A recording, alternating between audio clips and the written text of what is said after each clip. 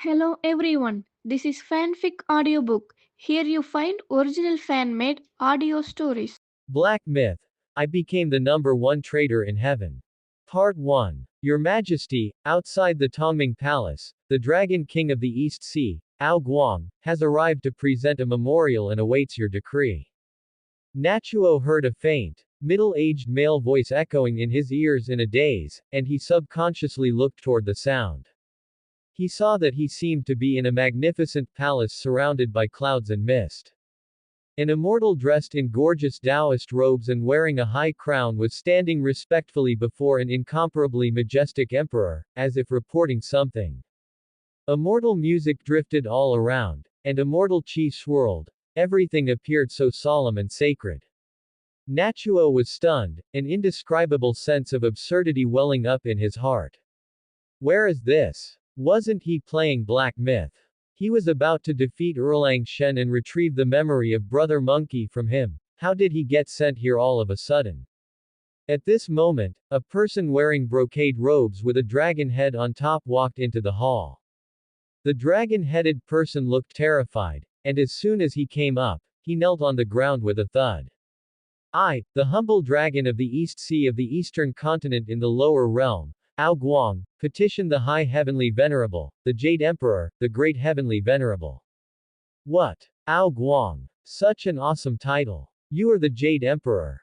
But looking at the yellow-robed man on the dragon throne who was so majestic he couldn't be looked at directly, Nachuo had to admit in his heart that if there really was a Jade Emperor, this was probably what he looked like.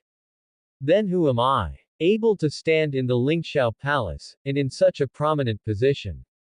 I must be a very awesome character now, right? Nachuo, having accepted his transmigration, felt wonderful in his heart. Others who undergo transmigration are miserable, fighting monsters and leveling up all the way, while he reached his destination in one step, becoming an immortal immediately. Ha ha ha ha tilde. Nachuo looked down at himself. Why can't I see my feet? Your Majesty, the King of Mount Qin from the Underworld has presented a memorial from Saitagarbha Bodhisattva, the Lord of the Underworld. Neja, to be precise, it should be Neja. That's right, she is the legendary Neja now. Neja was expressionless, her face stiff. She saw another person in black robes kneeling in the Lingxiao Hall. This scene should be after Brother Monkey returned from learning skills from the ancestral master Bodhi and ran to the Dragon Palace to take away the golden cudgel, and later erased all the monkeys with names in the Book of Life and Death in the Underworld. So Ao Guang and the King of Mount Qin came to heaven to complain about that monkey. Ding! The system has been bound. Whenever you perform an act of rebellion, there will be a reward. Neja glanced up at the Jade Emperor on the seat, and seeing that the other party had no reaction, she was delighted in her heart. It seems this system is very powerful, even the Jade Emperor didn't notice it. But what the hell is the rebel system? But then again, Neja and this system are a perfect match. Let the Dragon God and the Lord of the Underworld return to their domains. I shall send a general to capture that demon monkey, the Jade Emperor said indifferently. Ao Guang and the King of Mount Qin immediately bowed and thanked him before leaving. After the two left the hall, the Jade Emperor swept his gaze over the civil and military immortals and asked, how many years has this demon monkey been born, and from what generation, to have such Tao? As soon as the words fell, clairvoyance and all hearing walked out of the queue. This monkey is a stone monkey born from heaven and earth on Wagwo Mountain 300 years ago. Previously, it had no divine ability, but in these few years, I do not know where it went to cultivate and achieve immortal ascension, to the point where it can subdue dragons and tigers and forcefully erase its name from the life register. The Jade Emperor did not ask much more upon hearing this. Although clairvoyance and all-hearing had the ability to monitor the three realms, there were still some great powers dojos in this world that the two could not monitor. Which heavenly god shall go to the lower realm to subdue the demon? The Jade Emperor asked directly. Neja clearly felt the person beside her move. This person was her dear father, pagoda-bearing heavenly King Li Jing. But someone stood out a step before Li Jing. It was Tabai Jinxing. Tabai Jinxing bowed and reported, Your Majesty, in the three realms, all those with 9 orifices can achieve immortal ascension. Since this monkey is a body nurtured by heaven and earth, a form conceived by the sun and moon, it also stands between heaven and earth, drinking dew and eating clouds. Now that it has achieved the Tao of immortals and has the ability to subdue dragons and tigers, how is it different from humans? I petition your majesty to consider the grace of life and creation, issue an imperial edict of amnesty, summon it to the upper realm, confer upon it an official position, register its name in the records, and restrain it here. If it accepts the heavenly mandate, it can be promoted later. If it violates the heavenly mandate, then capture it. Firstly, this avoids mobilizing the masses and tiring the troops, and secondly, it is the proper way to recruit immortals. The Jade Emperor was very pleased when he heard this and said, Follow your request. He immediately ordered the Star Lord of Literature to draft the edict and had Tabai Jinxing handle the amnesty. And just as the Star Lord of Literature was drafting the edict, the Jade Emperor, perhaps because Nezha had looked at him a few times just now, ordered, That stone monkey has some divine ability. It may not be appropriate for you, Great White Planet, to go alone. After speaking, the Jade Emperor looked to the left, Nezha. Nezha looked at the Jade Emperor upon hearing this, her face devoid of any expression. Just kidding, can the number 1 rebel of the heavenly realm give you a good look? The immortals saw that Nezha still had that stiff face, not even responding when the Jade Emperor called her, and they couldn't help but click their tongues. However, everyone knew that unless Li Jing died, or the pagoda in his hand exploded, it was impossible for Nezha to give anyone a good look, even the Jade Emperor. Ding! Giving the Jade Emperor a cold shoulder, rebellion is natural. Reward. Perfect fusion of Nezha's 6 senses. In an instant, Nezha felt a leap in her perception of the surrounding environment. Before, she felt like an ordinary person. What her eyes saw, her ears heard, and her body felt was everything. But now, she seemed to have a wonderful resonance with the rhythm of heaven and earth. Her 6 senses, and even the depths of her soul, were perfectly integrated with this body, and every cell was full of vitality and vigor. She could perceive every wisp of immortal qi flowing in the Lingxiao Palace, every tremor of the immortal music, and even the subtle changes in the Jade Emperor's majestic gaze that were not easy to detect. This feeling was both strange and familiar. Only now could she be considered to have achieved a complete fusion of soul and body with this legendary demon subduing heavenly god. Nezha, are you willing to go to the lower realm with Tabai Jinxing? Nezha still did not answer the Jade Emperor, but she stepped out toward the outside of the Lingxiao Hall. Tabai Jinxing saw this and hurriedly took the edict drafted by the Star Lord of Literature and followed. General, slower, wait for me. Tabai Jinxing did not dare to be as presumptuous as Nezha. He didn't even dare to use the wind control technique while walking in the Lingxiao Palace, and only after walking out of the hall did he fly to catch up with Nezha. Nezha slowed down a little when she heard Tabai Jinxing's shout. As for the other party calling her general, that was not strange. Nezha currently had 2 titles in the heavenly court. One was the Great Marshal of the Central Altar, and the other was the Great General of Mighty Manifestation. However, the immortals generally called her general because there was another powerful marshal in the heavenly court. As for the title Great Deity of the 3 Altars and Sea Assembly, it was conferred by the Jade Emperor when he first sent troops to capture Brother Monkey. It was not yet that time. General, if that demon monkey throws a tantrum later, General must protect this little immortal. Nezha only curled her lips in a sneer and said nothing. If one were to talk about who was the most loyal lackey of the Jade Emperor in the heavenly court, besides the heavenly inspector official Wang, it was this Great White Planet. Although Tabai Jinxing only dealt with civil matters on the surface, Nezha did not believe that Tabai Jinxing's combat power would be low. She might not even be his match. Along the way, Tabai Jinxing kept talking non-stop. Nezha only occasionally hummed in response, remaining cold and silent most of the time, yet Taebai Jinxing remained tireless. Don't be fooled by his constant, good guy, persona. He seemed to have good relations with everyone in the heavenly court. In reality, he never formed deep connections with others, and no one ever spoke their heart to him either. This was all because he was the Jade Emperor's confidant. However, Taebai Jinxing was considered one of the better ones. At least the various deities in the heavenly court were willing to exchange a few pleasantries with him. As for the Jade Emperor's other confidant, official Wang, aside from a few high-ranking gods like Nezha, the other immortals would take a detour whenever they saw him.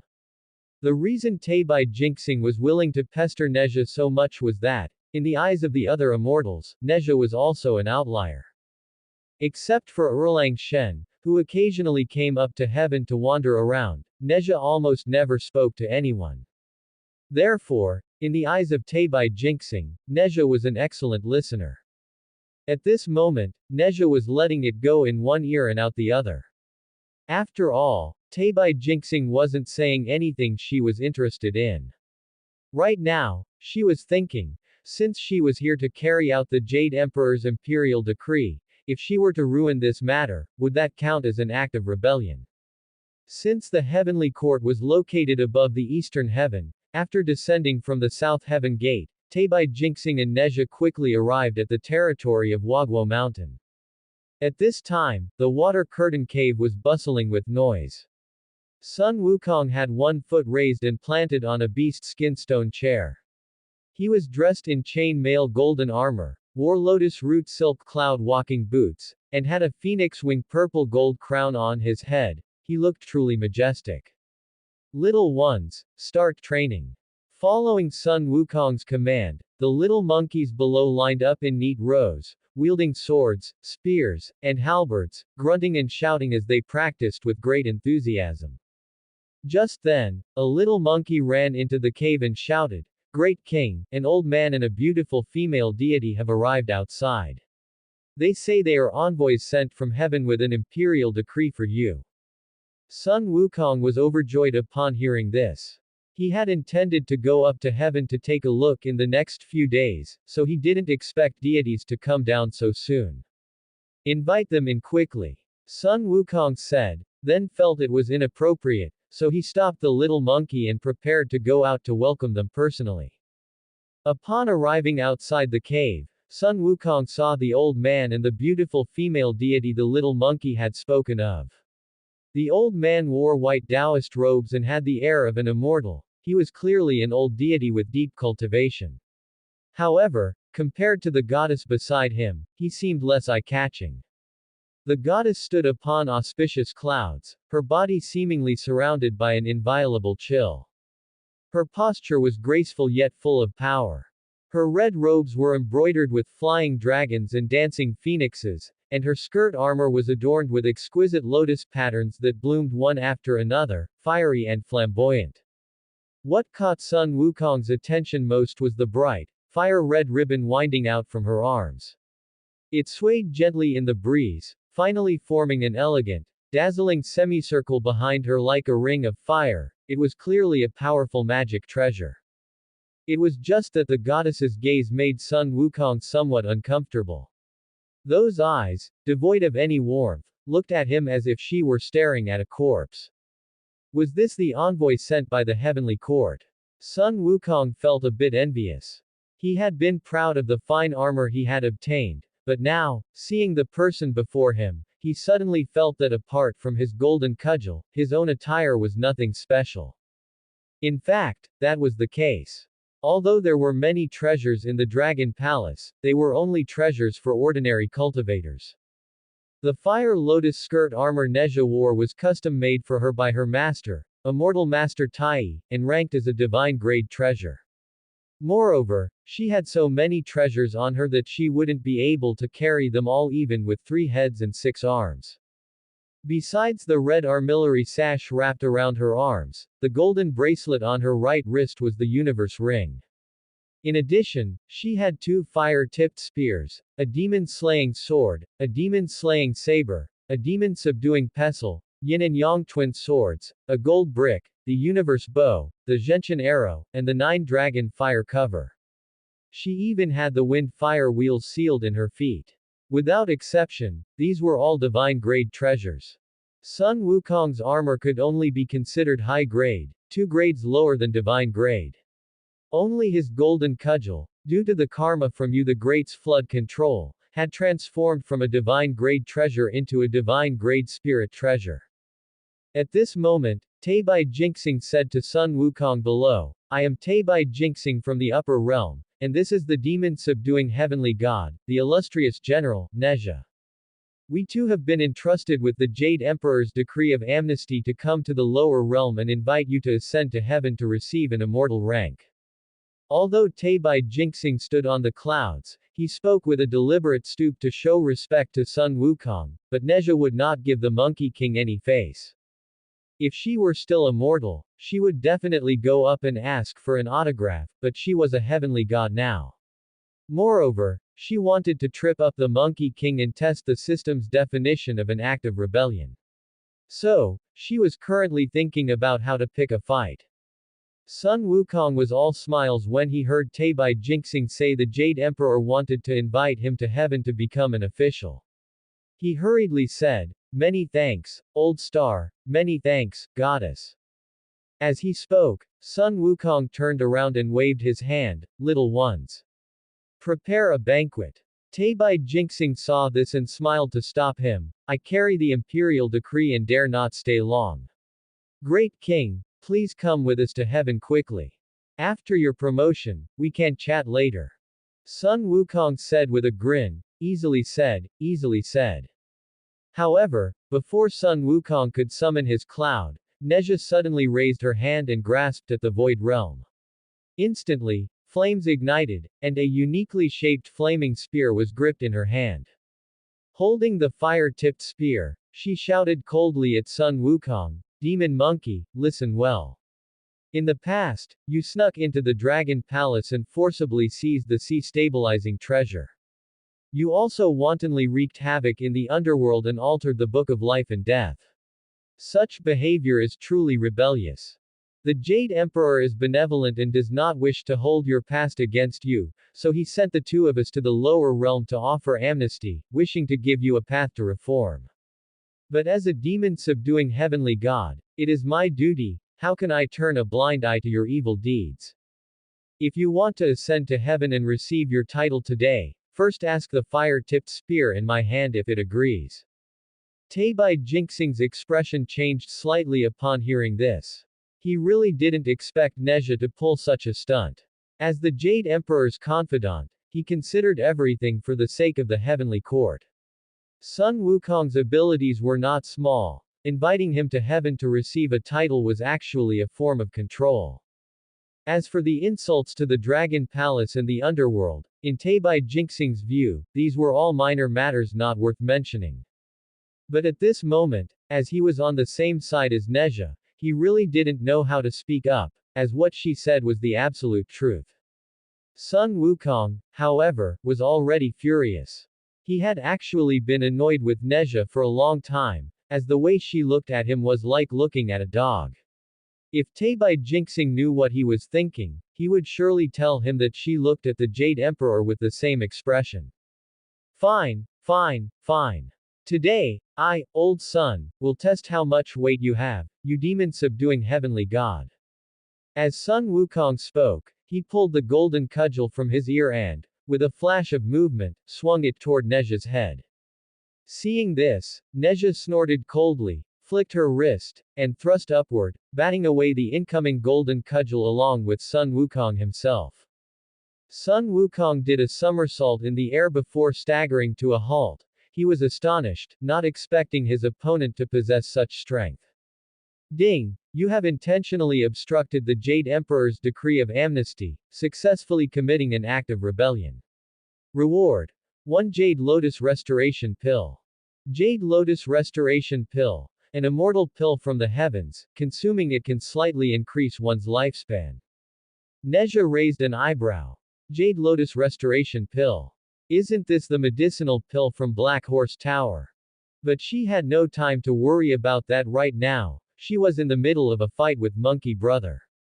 Sun Wukong surged forward again, the golden cudgel in his hands like a monstrous wave, slamming fiercely toward Nezha.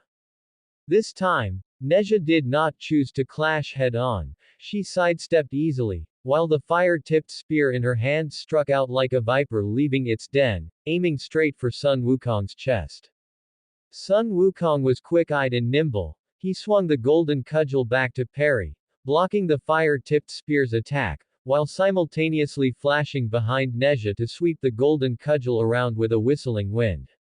Nezha also reacted quickly. The fire-tipped spear traced a brilliant arc in the air, blocking the sweep of the golden cudgel, while she leapt up, landing above Sun Wukong's head, and kicked her fair, jade-like foot fiercely toward his face. Ever since Nezha obtained the wind fire wheels and sealed them within her feet, she had remained barefoot, as this allowed her to better control the magic treasure. Seeing this, Sun Wukong abruptly thrust the golden cudgel upward, the shaft pressing against Nezha's soul to deflect her. Using the momentum, Nezha floated in the air, looking down at Sun Wukong from above, and said coldly, "Not bad, you monkey actually have some skills." Unable to stand Nezha's high and mighty expression, Sun Wukong shouted, "Stop being so arrogant." With that, he leapt into the air again, the golden cudgel and fire-tipped spear colliding to create bursts of sparks in the sky. Their figures intertwined. At times Sun Wukong held the upper hand, the golden cudgel sweeping through thousands of troops like a giant dragon. At other times, Nezha held the advantage, the fire-tipped spear moving freely like a spirit snake.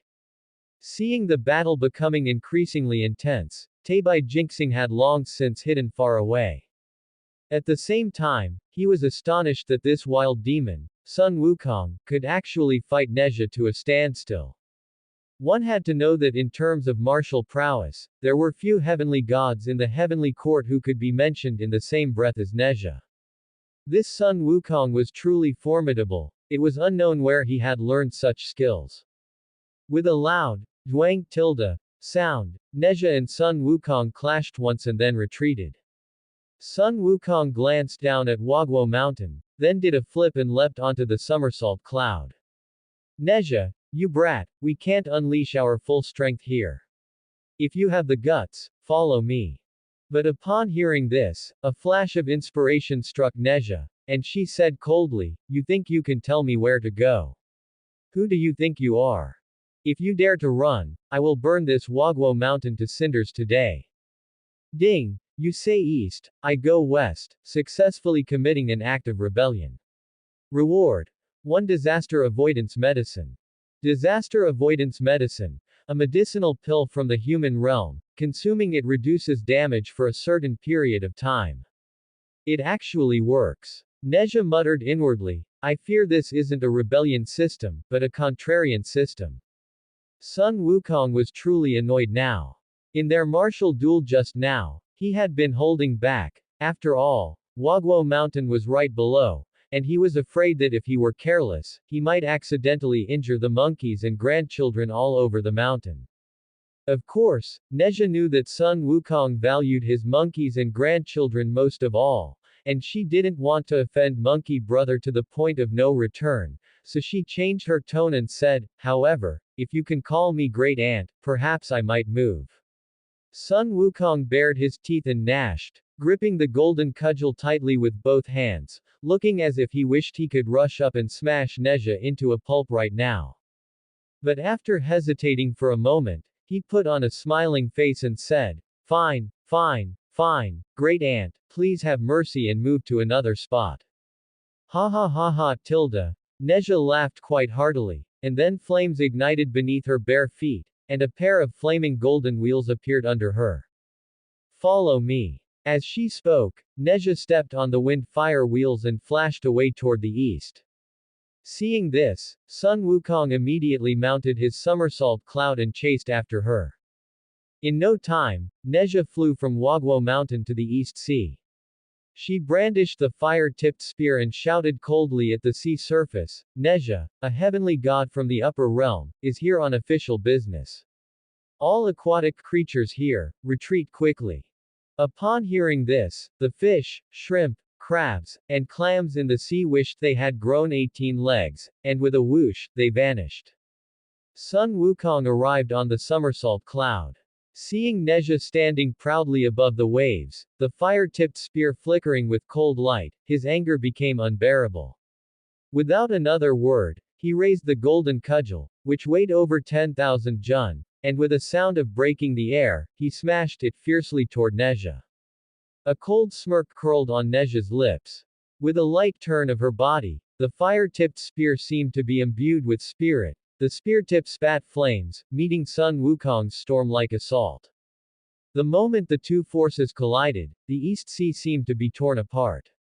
A massive shockwave stirred up monstrous waves, the sea churned, blocking out the sky and sun, and the entire sea surface seemed to tremble, emitting a deafening roar. Water columns shot into the sky, like thousands of troops galloping, and like collapsing mountains, it was spectacular. Those minor aquatic demons that were unable to flee far enough were directly shattered into blood mist by the shockwave of this power. Sun Wukong's figure was agile, the golden cudgel in his hands transformed into countless staff shadows, at times like a dragon soaring into the nine heavens, at other times like a flood dragon exploring the sea, each strike containing the power to destroy the heavens and the earth. Nezha was not to be outdone. The fire-tipped spear in her hands danced like a wild spirit snake, and wherever the spear tip passed, the air seemed to ignite, leaving behind trails of scorching heat.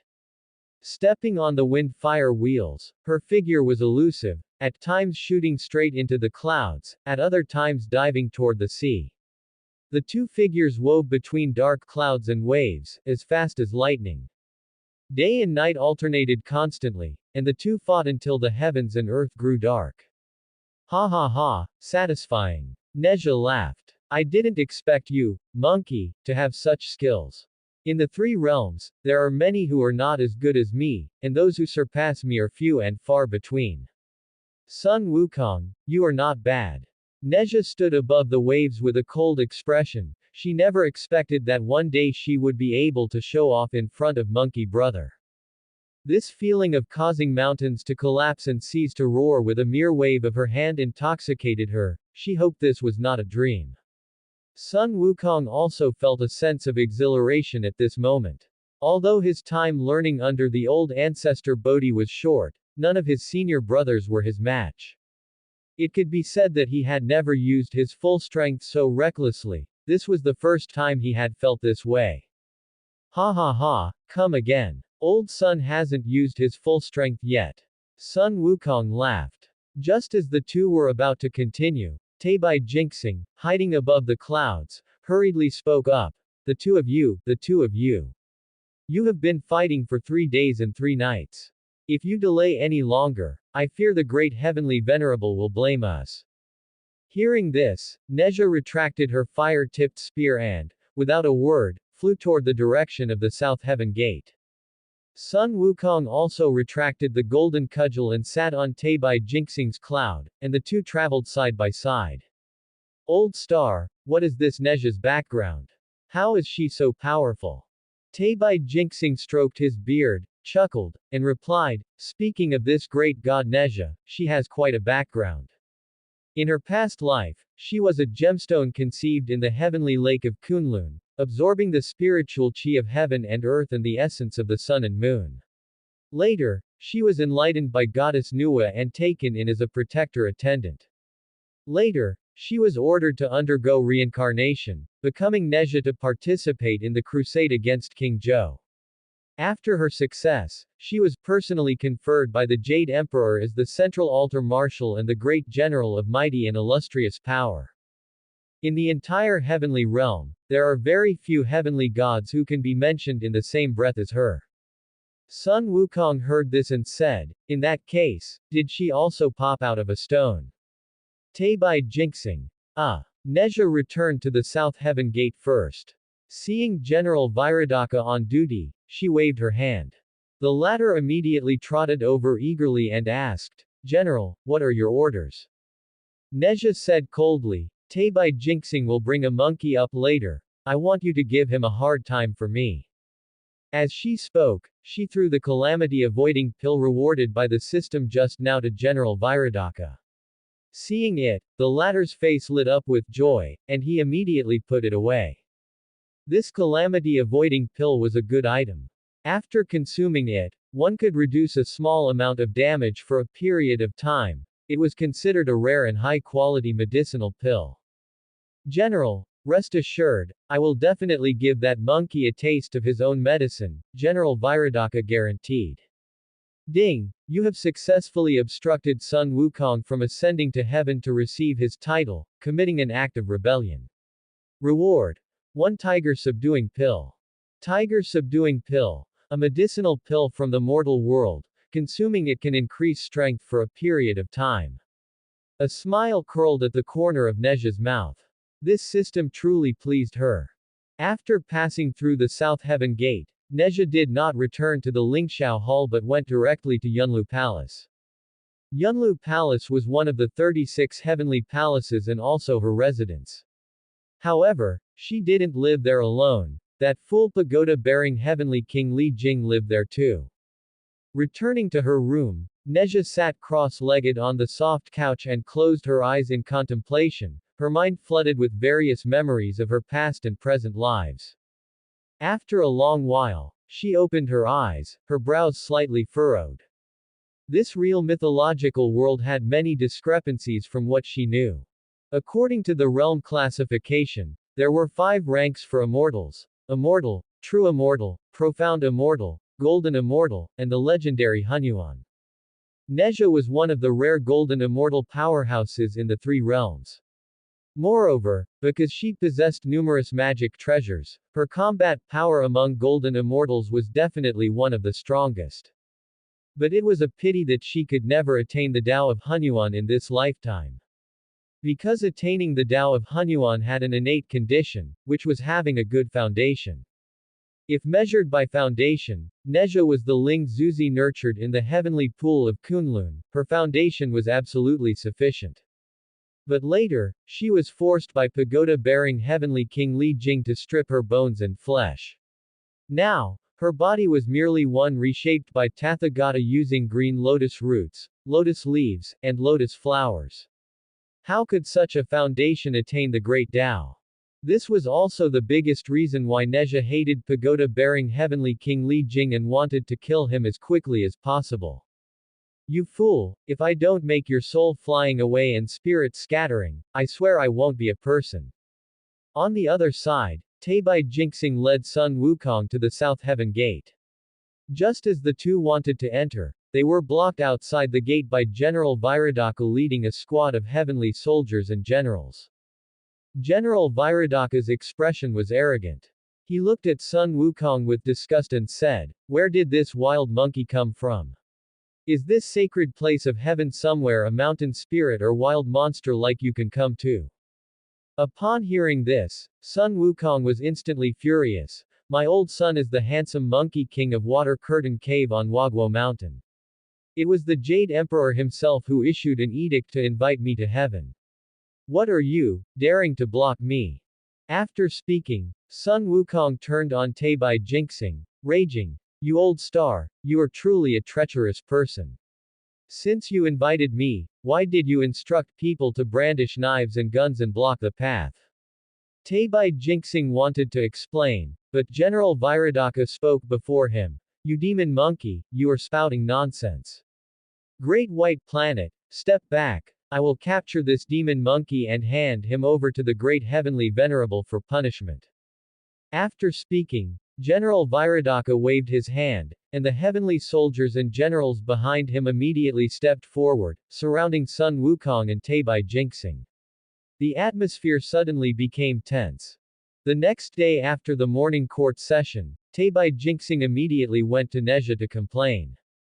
"General, tell this humble immortal the truth. Was it you who instructed General Viradaka to deliberately give Sun Wukong a hard time?" Teibai Jinxing's old face was wrinkled into a ball. Yesterday, he had led Sun Wukong to the South Heaven Gate but was blocked by General Viradaka. Although the two sides didn't end up fighting, Sun Wukong was so angry that he ran back to Wagwo Mountain. In order to fulfill the Jade Emperor's edict, he had used all kinds of persuasion, cajoling and deceiving him, before finally coaxing Sun Wukong up to heaven. Nezha heard this, her eyes staring straight at Teibai Jinxing, as if trying to see through to the bottom of his heart. If it were the storybooks from her past life, she didn't know if the 81 tribulations of the journey to the west were already arranged. But now, as Nezha, if Monkey Brother was destined to embark on the journey to the west in the future, she must ensure that heaven leads it so that she could have more room to maneuver. It seemed she had to make plans early. Is it the keeper of the heavenly horses? Nezha didn't answer Teibai Jinxing but asked this question instead. Teibai Jinxing smiled upon hearing this. General, how did you know that among all the palaces and halls, the Imperial Horse Bureau is the one lacking a head official? Nezha still didn't answer, but instead sneered. With that monkey's ability, if he finds out that the keeper of the heavenly horses is just a lowly official, he will probably cause a scene again. Instead of waiting for him to cause trouble, it would be better to let me dispatch troops and take him directly to the demon-slaying platform to be executed. Teibai Jinxing could only smile awkwardly and say, General, you are joking. Having said that, he bowed his head and left. It had been nearly half a month since Sun Wukong came to heaven to serve. This day, Nezha was sitting in meditation to cultivate. The cultivation technique she was practicing was named, Words of Nuwa. This cultivation technique was something Goddess Nuwa felt after creating the world. She later lectured on the Tao to her disciples in Wahuang Palace, and it was later compiled into a book by the Nine Heavens mysterious maiden. The three realms had always held that techniques should not be lightly transmitted, because the power of some divine abilities was so great that they could even disrupt the operation of the rules of the three realms. Therefore, even though Nezha was a protector child before Goddess Nuwa, she hadn't learned any incredible divine abilities. But Nezha remembered that the Nine Heavens mysterious maiden once said that if one had the comprehension ability, one could comprehend heaven-reaching skills from the words of the goddess's lecture. After a while, Nezha opened her eyes, her expression somewhat desolate. It seemed she was not a person with that comprehension ability. Whether it was her previous self or her current self, who had merged with Nezha's six senses, she could only learn some superficial knowledge from this book of words. At this time, a celestial maiden outside the door sent word that giant spirit god requested an audience. Before long, a giant man clad in elephant armor stood with his head bowed before Nezha's room. This person was the vanguard general of the heavenly army, giant spirit god. This humble god pays respects to the general, giant spirit god said respectfully to the closed door. A voice immediately came from inside. Is there a situation at the Imperial Horse Bureau? Giant spirit god immediately replied. Reporting to the general, the officials of the Imperial Horse Bureau have arranged a banquet today, just about to welcome and congratulate the newly appointed keeper of the heavenly horses. On the other side, in the Imperial Horse Bureau, Sun Wukong was very happy. Since he ascended to heaven to become this keeper of the heavenly horses, he had been conscientious and responsible, and the horses were all raised to be plump and fat. So, today, his colleagues at the Imperial Horse Bureau specially set up a banquet to invite him to drink. After 3 rounds of drinks, Sun Wukong suddenly put down his cup and asked, by the way, what kind of official title is this, keeper of the heavenly horses of mine? Everyone replied, that is the official name. Sun Wukong was puzzled, so he asked, what rank of official is it? Everyone shook their heads and said, it has no rank. Sun Wukong was overjoyed. No rank. Then it must be a very high-ranking official, right? Before everyone could explain, they heard a loud shout from outside, the general has arrived. Before Sun Wukong could figure out the situation, he saw all his colleagues at the table kneeling on the ground in unison.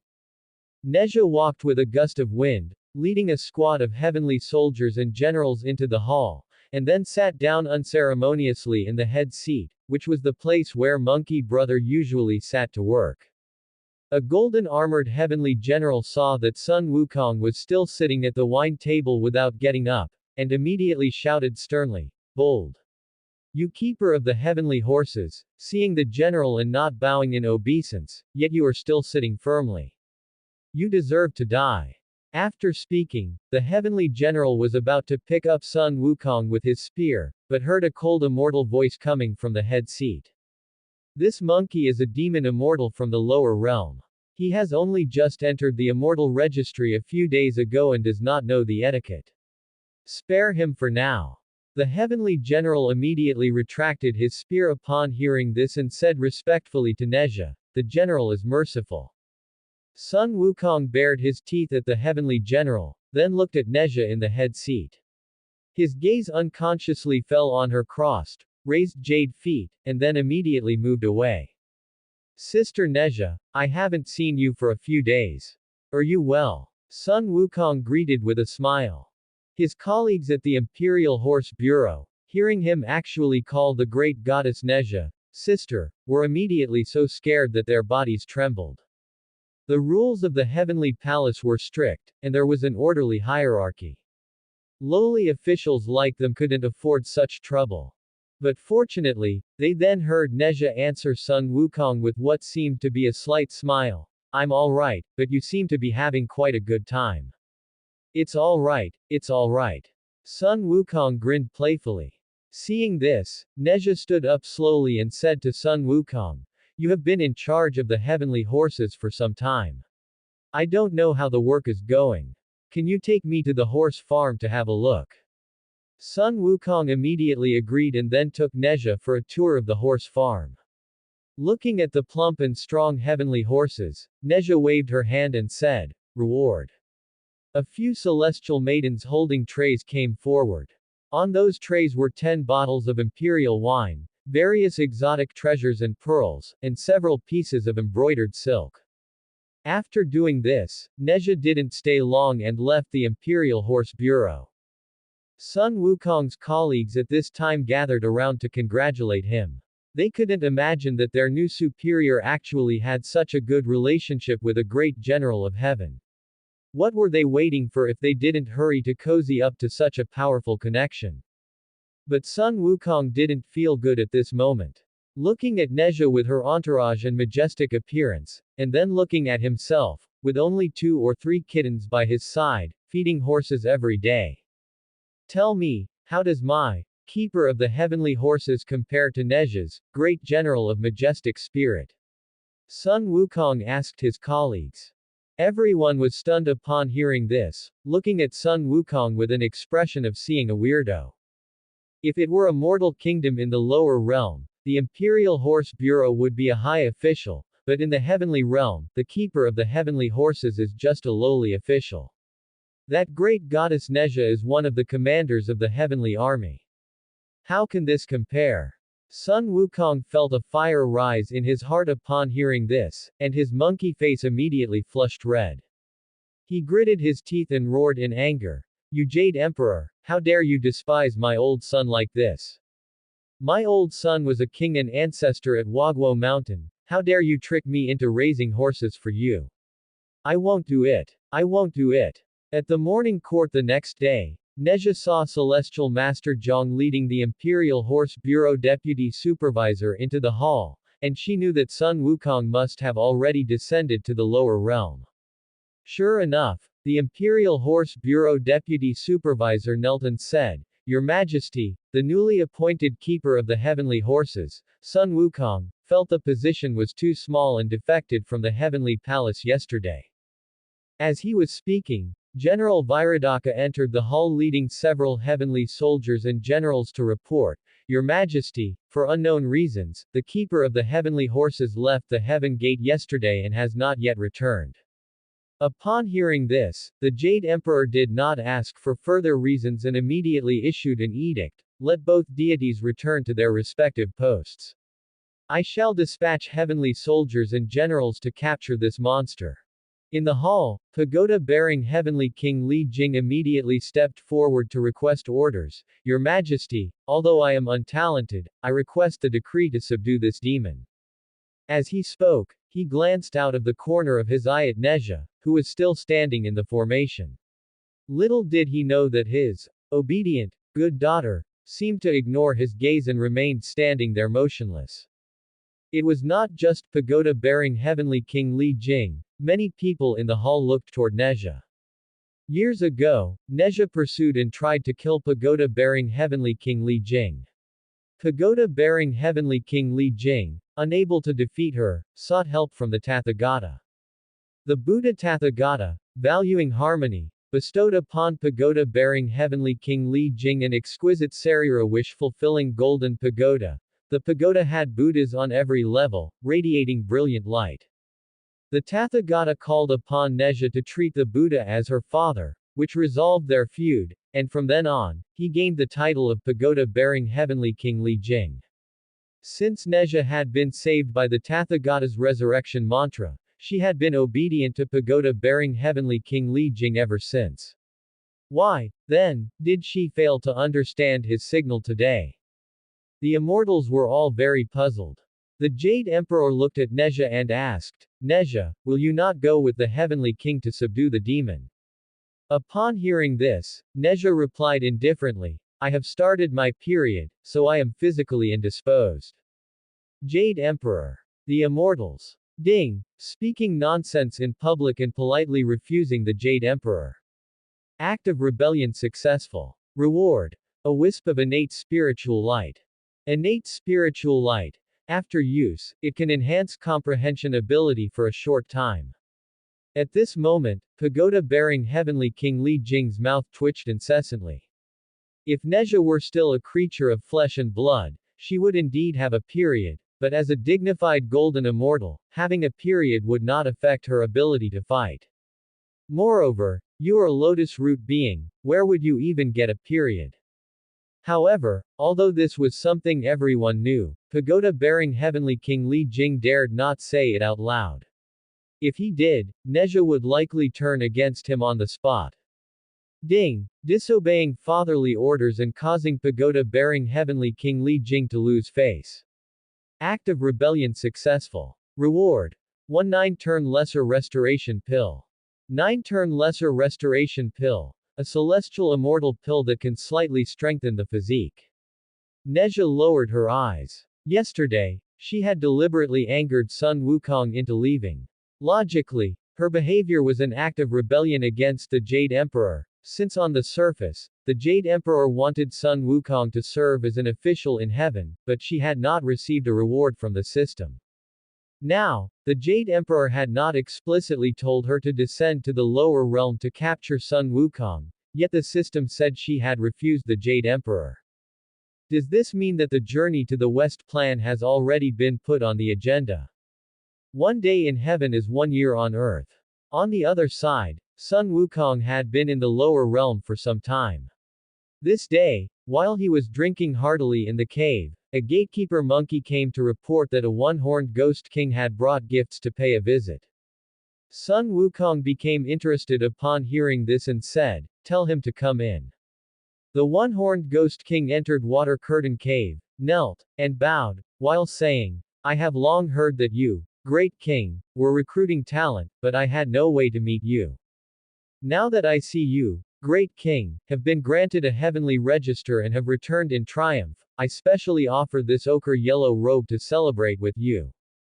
If you are willing not to despise my humble self and accept me, I will be able to offer my humble service. Sun Wukong was overjoyed upon hearing this and draped the ochre yellow cape over his shoulders. The monkeys and grandchildren below immediately lined up to pay homage, and the one-horned ghost king was appointed as the vanguard commander of Wagwo Mountain. After several rounds of drinks, the one-horned ghost king thanked him again and then asked, Great king, you have been in the upper realm for a long time, may I ask what position you held? Sun Wukong was already slightly tipsy. Hearing this question, his mind recalled Neja's aloof and superior air. He complained, that old man Jade Emperor deceived me and actually made me a keeper of the heavenly horses. I didn't know it when I first took office and just played around in the Imperial Horse Bureau, but later I realized it was so lowly. I, old Sun, was very angry, overturned the tables, refused the title, and therefore defected from the heavenly palace. The one-horned ghost king slapped his thigh upon hearing this and said indignantly, with your divine ability, great king, how could you raise horses for him? Sun Wukong. Exactly, exactly. Then, the one-horned ghost king's eyes rolled, and he said, great king, your divine ability is unparalleled, why not call yourself the great sage equal to heaven? Sun Wukong was stunned upon hearing this, muttering the four characters, great sage equal to heaven, repeatedly, and then was overjoyed, saying, good. Several times. Quickly set up a banner for me, with the four characters, great sage equal to heaven, written on it, and hoist it up. From now on, call me only great sage equal to heaven, do not call me great king again. You may also pass this on to the demon kings of other caves so they all know. The monkeys and grandchildren below immediately began to busy themselves, but the one-horned ghost king's face suddenly became worried. Seeing this, Sun Wukong hurriedly asked, good Vanguard, is there some difficulty? Speak freely.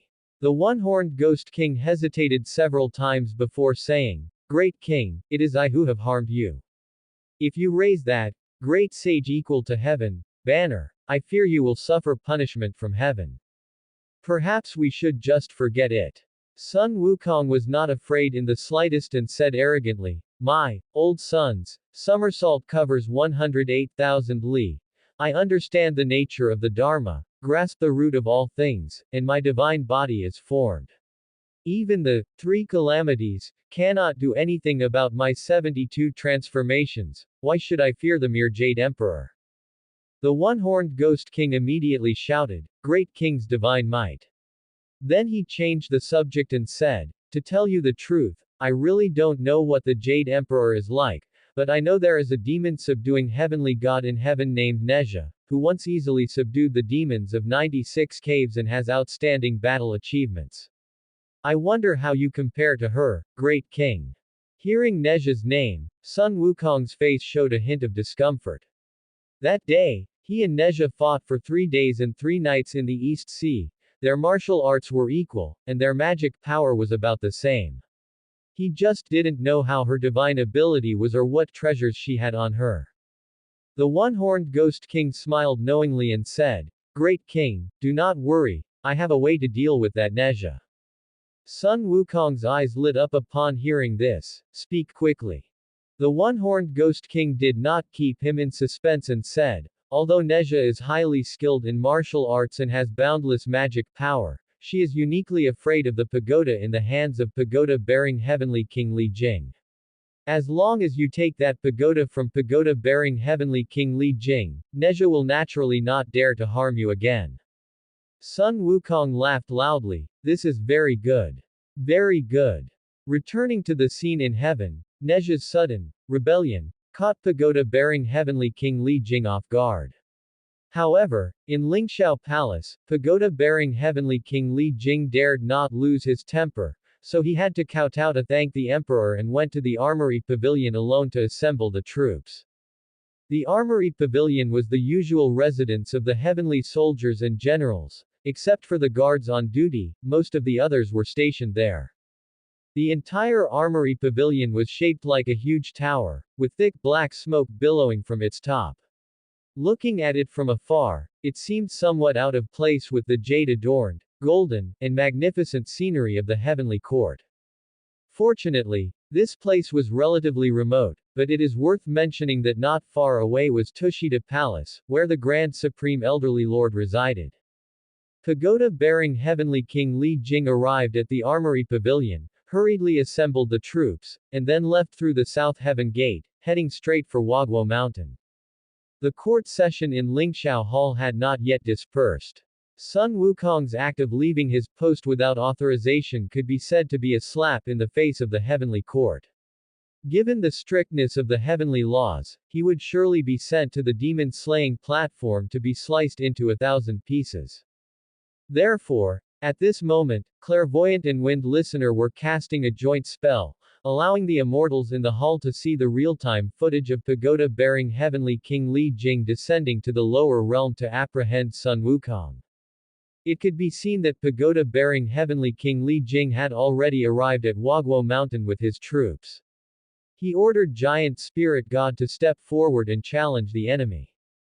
Giant Spirit God received the order, brandished his giant flower-adorned axe, and arrived at the foot of the mountain.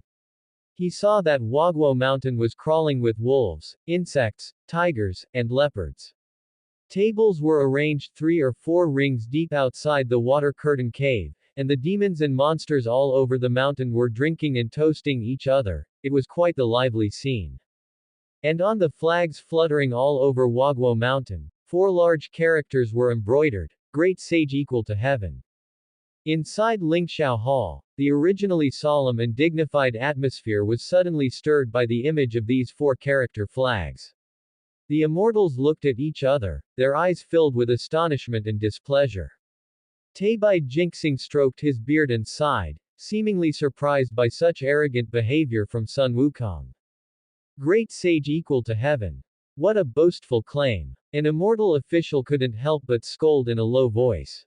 The immortals around him immediately echoed his sentiment, discussing this unprecedented heaven-defying act.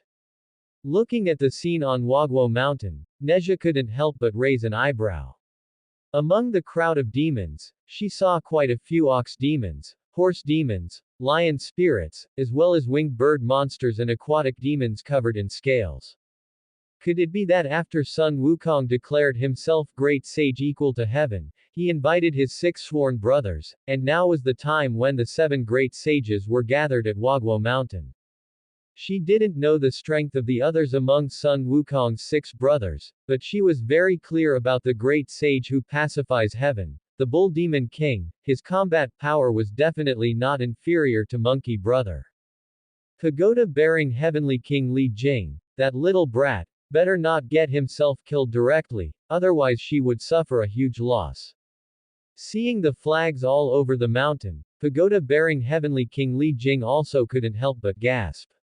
He thought to himself that he must bring Sun Wukong back to the heavenly court today, otherwise, it would be difficult for him to answer to the Jade Emperor. Pagoda-bearing heavenly King Li Jing waved his hand. Giant Spirit God received the order, leapt to the front of the water curtain cave, and shouted at the demons, "You beasts!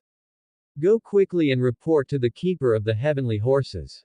I am a great general from heaven, here by the decree of the Jade Emperor to subdue him. Tell him to come out quickly and surrender, so that you all may avoid injury." Seeing that Giant Spirit God identified himself as a great general from heaven, some of the minor demons immediately trembled. Several small monkeys ran into the cave to report. Disaster! Disaster! Outside there is a heavenly general who claims to be an official of the Great Sage, saying he is here by the Jade Emperor's decree to capture you, Grandfather Great Sage. At the main table, the 7 great devil kings were drinking happily. Hearing the report, one of the rock demons threw his wine bowl, stood up, and shouted, "What kind of bullshit heavenly general? I'll go and meet him." Seeing this, Sun Wukong quickly stopped the rock demon and said, "Third brother, those heavenly soldiers and generals are here to capture me. It's better to let me, your little brother, go meet him. My brothers, please cover me." After speaking, Sun Wukong put on his armor, held his golden cudgel, and led the red buttock macaque and several other capable generals out to set up a formation. The immortals in the sky looked down and thought that this monkey really looked the part. Clad in bright golden armor, wearing a shining golden crown, holding a golden cudgel, wearing cloud walking shoes that matched perfectly. It was a pity that this monkey was destined to be sliced into 1,000 pieces today. Giant Spirit God widened his eyes and shouted loudly, "You insolent monkey, do you recognize me?" Sun Wukong heard this and arrogantly said, "What kind of minor deity are you? State your name quickly." Giant Spirit God said, "I am the Giant Spirit Heavenly General, under the command of the High God, pagoda-bearing Heavenly King Li Jing. I am here by the Jade Emperor's decree to subdue you. Quickly remove your armor and submit to heavenly grace, so that the beasts on this mountain may avoid being slaughtered. If you dare to say half a word of refusal, I will turn you into dust in an instant. Sun Wukong heard this and angrily said, "You minor deity, stop bragging. Go back to heaven and tell the Jade Emperor, he does not know how to employ the worthy. I, old Sun, have infinite abilities, why did he make me keep his horses? Look at the title on my banner. If he promotes me according to this title, I will not resort to violence, and the world will naturally be at peace. If he does not comply, I, old Sun, will storm the Lingxiao Hall and make him unable to be the Jade Emperor." Get lost. The immortals in the sky were all dumbfounded. This monkey really had no sense of propriety. Not only did he want to be the great sage equal to heaven, but he also wanted to storm the hall and overturn the position of the great heavenly venerable. However, giant spirit god was not about to deliver Sun Wukong's message. He let out a strange cry and swung his giant flower-adorned axe at Sun Wukong's head. The latter raised his golden cudgel to block it. With a clang, giant spirit god staggered back 3 steps. Ha ha ha, I, old Sun, thought you, minor deity, had some ability, but it turns out to be nothing more than this. You're done attacking, now it's my turn. Taste a blow from me. As Sun Wukong said this, he swung his cudgel at Giant Spirit God. Giant Spirit God hurriedly raised his axe to block, but with a crack, the axe broke into 2 pieces. Giant Spirit God was terrified and immediately turned to flee. Seeing this, Sun Wukong laughed loudly. Coward! Coward! Giant Spirit God fled back to the front of the camp and hurriedly knelt before pagoda-bearing Heavenly King Li Jing. That keeper of the heavenly horses has vast divine abilities. This general could not defeat him and has returned to apologize. Pagoda-bearing Heavenly King Li Jing wanted to behead this fellow, but thinking that if he didn't capture Sun Wukong today, he would also suffer, he waved his hand and said, "Army, take orders. Attack Wagwo Mountain with full force. 12 Yaksha generals, follow me to capture the demon monkey." Just as Sun Wukong was about to withdraw his troops, he saw lightning flashing across the sky. With each bolt of lightning that fell, a heavenly soldier landed on Wagwo Mountain. These heavenly soldiers were clad in white armor, armed with spears and bows, and killed every minor demon they saw. Sun Wukong's eyes were filled with rage, and he shouted, "Stop right now." But how would those heavenly soldiers listen to him? Sun Wukong was about to step forward to kill the enemy, but 12 Yaksha generals flashed around him, surrounding him completely. Immediately after, a phantom of a golden pagoda descended from the sky, trapping him and the 12 generals inside. Great sage, be careful. That pagoda is the one in the hands of the pagoda-bearing Heavenly King, it is very powerful. It was the one-horned Ghost King. He was currently leading the demons in a battle against the heavenly soldiers. Upon seeing this situation, he immediately shouted a warning to Sun Wukong. Sun Wukong thought to himself that he was a good vanguard, and he smiled. "Protect yourself, and watch me smash this broken pagoda." The 12 Yaksha generals surrounded Sun Wukong tightly. They each displayed their divine abilities, some holding blades, some holding halberds. 12 different kinds of magic power wove into an airtight net, attempting to completely suppress Sun Wukong. However, how could Sun Wukong be a creature of the pond? He roared angrily, his internal magic power surging. The golden cudgel in his hand instantly grew several times larger and swept out, creating a gust of wind that forced the surrounding Yaksha generals to retreat repeatedly. "Mere tricks, and you want to trap me, old Sun?" Sun Wukong mocked. His figure turned into a streak of golden light as he took the initiative to attack. He moved quickly inside the pagoda, and with a few bangs and clangs, the 12 Yaksha generals were all defeated.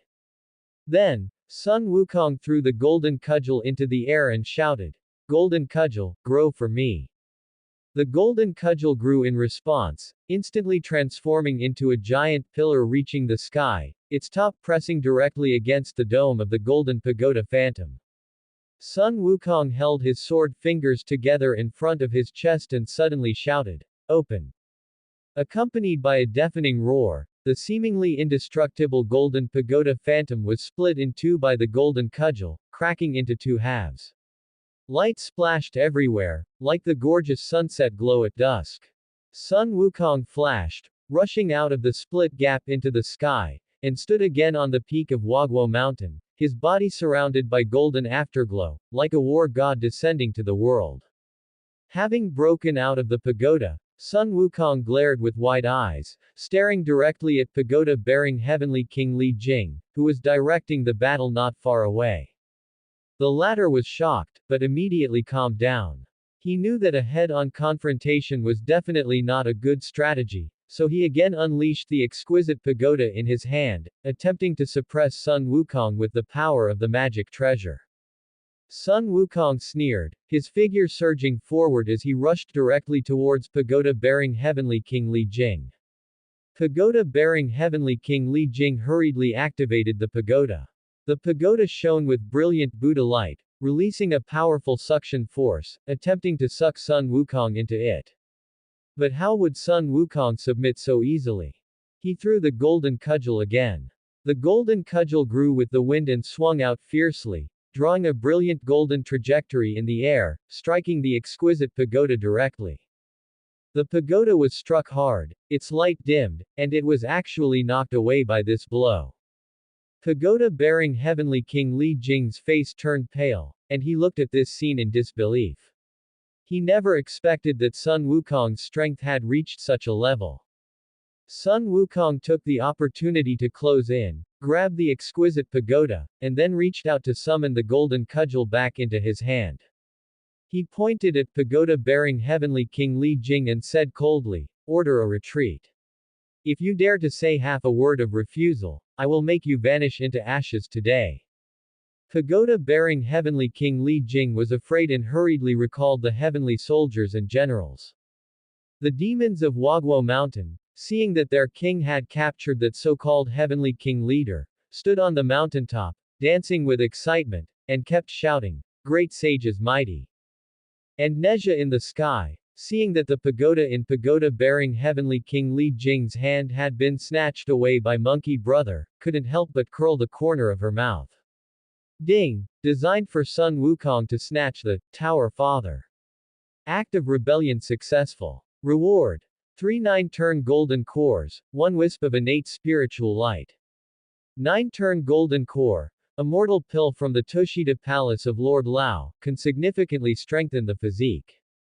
After his defeat, pagoda-bearing Heavenly King Li Jing fled back to the South Heaven Gate with the heavenly soldiers and generals. He scrambled to the Lingxiao Hall in a panic to plead guilty, kneeling in the hall and trembling uncontrollably. Given the great heavenly venerable's cold and iron-fisted nature, he feared he would not escape death today. Execute him. The Jade Emperor spat out those 2 words indifferently, as if devoid of any emotion. Li Jing was so terrified he nearly lost control of his bowels, immediately kowtowing repeatedly to beg for mercy. "Your Majesty, spare me. Your Majesty, please spare me." At this moment, Taibai Jinxing stepped forward and reported, "Your Majesty, the pagoda-bearing Heavenly King Li Jing has rendered great service to the Heavenly Court in the past. I hope Your Majesty will pardon him from the death penalty." As he spoke, he turned to look at Nezha, but she remained completely motionless, not even sparing a glance for Li Chongzheng. What a joke. Although she didn't want Li Jing to die so easily, it was impossible for her to plead for him. She only wanted to see if the Jade Emperor would truly execute Li Jing. Given the Jade Emperor's temperament, Li Jing would definitely have his spiritual essence drained, and his body used for alchemy. After pondering for a few moments, the Jade Emperor said, "Strike him with 3,000 blows, and demote him to become the earth deity of Kilian Mountain in Jambudvipa." Upon hearing this, Li Jing collapsed on the floor as if drained of all strength, and was dragged away by 2 heavenly soldiers like a dead dog. The atmosphere in the hall was stifling to the extreme. Li Jing was a high-ranking official in the heavenly court, Yet his fate was so miserable, which inevitably filled the hearts of the immortals with a sense of sorrow. After Li Jing was dragged out of the hall, the Jade Emperor swept his gaze across the ministers below, finally landing on Nezha. Nezha, you are to immediately lead the generals to the lower realm to execute Sun Wukong. Do not fail. Nezha was about to accept the order. She knew when to be sensible and couldn't afford to give the Jade Emperor any attitude at this moment. But at this moment, Taibai Jinxing stepped forward again and said, Your Majesty, that monkey demon only knows how to speak, not the gravity of the situation.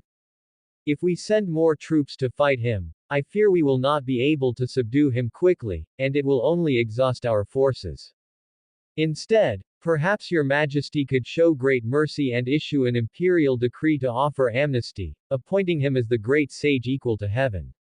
We can simply give him an empty title, with a position but no salary. The Jade Emperor asked, What do you mean by, a position but no salary? Taibai Jinxing replied, He will be named the great sage equal to heaven, but he will not be given any duties or salary. We will keep him within the heavens to curb his wicked heart and prevent him from becoming arrogant. This way, the universe will be peaceful, and the world will find tranquility. The immortals stared at Taibai Jinxing in astonishment, unable to understand how he could propose such an absurd idea. But what surprised them even more was that the Jade Emperor agreed without much hesitation. As you suggest. Dismissed. After the court was dismissed, the immortals gathered in small groups with strange expressions on their faces. Today's events were truly bizarre. Given the strictness of the heavenly laws, why did the Jade Emperor repeatedly tolerate that monkey demon? And the same went for Taibai Jinxing. How strange, how strange. At this moment, a flame-like rainbow streaked past the immortals. Who else could it be but Nezha? Judging by the direction, she was heading straight for the heavenly palace's execution ground. The immortals exchanged glances and followed her. When Nezha arrived at the execution ground, Li Jing had just been bound by the heavenly soldiers in preparation for the punishment. 5 iron chains were locking his limbs and neck, binding him tightly to a pillar. Li Jing, who had originally accepted his fate, instinctively began to struggle upon seeing Nezha. However, the dense runes on the iron chains flickered, and no matter how he struggled, he could not break free. Watching Nezha walk closer step by step, sweat beads could not help but form on Li Jing's forehead. What do you want to do? Upon hearing this, Nezha reached out her hand to the side. The heavenly soldier holding the copper hammer, who was preparing to carry out the punishment, immediately placed the hammer into Nezha's hand. Father, I'm afraid this soldier might be tactless and hurt you. It would be better if I did it. I will raise it high and bring it down gently. After 3,000 blows, I guarantee you will be completely unharmed. I hope you understand my intentions. Although Nezha said this, she did not lower her voice at all, and the immortals who had rushed over to watch the spectacle heard her clearly.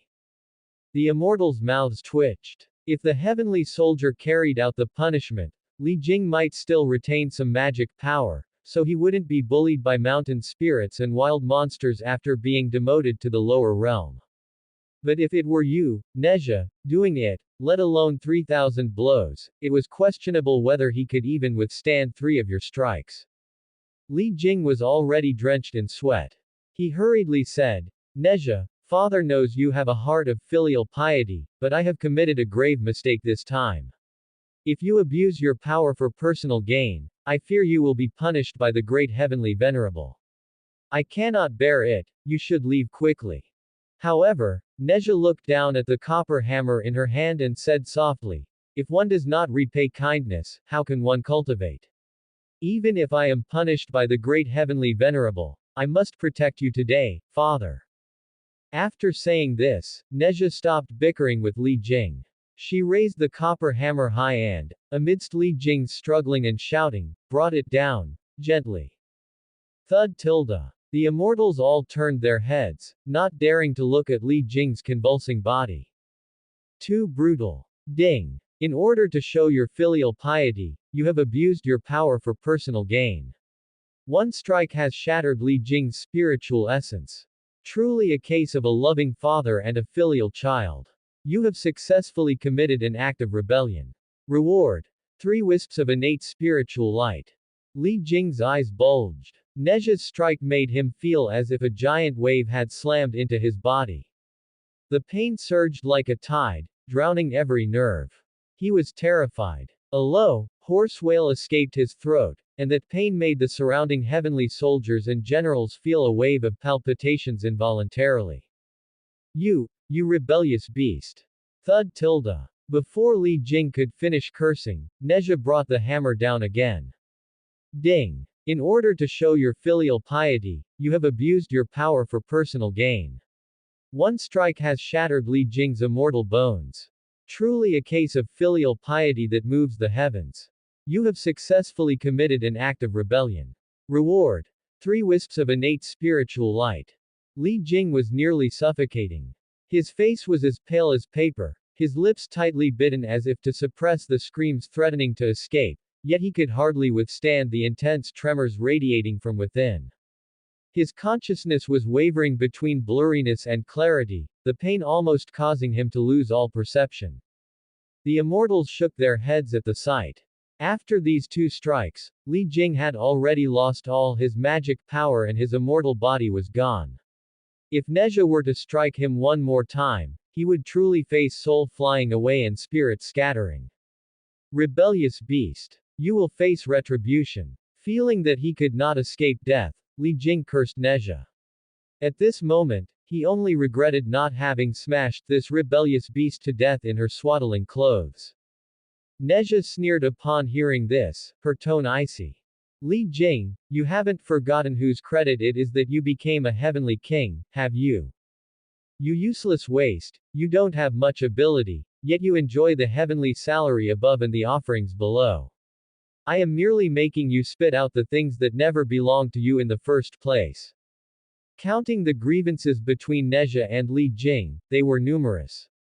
Relying on the pagoda in his hand, Li Jing always had Neja charge into battle whenever something happened, but after it was over, it was Li Jing who received the rewards. This was also the reason why, despite Neja being his child, she treated Li Jing this way, and none of the surrounding immortals stepped forward to stop her. However, just as Neja's 3rd strike was about to fall, a horsetail whisk bound the handle of the copper hammer.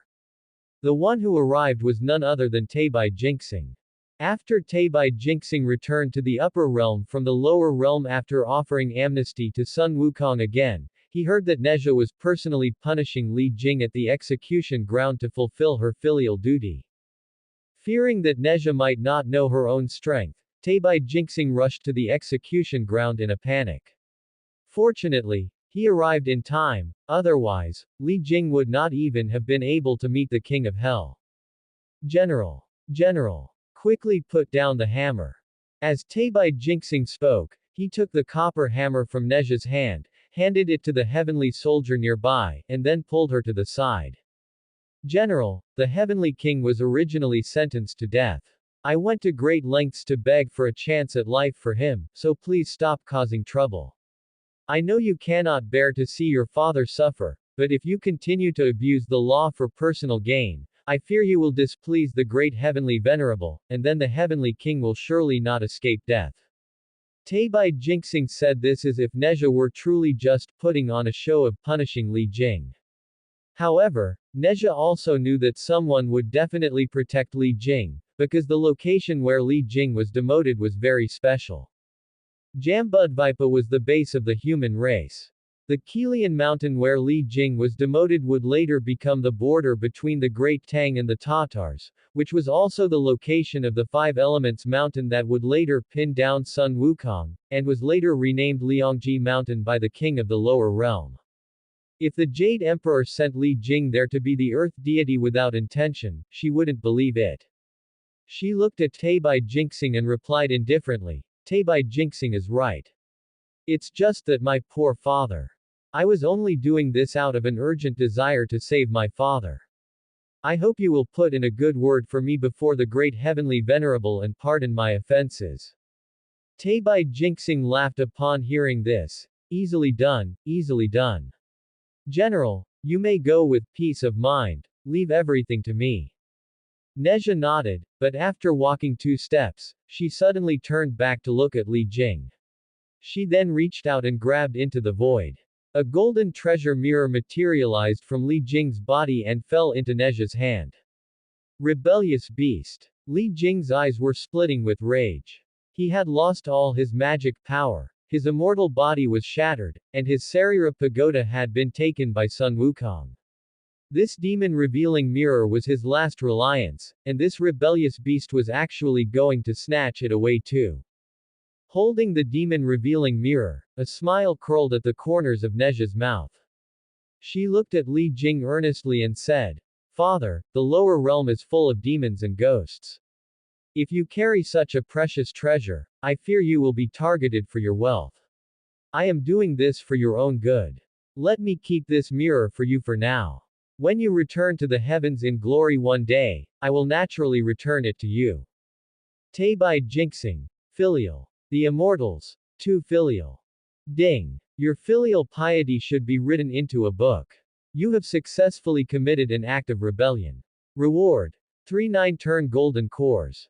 Ever since the pagoda-bearing heavenly king Li Jing was exiled to the lower realm, Neja was the sole master of the entire Yunlu palace.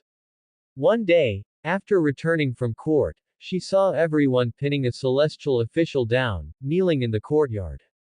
Seeing their master return, the 2 celestial maidens who usually tended to Neja's daily needs stepped forward and said, "Master, this fellow is the warehouse manager. We followed your orders to retrieve the account books, but not only did he refuse to hand them over, he even claimed that only the old heavenly king had the right to review the warehouse ledgers. So, I ordered the palace guards to apprehend him." Neja ordered a celestial maiden to go inside and bring her a chair. She leaned back, crossed her legs, and looked down at the warehouse manager. "Do you have a problem with me, General?" Neja asked coldly. Upon hearing this, the celestial official snorted coldly and retorted defiantly, "You unfilial daughter, to dare treat your own father in such a way, it is simply treacherous. Though my rank is low, I am a man of upright loyalty, and I will never associate with a monster like you." Neja sneered, scanned the guards, celestial officials, and celestial maidens standing in the courtyard, and said indifferently, "Are there any others as loyal as him? Step forward and let me see." As soon as she finished speaking, over a dozen people actually stepped forward. They all wore expressions of heroic martyrdom, as if they truly weren't afraid at all. But Neja was not one to indulge them. She said coldly, "Very well. Since that's the case, I shall fulfill your loyalty." With that, she waved her hand and commanded, "Exile them all to the lower realm." The warehouse manager struggled to his feet, full of arrogance. "We don't need you to exile us, we will leave on our own. But we are taking the old heavenly king's property with us. That belongs to the old heavenly king, and you beast, don't even think about claiming it for yourself." Neja's eyes flashed, her tone ice cold. "Are you truly not afraid of death, or do you think I dare not kill you? Guards, send them all to the pill furnace to be used as firewood."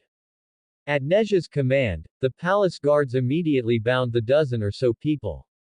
The leading celestial official did not resist, but his expression remained haughty. "Neja, do you think that just because the old heavenly king is not here, no one can control you?" Neja laughed disdainfully.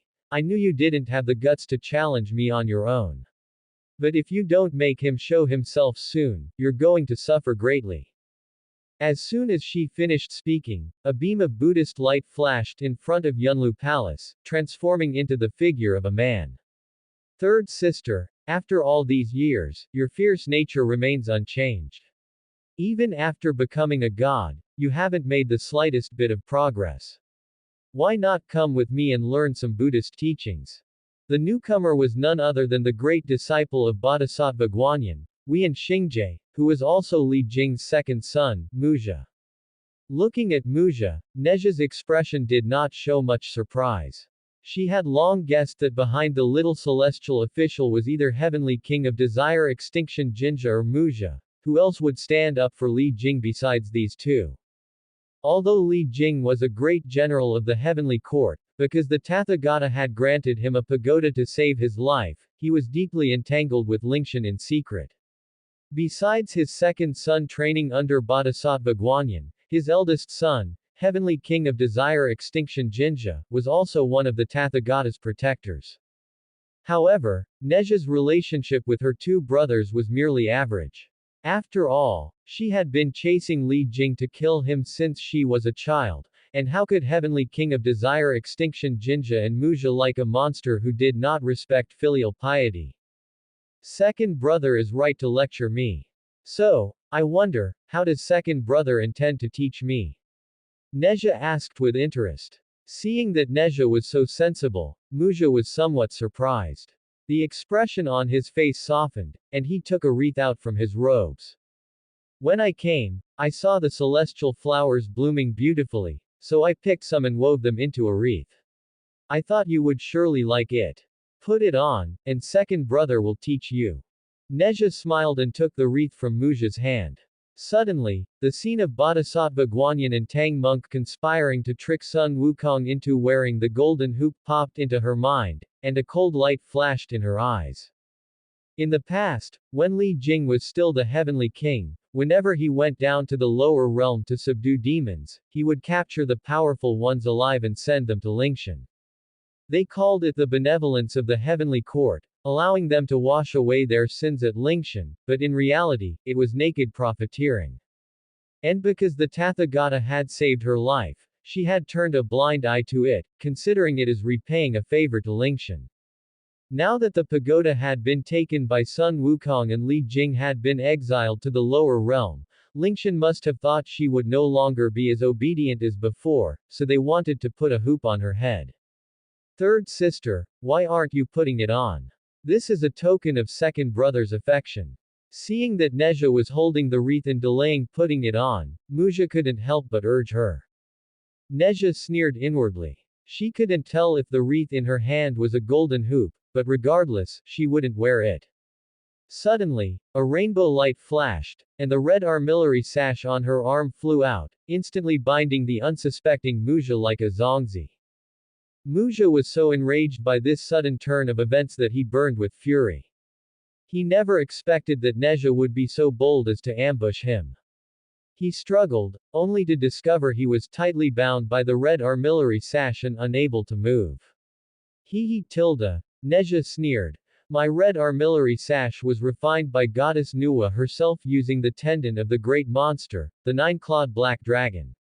With your shallow cultivation, you'd better stop wasting your energy. Upon hearing this, Muja was both ashamed and furious. He shouted, You monster, how dare you be disrespectful to your older brother? Release me at once, or I will surely report this to Bodhisattva Guanyin and make you suffer the pain of eternal damnation. Muja's eyes were almost spitting fire. He glared intensely at Neja, as if he wanted to pierce right through her. Neja merely sneered. She spun and twirled the wreath in her hand, saying mockingly, Second brother, you must have stayed in Lingshan for too long. You've forgotten who the supreme of the three realms is. I am a demon subduing heavenly god personally appointed by the Jade Emperor. How could that Bodhisattva Guanyin possibly punish me? Muja was inwardly shocked, realizing he had misspoken, but he refused to concede verbally. Do not be arrogant. Bodhisattva Guanyin is merciful and compassionate, saving all from suffering. How could she not be able to discipline a monster like you who does not respect filial piety? Hearing this, Neja's smile widened. She said disdainfully, That sounds better than a song, but your methods are no better than mine. Muja hadn't yet understood what Neja meant by this when he saw her raise her hand, snatch the warehouse manager, and snap the wreath onto his head. Seeing Neja's actions, Muja was incredulous. This hoop had been enchanted by Bodhisattva Guanyin, how could this monster have seen through it? The little celestial official had already started to panic after Neja subdued Muja. He truly hadn't expected that Muja, who had been training under Bodhisattva Guanyin of the South Sea for so long, would be no match for this little mongrel. Now, after the wreath was placed on his head, he only felt a slight stinging pain in his scalp. He instinctively reached up to touch his head, but instead of a wreath, he felt a band of copper and iron-like hoop tightly encircling his head. General, what is this? The little celestial official was somewhat afraid. This hoop was the method Muja intended to use against Nezha. It must be some extraordinary treasure. Now that it was being used on him, how could he not be afraid? Muja's lips moved, but he dared not make a sound. He saw a chilling sneer curl at the corners of Nezha's mouth, and before the little celestial official could even let out a scream, he was burned to ashes by raging flames. This scene terrified the loyal ones, who scrambled to kneel on the ground, kowtowing and begging for mercy. But Nezha did not hesitate at all. With a wave of her hand, she burned them all to nothing. You monster, how dare you commit such slaughter in front of me? Muja shouted angrily, but his gaze was fixed tightly on the hoop that had returned to Nezha's hand. A cold light flared in Nezha's eyes, and she backhanded a blast of magical power, slapping it heavily across Muja's face. Calling me a monster with every breath, I've really given you too much face. Nezha's slap was incredibly forceful. It left Muja's cheek swollen and red, sending him flying backward to roll several times on the ground before coming to a stop. As the head disciple of Bodhisattva Guanyin, Muja had never suffered such humiliation. He tried to struggle to his feet, but his hands and feet were tightly bound by the red armillary sash, leaving him completely unable to move. He could only wriggle on the ground. It was a truly ridiculous sight. You wicked beast, how dare you humiliate me like this? Muja roared, his voice shaking the entire Yunlu palace. At the same time, he channeled his chi to try and break free from the restraints of the red armillary sash, but unfortunately, this magic treasure was too powerful. The more he struggled, the tighter the red armillary sash bound him. Nezha looked at Muja with a cold gaze, then glanced at the golden hoop in her hand. With a flash of her eyes, she flew out of Yunlu Palace, while the red armillary sash on Muja automatically uncoiled and turned into a rainbow light, returning to her. Thinking Nezha was afraid, Muja got up and chased after her without a second thought. Wicked creature, don't think you can escape. Nezha passed through various palaces along the way and noticed that it was exceptionally quiet today. A brief thought led her to guess that Bodhisattva Guanyin had also come to the heavenly court, and the other immortals had all run off, hoping to curry favor with her. HMPH, wanting to scheme against me. This time, I'll make sure you all suffer a hidden loss. Before long, Nezha arrived near the Peach Garden, but her destination was not the Peach Garden, but the newly built Great Sage Equal to Heaven mansion next to it. She shook her body and transformed into the appearance of the one-horned ghost king, then stumbled into the mansion.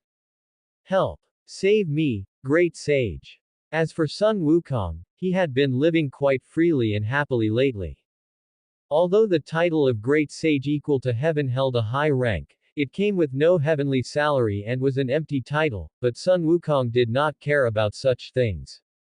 Every day, he was served by celestial maidens and heavenly officials. He ate 3 meals a day, slept on a comfortable bed, and had no worries, living freely and spending his leisure time visiting friends and making alliances. Whenever the immortals saw Sun Wukong, they would call him Great Sage Sun with great enthusiasm. This was all because the Jade Emperor's indulgence of Sun Wukong had caused some misunderstandings among everyone. At this moment, Sun Wukong was hosting the 6 Ding and 6 Jia at his mansion, and they were all drinking happily at a large table when they suddenly heard the cries for help from outside. Everyone flashed to the outside of the hall. Seeing that the person who arrived was none other than the good vanguard who offered him counsel, Sun Wukong immediately stepped forward to catch the stumbling, one-horned ghost king. Good vanguard, why are you so panicked? The one-horned ghost king hid behind Sun Wukong, looking terrified. Great sage, today a monk holding a black iron rod came to Wagwo Mountain. He claimed to be the son of that heavenly king Li Jing. He blamed you, great sage, for letting Li Jing be punished, so he came to take revenge. Before Sun Wukong could ask further, Nezha added with sorrow and indignation, great sage. That monk is extremely brutal. Not only did he wash Wagwo Mountain in blood, but he also threatened to take your monkey head back to drink with. If it weren't for me being quick-witted, I probably would have fallen victim to that monk's poison hand by now. What? Sun Wukong's eyes widened, and rage instantly surged into his heart. He grabbed the one-horned ghost king by the collar, his voice low and dangerous. What did you say? That son of Li Jing dares to be so bold. Not only did he slaughter my monkey descendants, but he also wants to take my head. The one-horned ghost king seemed to tremble with fear at Sun Wukong's current savage appearance, and he nodded repeatedly. Yes, great sage, that monk is very powerful and possesses the strength to subdue dragons and tigers. Our brothers on Wagwo Mountain are simply no match for him. I only escaped by risking my life, and I came specifically to ask you for help, great sage. Sun Wukong let go, and the one-horned ghost king fell to the ground. Sun Wukong turned to look at the horizon, flames seemingly burning in his eyes. At this moment, Muzha, who was chasing from behind, crashed into the great sage mansion. He scanned the area and did not see Nezha, only the 6 Ding and 6 Jaw and 2 monsters he had never seen before. He was about to ask. But the one-horned ghost king pointed at him first and shouted to Sun Wukong, great sage, it's him. He is that second son of Li Jing, Muzha. Sun Wukong's eyes turned crimson, and he pulled the golden cudgel from his ear without hesitation. Stop. Muzha, you brat, pay with your life. Sun Wukong roared, and the golden cudgel, carrying a whistling wind, smashed fiercely toward Muzha. Muzha was shocked. He had no idea why this monkey was attacking him on sight, and in such a murderous manner. He hurriedly raised his black iron rod to block Sun Wukong's attack, but the magnitude of Sun Wukong's strength far exceeded his expectations. This strike alone almost made his weapon fly out of his hand, and he was forced to retreat repeatedly. You monkey, stop being arrogant. After steadying himself, Muzha shouted angrily and took the initiative to strike at Sun Wukong. Sun Wukong sneered, deflected Muzha's attack with a light wave of the golden cudgel, then swept it horizontally, forcing Muzha to dodge repeatedly before closing in on him. Sun Wukong fought more bravely as the battle went on, every strike of the golden cudgel possessing the weight of thousands of jun. Although Muzha was skilled in martial arts, under Sun Wukong's fierce onslaught, he felt somewhat overwhelmed. After only 30 or 40 rounds, his arms were sore and numb, and he had no strength left to continue fighting. He fainted, turned, and fled. Sun Wukong, how could he let this villain go? He chased after him, shouting loudly. At this time, only the one-horned ghost king, who was actually Nezha in disguise, and the 6 Ding and 6 Jaw remained in the courtyard. The burly and sturdy tiger reached out and summoned a large saber like a door plank, holding it against Nezha's neck. Who exactly are you, little demon? Why don't you confess quickly? Tiger demanded, while dog, monkey, dragon, and the others also stepped forward to surround him, preventing his escape. The heavenly court was a place with such strict security. A little demon from the lower realm probably wouldn't even know where the South Heaven Gate was, let alone find this newly built great sage mansion without anyone leading the way. They were sure this little demon was suspicious. As a result, they saw the little demon's figure flicker and transform into the appearance of Nezha. Tiger was so scared that he immediately put away his saber and knelt on one knee. This humble immortal greets the general. Please forgive this humble immortal for the offense of disrespect. The others also knelt down one after another to ask for forgiveness. Nezha waved her hand and said, get up, the ignorant are not guilty. Tiger and the others breathed a sigh of relief. After they stood up, they heard Nezha say in a cold and icy tone, you may report today's events to the great heavenly venerable separately, but if anyone else asks, just say you don't know. If I find out that any of you dared to disobey my orders. Tiger and the others felt a chill run through their bodies. Goddess Neja's eyes were usually cold enough, but now it was truly terrifying. Dragon immediately responded. General, don't worry, we will keep our mouths shut. The others also promised that they would never reveal to anyone that they had seen Neja here. Neja nodded, then ordered, there is one more thing I need your help with.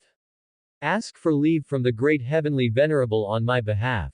Tell him I have gone to Kunlun and will return before the lotus viewing banquet. After speaking, she transformed into a rainbow and left, leaving behind the 6 Ding and 6 Jaw with blank expressions. Tiger and the others looked at each other and fled the great sage mansion in unison. That great sage son had been schemed against by goddess Neja and was chasing after Bodhisattva Guanyan's head disciple to kill him. As witnesses, they had been threatened to only reveal the truth to the great heavenly venerable, so they were afraid that hiding was the only way to protect themselves. On the way, Monkey couldn't help but be curious. Speaking of which, isn't we and the traveler Neja goddess's second brother? Why would she trap her own second brother in such injustice? Dragon smiled upon hearing this. Li Jing is her father, isn't he? She pits him against death just the same. I heard Venus say before that great sage son and goddess Neja once fought on the East Sea for 3 days and 3 nights without a winner.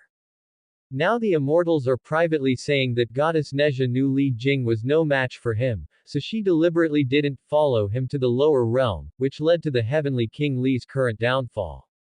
Hearing Dragon say this, Tiger said disdainfully, I think that Li Jing is just a silver-plated pewter spearhead. Without goddess Neja, what can he accomplish? Dragon responded. You can't say it like that. Muja is Bodhisattva Guanyan's head disciple, and his cultivation is very high. Didn't he still get beaten into fleeing by great sage Sun with a few strikes of the cudgel? That heavenly King Li is just unlucky.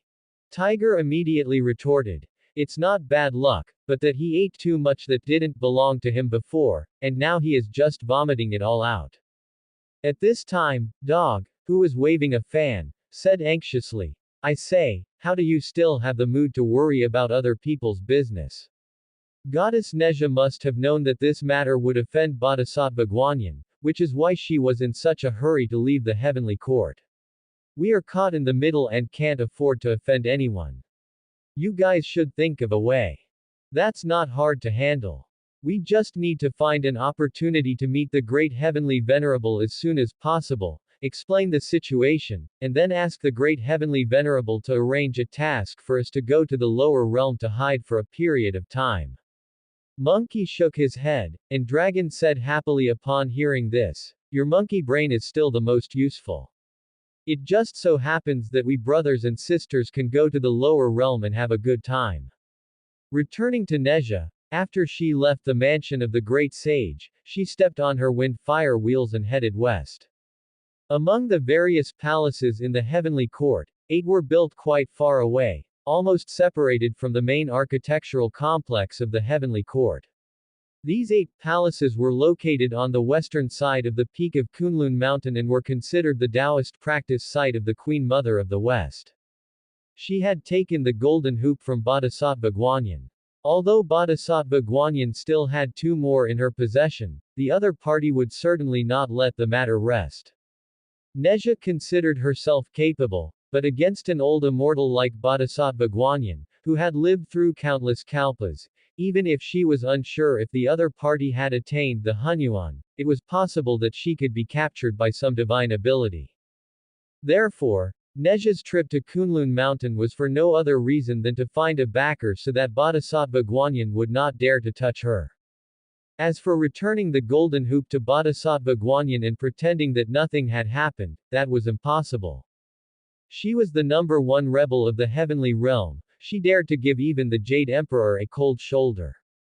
Who did the bunch at Lingshan think they were to dare to scheme against her? This bunch of bald donkeys, you all just wait.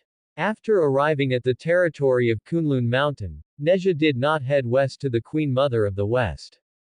The sacred Kunlun mountain was blessed with spiritual essence and rich qi, and many beings with great divine ability who had survived kalpas had established their Taoist practice sites there. However, there was a recognized master on Kunlun mountain. Although this person had not appeared for who knew how many tens of thousands of years, her name would not fade even after passing through countless kalpas. This person was Goddess Nuwa.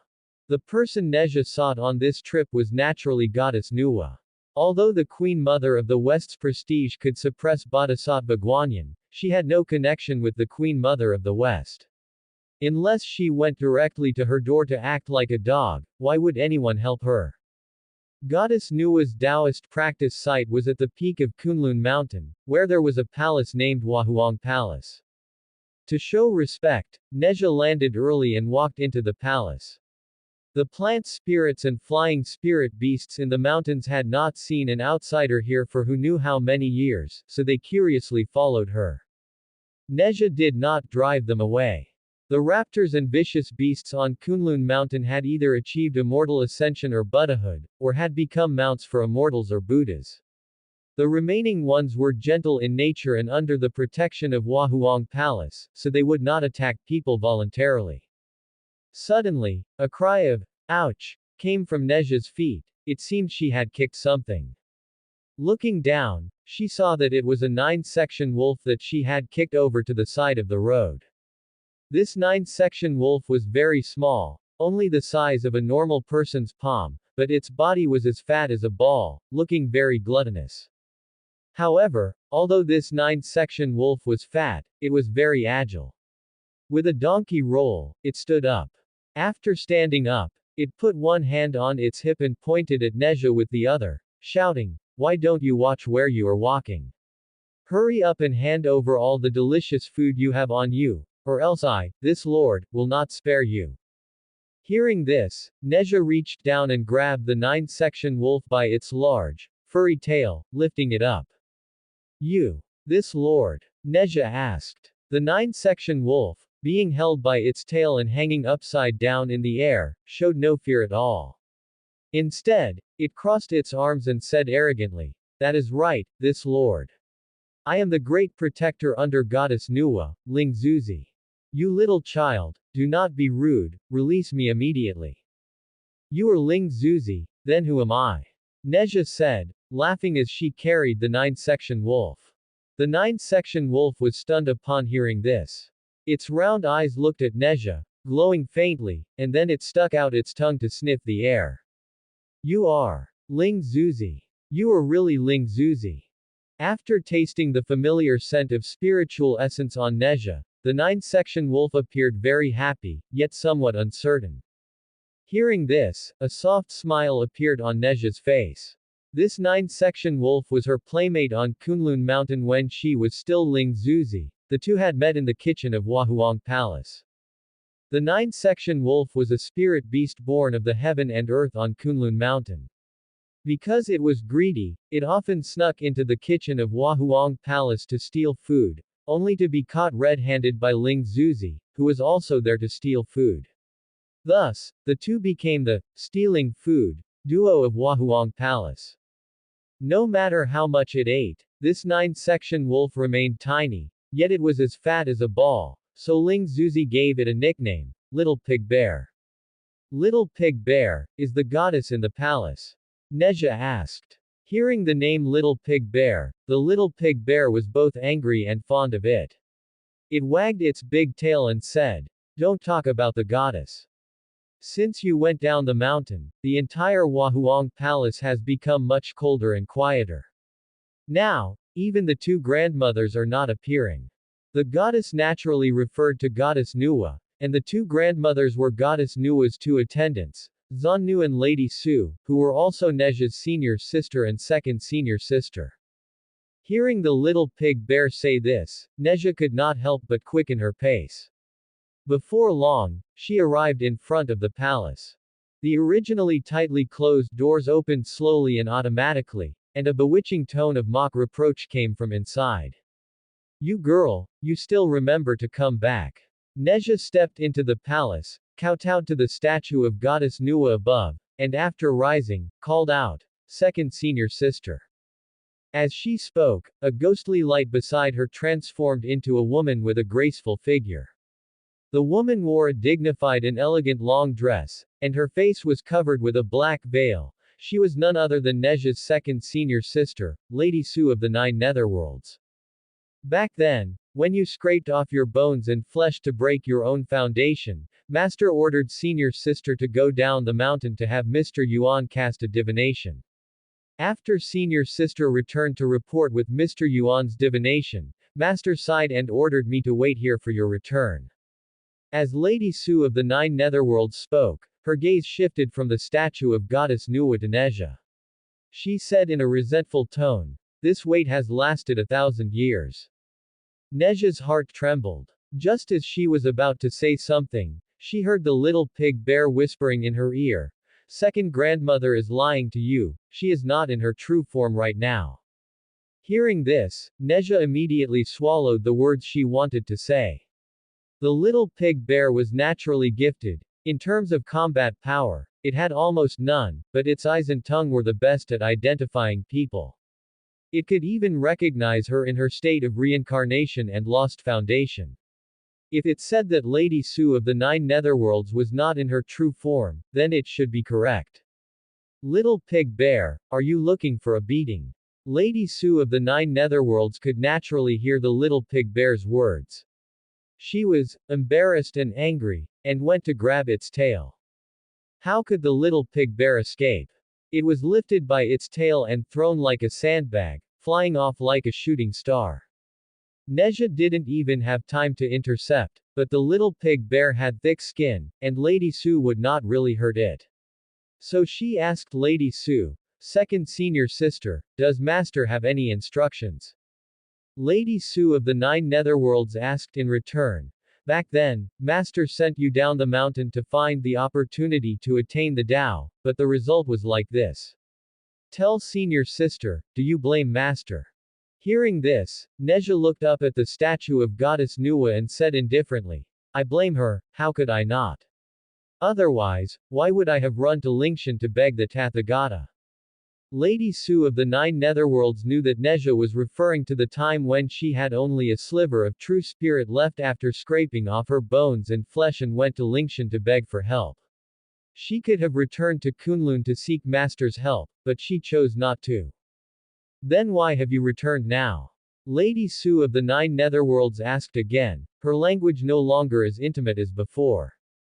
Neja did not care about Lady Sue of the Nine Netherworlds' attitude. She said, "I returned naturally because I have a request for Master."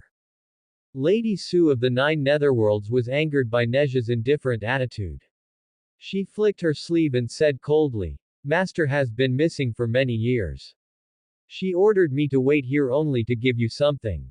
As soon as she finished speaking, the statue of Goddess Nuwa in the palace emitted a dazzling white light, and a three-tiered white lotus platform slowly emerged from the statue and landed in front of Neja. This treasure is named the Purifying World Lotus Platform, and it is a protective object given to you by Master. With this object to protect you, few in the three realms can hurt you. Following Lady Sue of the Nine Netherworlds' introduction, the Purifying World Lotus Platform turned into a beam of light and entered Neja's brow, automatically recognizing her as its master. It is said that at the beginning of all things, the heaven and earth gave birth to 6 precious lotuses: the green lotus, purple lotus, red lotus, black lotus, golden lotus, and white lotus. The heaven and earth, moved by Goddess Nuwa's grace in creating the world, bestowed the green lotus upon her, and Goddess Nuwa realized the great divine ability of creating life from the green lotus, the manipulation of creation. Therefore, Goddess Nuwa named the green lotus, creation. In using innate living beings as a blueprint, she used the great divine ability of the manipulation of creation to create the human race. Later, Goddess Nuwa found the purple lotus between heaven and earth and transformed it into the 6 paths of reincarnation, helping all things to cycle endlessly, and also used the red lotus to transform it into the Avachi hell to cleanse the sins of living beings. As for the black lotus among the 6 lotuses, it was obtained by the demon ancestor of chaos. Later, with the demise of the demon ancestor, the Black Lotus also disappeared without a trace. Later on, the heavenly court was established, laying the foundation for the order of the three realms. Not long after, Lingshan was also founded, but it was positioned below the heavenly court. Still later, Tathagata took over the position of world-honored one from ancient Buddha Dipankara, created the world of ultimate bliss, and vowed to save all living beings, which caused the golden lotus among the 6 lotuses to appear voluntarily and recognize him as its master. From then on, Lingshan achieved its current status. As for the white lotus among the 6 lotuses, it was rumored to have appeared briefly at the beginning of heaven and earth, and then there was no news of it, and even goddess Nuwa did not know where it was. Now it seemed that it was not that there was no news of it, the white lotus had probably been in goddess Nuwa's hands from the beginning.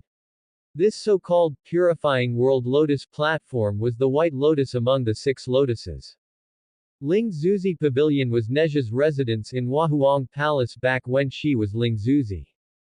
After obtaining the white lotus given by goddess Nuwa, Neja did not rush back to the heavenly court but came here to prepare for a period of closed-door cultivation. She had previously obtained some rewards from the system, and while the medicinal pills were fine, this thing called innate spiritual light was used to learn skills in the Black Myth game, yet she had never heard of such a thing in the 3 realms. The system's description was, a strand of innate spiritual light can temporarily enhance comprehension ability. Comprehension ability is a rather mysterious thing, it has no concrete reference point, yet it is undeniably real.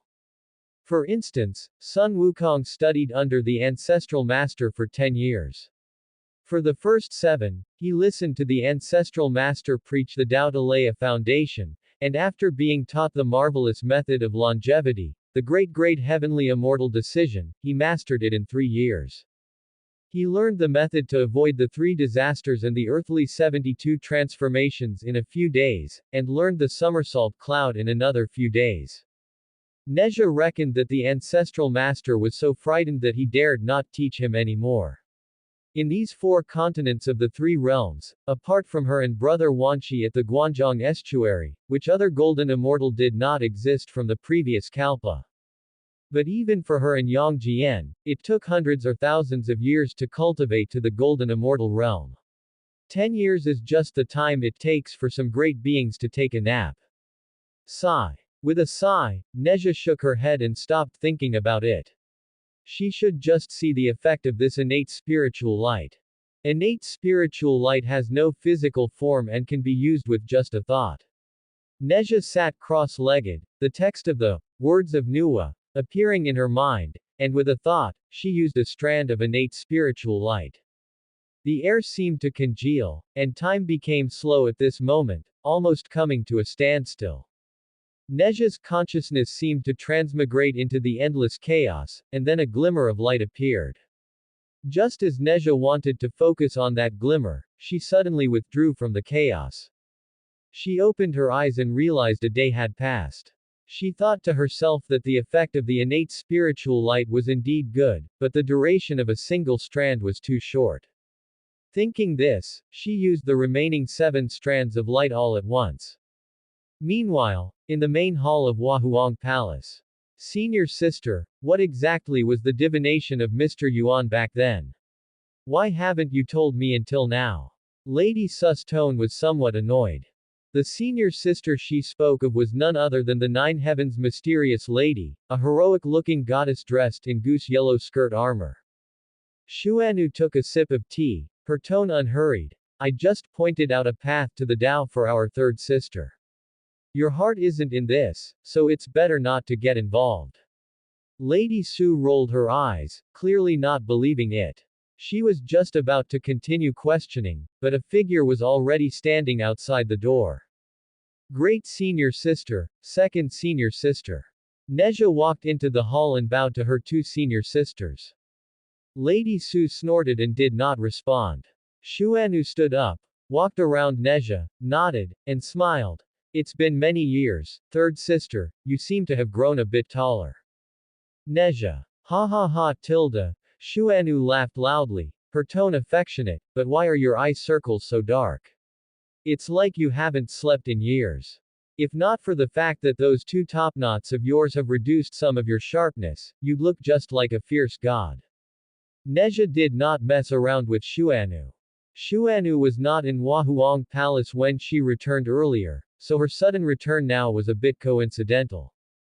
When did great senior sister return? Shuanu said. I've been back for several days, just waiting for you. Does great senior sister have something to instruct me? Neja asked indifferently. However, this distant attitude of hers annoyed Lady Su on the side again, but she didn't say anything to Neja, just stood up and left the hall in a huff. Shuanu sighed at the sight, her eyes looking at Neja with a hint of complexity. That day, the great sage equal to heaven chased Muja all the way to the outside of the Taiwei Yuqing Palace. If official Wang hadn't intervened, Muja would have nearly been beaten to death. Seeing Neja unmoved, Shuanu continued. That day in Taiwei Yuqing Palace, besides the Jade Emperor, the Queen Mother and Laozi were also there. The Buddha Tathagata from Lingshan, and Bodhisattvas Guanyin, Lingji, and Manjushri were also present. When the Jade Emperor heard the commotion outside, he summoned everyone in. Now all the immortals are saying that it was you who deceived the great sage equal to heaven, causing Muja to suffer this disaster. Neja looked at Shuanu in surprise upon hearing this and asked, how is great senior sister so knowledgeable about what happened on the heavenly court side? Shuanu chuckled. I accepted an invitation from the Queen Mother many years ago to help her train a troop of immortal soldiers. Heaven is inherently cold and quiet, so whenever an interesting event happens, it spreads everywhere in no time. Naturally, I heard about it. Neja nodded, though she was surprised that Shuanu would agree to work for the Queen Mother. Suppressing the doubts in her heart, she said indifferently, such baseless rumors can only be listened to as gossip.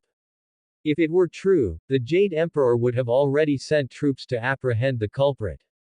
Shuanu teased. I heard from second senior sister that you only returned because you caused trouble. Now that you have the treasure given by master, you've become tough, haven't you? Neja didn't feel embarrassed at all and said, I know great senior sister wants to help me, but it is better if you do not interfere in my affairs. Shuanu was not angry at hearing this, she remained kind. I don't know how much more trouble your mischievous nature will cause in the future, I'm trying to avoid it as much as I can. However, I have returned this time at the request of the Queen Mother. She wants to see you. If you are willing, come with me to the Yaoqi Fairyland. In the Yaoqi Fairyland, the banquet was filled with countless delicacies, immortal music wafted through the air, and clouds swirled, presenting a scene of harmony and nobility. The Queen Mother sat in the seat of honor, smiling, her eyes revealing a hint of kindness.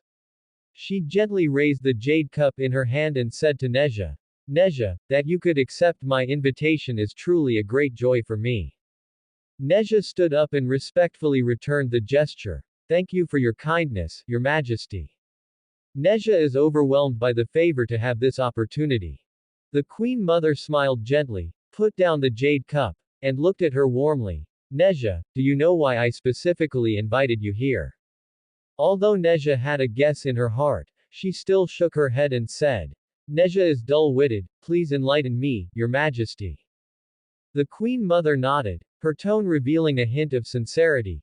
You are naturally intelligent, possess great magical power, and are righteous at heart. You are truly a rare talent for the heavenly court. In the nearly 1,000 years since you ascended to heaven, I and the Jade Emperor have seen your efforts for the order of the three realms, but your father is truly. The Queen Mother looked as if she wanted to say something but stopped. Sigh, those are your family matters, and it is not my place to say more. In any case, are you doing well now? Neja, thank you for your concern, Your Majesty, Neja is doing very well now. The Queen Mother nodded and then moved on to the main topic. In recent years, friction between the heavenly court and various parties has increased daily. Demons in the lower realm are breeding continuously and are difficult to eradicate, and that Lingshan is also becoming increasingly restless. Speaking of this, the Queen Mother paused slightly and looked at Neja with deep eyes. Neja, I hope you can work harder. Not just for the peace of the heavenly court, but also for the well-being of all beings in the three realms. If you can agree, I will certainly reward you heavily and grant you a very high status and power, allowing you a bigger stage in the heavenly court to display your talents. Upon hearing this, Neja thought for a moment and slowly said, Neja will certainly not disappoint your appreciation and trust. The Queen Mother smiled with satisfaction upon hearing this. Good, good, good. Today, let us drink until we are drunk. The Queen Mother raised her cup and invited Neja to drink again. The atmosphere at the banquet immediately became more enthusiastic and harmonious. Leaving the Changhua palace, Neja thanked Shuanu. She knew that Shuanu must have said something to the Queen Mother, otherwise, even if the Queen Mother wanted to recruit her, she would have waited for a suitable time. For example, when she was forced into a corner by Lingshan, because only at that time would it be a gesture of sending charcoal in snowy weather. Shuanu did not respond to this, she just walked silently in front. The two arrived at Tianyang City in the Eight Palaces, the fairyland where Shuanu trained troops for the Queen Mother. On this day, groups of immortals and Buddhas arrived at the Yaoqi fairyland, for the Queen Mother had opened her chambers to host a lotus viewing banquet. The heavenly palace was usually cold and quiet, and it was rare to have such a lively occasion, so everyone wore smiles on their faces.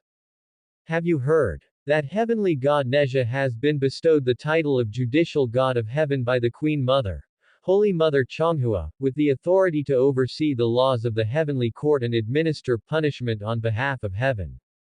Neja was already a great heavenly god in charge of subduing demons, and now she is in charge of enforcing the heavenly laws. Good heavens! Who would have thought that after offending Lingshan, not only was she not punished, but she actually rose even higher? How so? Maybe another day we should go find some bodhisattva, arhat, or practitioner and cause a scene too. Ha ha ha ha. As they chatted and laughed, they arrived at the gates of the Yaoqi palace and showed their invitations to the celestial maiden guarding the entrance. It turned out these few were the four wood element stars among the 28 mansions: Zhao Mujiao, Do Muxi, Star-Lord Kui, and Jing Muhan. The one who had just boasted about going to cause a scene with a bodhisattva was none other than Star-Lord Kui. However, upon reaching the grounds of the Yaoqi palace, they had long since adopted a well-behaved demeanor. After all, the heavenly laws were strict, and those boastful words just now could not be spread. One wrong move and they could lose their heads. After the several Star Lords entered the main hall of the Yaoqi palace, a burly man arrived at the palace gate, but he was unable to enter the main hall.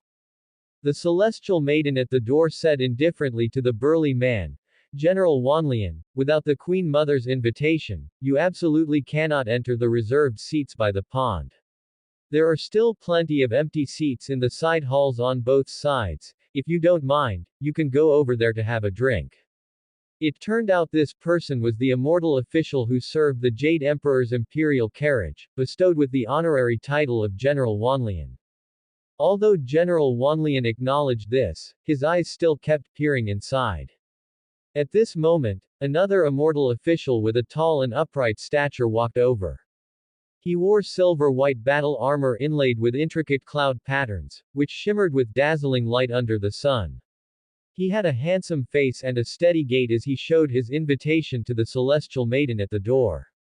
Seeing this, the celestial maiden's face revealed a look of respect, and she hurriedly bowed. So it is Marshal Tianpeng. Please, enter.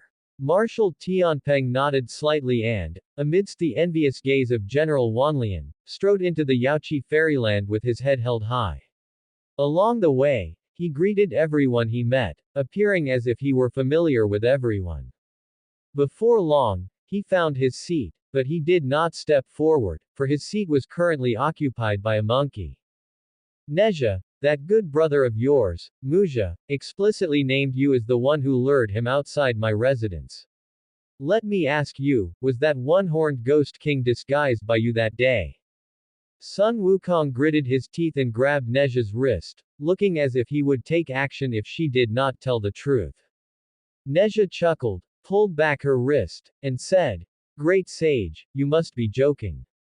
When have I ever seen any one-horned ghost king, let alone be able to transform into someone else's appearance to deceive your Dharma eye?" Hearing this, Sun Wukong thought to himself that it made sense. The one-horned ghost king was a demon that came to Wagwo Mountain only after he returned from the heavenly realm the first time, so Neja naturally would not have seen him. But what Sun Wukong did not know was that the one-horned ghost king bringing the ochre yellow robe to defect to Wagwo Mountain was originally at Neja's behest. Later, the one-horned ghost king inciting him to proclaim himself the great sage equal to heaven, and then reminding him to seize pagoda bearing heavenly King Li Jing's pagoda, were all done according to Neja's instructions. After Sun Wukong believed Neja's words, he raised his wine cup to apologize. "Holy Mother, please forgive me. It is this old son who didn't use his brain. I will punish myself with a cup." In fact, Sun Wukong was not really angry at Neja to begin with. As for that Huayan practitioner, he beat him because he wanted to. Although he was eventually punished by the Jade Emperor to guard the Peach Garden, how could this be considered a punishment for him? By now, the large peaches in the peach garden that ripened once every 9,000 years were almost eaten up by him. It was simply delightful. Neja raised her cup and drank with Sun Wukong. Although she did not know what Sun Wukong was thinking, she knew that this monkey's happy days were about to come to an end. The Lotus Viewing Banquet was a rehearsal for the Flat Peach Banquet. By then, the situation in the peach garden would certainly not be able to be kept hidden. And the Heavenly Court and Lingshan had already discussed things thoroughly. This time, the Jade Emperor would certainly not indulge Sun Wukong again. The banquet is about to begin. Great sage, you should return to your own seat. Neja had already seen Tianpeng walking over, so Sun Wukong hurriedly stood up, apologized to Tianpeng, and happily hopped away. After Tianpeng sat down, he greeted Neja with a smile. "Third Prince, have you been well recently?" Marshal Tianpeng was originally a mortal who had successfully cultivated in the lower realm. After ascending to heaven, he rose step by step from a heavenly soldier to his current position as the Marshal of the Heavenly River, making him the newest rising star in the Heavenly Court. And Neja could be considered his old superior. Because when subduing demons in the lower realm, those mortals did not know that Neja was a woman, thinking only that she was the third son of pagoda-bearing heavenly King Li Jing, so they all addressed her as the third prince, and when they built temples for her later, they were also third prince temples. Those heavenly soldiers and generals were mostly practitioners from the lower realm, so many in the army had always called Neja the third prince, and Neja had no objections to this. "Everything is going smoothly." "Very well," Neja replied. "On the other hand, Marshal, you must be careful recently. You." Before Neja could finish her sentence, she saw that Tianpeng was already gazing foolishly in a certain direction.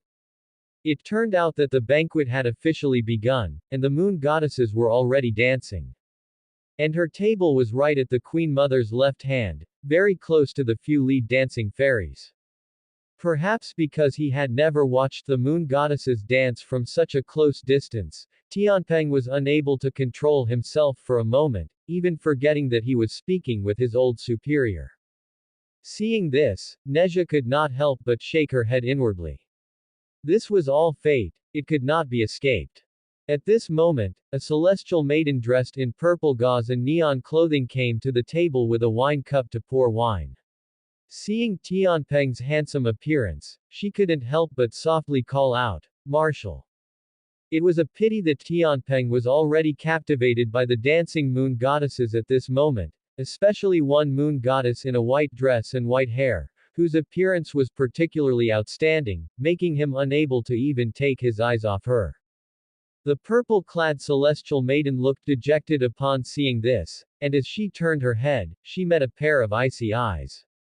The owner of those eyes was none other than the one bestowed by the Queen Mother herself to oversee the morals of the immortals, Holy Mother Changhua. She was startled and hurriedly excused herself. When Tianpeng finally came to his senses, he realized that Neja had left the table, and the line of other immortals waiting to toast the Queen Mother stretched all the way outside the palace gate. Standing at the end of the line, Tianpeng was still thinking about the white-haired moon goddess who was leading the dance. In truth, if one really had to compare, how could those moon goddesses and celestial maidens compare to the famous female immortals in the heavenly palace? Take his old superior, the heavenly god Neja, for example. There were few female immortals in heaven who could stand beside her without being overshadowed. But did he dare to think about Neja? He did not dare. Furthermore, she was now in charge of the heavenly laws and administering punishment on behalf of heaven. She was the one who caught immortals like them who had ulterior motives. Tianpeng shook his head. This judicial god of heaven was not an easy position to hold. It was foreseeable that Neja would be just like official Wang. Every immortal would take a detour when they saw her. At this moment, two immortal officials hurried past the side of the queue, supporting a drunken monkey. Tianpeng looked over. Wasn't this the great sage equal to heaven who had been pestering Neja at his seat just a moment ago? Tianpeng felt envious. When would he be able to get as drunk as this monkey? That's the end of part 1. Part 2 is coming soon. Thanks for watching. Please subscribe and support our channel for more stories. Hello everyone, this is Fanfic Audiobook. Here you find original fan-made audio stories. Black Myth. I became the #1 traitor in heaven. Part 2. Above the Jade Pool, in the inner palace. The Jade Emperor held a golden hoop in his hand, examining it, a look of displeasure appearing in his eyes. Mount Ling is becoming increasingly unscrupulous. The Queen Mother, standing to the side, chimed in, who can say otherwise? This bunch of bald donkeys actually wants to put this golden hoop on Neja's head. Are they not afraid of Goddess Nuwa bringing down her judgment? Hearing the name Goddess Nuwa, the Jade Emperor lowered his gaze. He reached out and passed it, and the golden hoop flew back into Neja's hand. You need not worry about this matter, I shall decide for you. Neja retrieved the golden hoop and bowed, saying, Thank you for your grace, your majesty. The Jade Emperor waved his hand and continued, Presumably, the Queen Mother has already spoken to you about the journey to the west. Neja, do you have any candidates to recommend? Hearing this, Neja recalled the day of the banquet when the Queen Mother had told her about the journey to the west. Currently, the only confirmed candidate for the journey was Sun Wukong. Over at Mount Ling, they were still wavering between the two anomalies, Golden Cicada and Yellow Eyebrow, while the remaining 2 or 3 candidates were to be provided by the Heavenly Court. Neja did not know if the Jade Emperor truly had not made a selection, but since he had asked, she certainly would not answer. I do not know, Your Majesty. The Jade Emperor pondered for a moment and asked again, What do you think of Tianpeng? His strength is decent, and he has no backing. He is quite suitable, Neja said truthfully. This slightly blunt remark left both the Jade Emperor and the Queen Mother speechless. Then this matter shall be entrusted to you in official Wang. He has been waiting outside the palace for some time. You may go now, the Jade Emperor said, waving his hand. Neja acknowledged the order and withdrew. Upon exiting the inner palace, she saw the immortal official waiting to the side. The official held a steel whip and had a pair of feathered wings on his back. Atop his neck was not a head, but a large, blood-red palm. This person was none other than the Jade Emperor's trusted confidant, the great inspecting official, Official Wang. The two met and exchanged a nod of acknowledgement, then walked out together. Do you have any ideas? Neja asked first. Official Wang replied, At the recent lotus viewing banquet, I saw Tianpeng staring intently at a dancing moon goddess. I know that this moon goddess is having an affair with the third son of the Sun Star Lord. Because this matter involves a female immortal, I needed to report it to the Queen Mother before I could enforce the law, so I have been dragging it out. However, now that Holy Mother Changhua is here, there is naturally no need for me to intervene. Neja nodded and said, So you want to use this matter to plot against Tianpeng? Official Wang nodded as well and asked, What does the Holy Mother think? Neja pondered for a moment and was about to speak when she spotted Tianpeng outside the palace. He appeared to be following someone, looking somewhat cautious. Official Wang raised his hand to signal Neja not to approach yet, then lightly leapt onto the clouds. Seeing this, Neja followed suit. The two followed Tianpeng along the way, while simultaneously activating their Dharma eye to look ahead, wanting to see who Tianpeng was following. As expected, the person Tianpeng was following was indeed the white-haired dancing moon goddess. This Tianpeng has been an immortal for so many years, yet his mortal heart remains unchanged. He deserves this tribulation in his fate. Official Wang muttered to himself, while Neja did not respond. However, in her view, it was reasonable for immortals, who govern the order of the three realms, to have a rule against indulging in private affections. But since it was a rule, everyone had to follow it. It wouldn't do for her to work diligently while others broke the law for personal gain, otherwise, one shouldn't blame others for flipping the table. Tianpeng snuck along, following the moon goddess closely. As it happened, he bumped into the celestial maiden in purple gauze who had poured wine for him at the lotus viewing banquet. However, Tianpeng had no impression of this maiden. After a brief encounter, Tianpeng continued to chase after the white-haired moon goddess, leaving the purple-clad maiden behind with a reluctant gaze. Official Wang saw this and said to Neja, I have long heard that many female immortals in heaven often sneak down to the mortal realm to play, and even bring back those mortal storybooks to circulate in heaven. Since the Holy Mother has just taken up her new post, if you want to achieve some real results, you could start here. Hearing this, Neja replied indifferently, I appreciate your concern, official.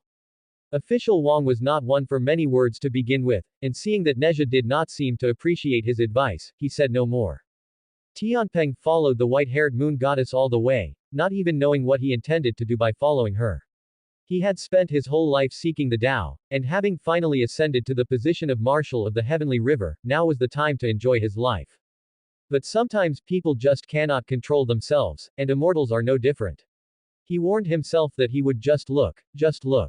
As a result, this look revealed something incredible. The white-haired moon goddess he had just fallen in love with was actually having a secret meeting with a male immortal on an immortal mountain beside Guanghan Palace. Tianpeng's heart shattered instantly. He stumbled back 2 steps, accidentally bumping into a loose stone at his feet. This slight noise startled the two who were meeting in secret. The male immortal looked toward the sound, but only saw a burly figure disappearing into the mist. A murderous intent arose in him, and he prepared to pursue. But at that moment, a red silk ribbon fell from the sky. Before the male immortal could react, he and the little moon goddess were bound tightly together. The male immortal looked up to the sky and saw a cold-faced goddess suspended high in the air. Her gaze upon him was like looking at a dead dog. The male immortal's heart turned to ash instantly. Although he had never dealt with this goddess, how could he not know her reputation? If it were before, when she only oversaw subduing demons, he might have had room to plead for mercy.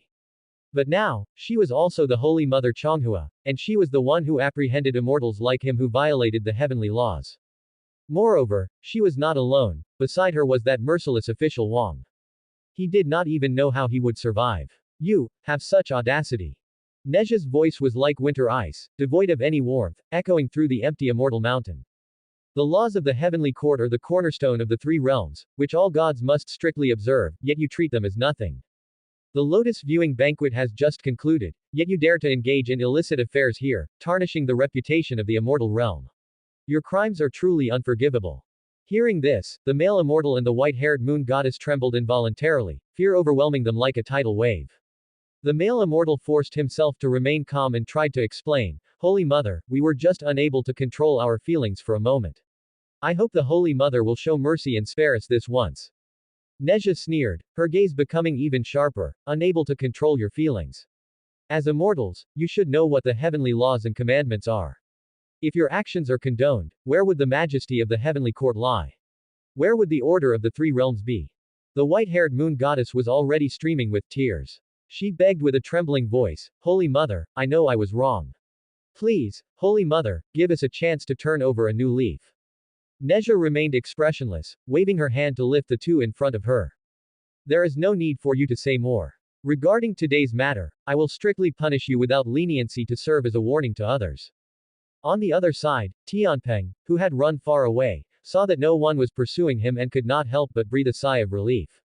The rules of the heavenly palace were strict. Indulging in mortal affections was a major taboo for immortals, and he did not want to get involved in such matters. However, that little moon goddess was truly bold. He had heard that those lesser immortals who violated the heavenly laws were directly taken to the peach garden to be used as fertilizer. She was truly not afraid of ending up as fertilizer. Tianpeng shook his head. Some feelings come quickly and go just as quickly. Now that he thought about it, the celestial maiden in purple gauze he had bumped into on the road earlier was also quite beautiful, and he had even grabbed her wrist. Thinking this, he raised his hand and sniffed it under his nose. Hee tilde, how fragrant tilde. In front of Yunlu Palace. The Sun Star Lord was rushing inside in a panic, only to nearly collide with the Moon Star Goddess coming from the other side. The two exchanged glances, and the Sun Star Lord pulled her aside and whispered, "Did that black-hearted scoundrel send you here?" The Moon Star Goddess looked around upon hearing this and replied in a low voice, "Indeed, otherwise why would I be in such a hurry? But given that scoundrel's temper, he usually goes straight to the Jade Emperor to file a complaint. Why would he kindly tip us off, and why come to Yunlu Palace?" The Sun Star Lord looked anxious. He hadn't seen his third son after the Lotus viewing banquet ended today. Now it seemed his son had fallen into the hands of official Wang, which was truly worrisome. The Moon Star Goddess appeared composed. Before coming, she had personally taken roll call at Guanghan Palace. Only the lead dancer, Moon Goddess, was missing, so she assumed that little Moon Goddess was the one in trouble. Don't panic yet. Regardless of what happened, as long as it hasn't reached Lingxiao Hall, there is still room for maneuver. That scoundrel must have sent us to Yunlu Palace because of the judicial god of heaven, Nezha. She is the newly appointed judicial god of heaven and outranks that official. No heavenly god can be punished or beaten without going through her. Let's go in and see what this is about. The Moon Star Goddess turned and walked into Yunlu Palace after saying this. The Sun Star Lord sighed at the sight and could only follow behind with a bitter expression. The two Star Lords made their way unimpeded to the courtyard, where they saw a man and a woman kneeling and weeping. The Sun Star Lord looked closely and realized the man was none other than his missing third son. He stepped forward to examine him and breathed a sigh of relief upon seeing that his son was unharmed. But seeing his son's ashen face, he didn't even call out upon seeing him, his heart sank again.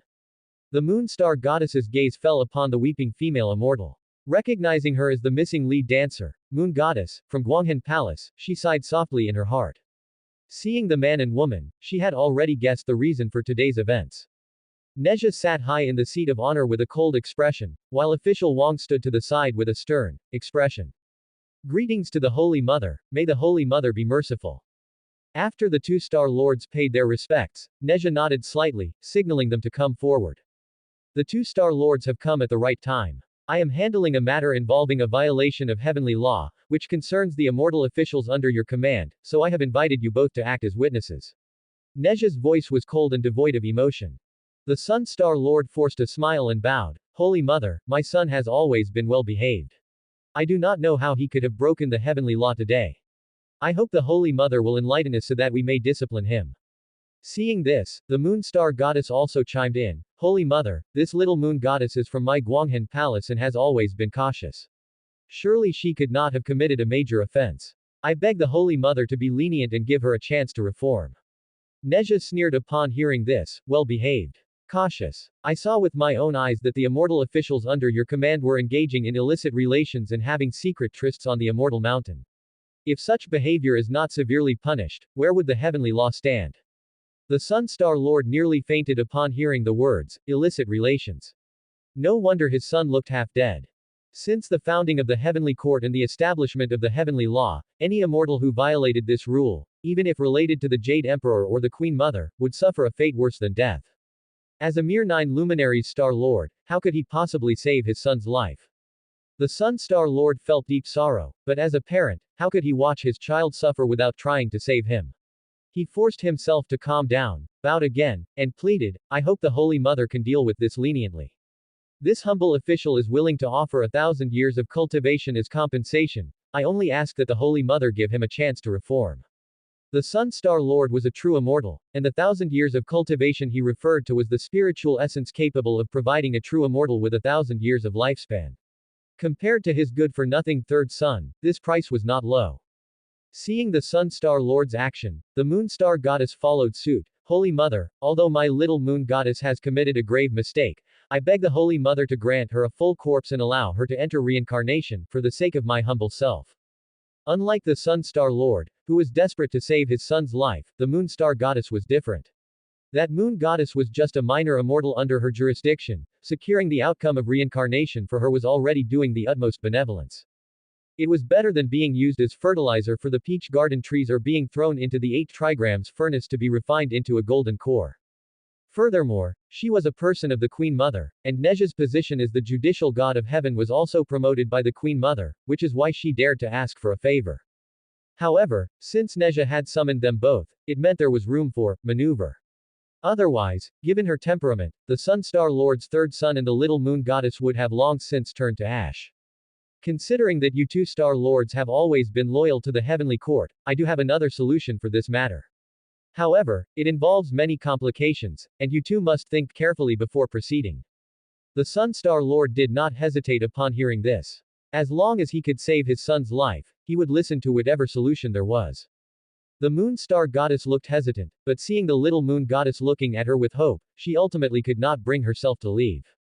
Please, Holy Mother, speak your mind. Half an hour later, the two Star Lords emerged from Yunlu Palace. Their expressions were unreadable, and after returning to their respective palaces, they remained behind closed doors. One day, the Queen Mother opened her treasure pavilion to prepare for the Peach Garden banquet the following day, ordering the 7 celestial maidens to go to the Peach Garden to pick peaches for the event. The 7 celestial maidens entered the peach garden and picked several baskets of peaches from the front trees, which ripen every 3,000 years, and then picked several more from the middle trees, which ripen every 6,000 years. However, when they reached the back trees, they saw that the flowers and fruits were sparse, with only a few hairy, green-skinned peaches hanging lonely on the trees. The 7 maidens searched everywhere and finally found a peach that was half red and half white.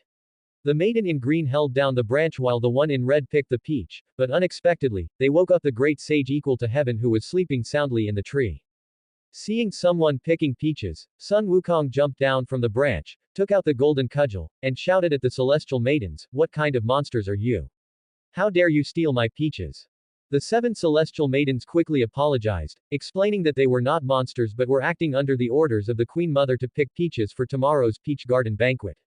Sun Wukong put away his cudgel upon hearing this and then laughed, "Celestial maidens, please rise.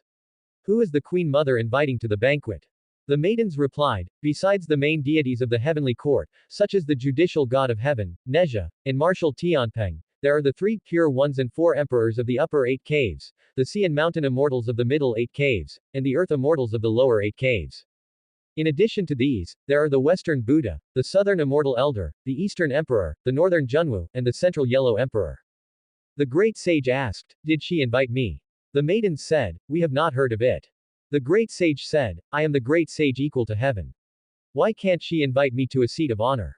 The maidens said, "This was the rule for previous banquets, we do not know about this one." The great sage said, "That is true, I cannot blame you. You stay here while I go and find out if I have been invited." After saying this, Sun Wukong uttered the word, "Freeze," and the 7 celestial maidens were left staring blankly with wide eyes, frozen beneath the peach tree. After doing this, Sun Wukong rode a cloud straight toward the Yaoqi fairyland. The fairyland, usually guarded by celestial maidens, had its gates wide open, and Sun Wukong stepped inside without a second thought. Inside, the air was filled with fragrant scents and colorful auspicious mists. The jade terrace was adorned with colorful decorations, and the treasure pavilion exuded a mystical haze. Phoenixes and luan birds danced ethereally, while golden flowers and jade blossoms cast shifting shadows. Arranged above were 9 phoenix cinnabar screens and 8 treasure purple rainbow stools. There were multicolored gold-painted tables and 1,000-flower jade basins. On the tables were dragon liver and phoenix marrow, bear paws, and ape lips. The delicacies were all delicious, and the exotic fruits and dishes were all fresh. Sun Wukong wanted to step forward and taste them immediately, but he suddenly smelled a waft of wine. He followed the scent and saw, under the corridor on the right, several immortal officials brewing wine, laborers handling the lees, led by some Taoists carrying water and young boys tending the fire, washing vats and jars. They had already produced jade liquid and fine nectar, fragrant and excellent wine. Sun Wukong drooled, so he used a divine ability to transform a few sleep-inducing insects and sent them toward the immortal officials. The group immediately felt their hands go limp, their heads droop, and their eyes close, and in a short while, they all fell asleep. Seeing this, Sun Wukong was secretly delighted and chuckled to himself, "What a great peach garden banquet. Today, I shall be the first to taste the freshness." He walked quickly to the table and tasted the dragon liver, phoenix marrow, bear paws, and ape lips one by one. He felt the fragrance fill his mouth, leaving an endless aftertaste. The exotic fruits and dishes were also colorful, sweet, and delicious, making one feel refreshed and relaxed. The aroma of the wine was enticing, so Sun Wukong picked up a jar of jade liquid and drank deeply. The wine was mellow and lingering, leaving him utterly intoxicated. For a time, he alternated between delicacies and fine wine, enjoying the pleasure to the fullest. He ate until he was completely satisfied, and the intoxication gradually rose to his head. His cheeks were flushed, his eyes were unfocused, and a satisfied smile hung on the corner of his lips. The tipsy Sun Wukong walked with a slightly unsteady gait. He patted his belly proudly, thinking that this peach garden banquet was truly worthy of its reputation. But he also immediately realized that he had caused trouble, so he wanted to leave this place and return to his residence to sleep first. Unexpectedly, as he swayed along, he ended up at the Tushita Palace. Sun Wukong looked at the plaque and knew he had gone to the wrong place, but he muttered to himself, oh well, I have long said I would come to visit this old man. Saying this, he stumbled inside, but he looked left and right and could not see the figure of the Lord Lao. It turned out that today, the Lord Lao and the ancient Buddha Dipankara were lecturing on the Tao at the Zuling Dantai, and the immortal boys, various immortal officials, and the heavenly soldiers and generals guarding the Tushita Palace had all gone to listen.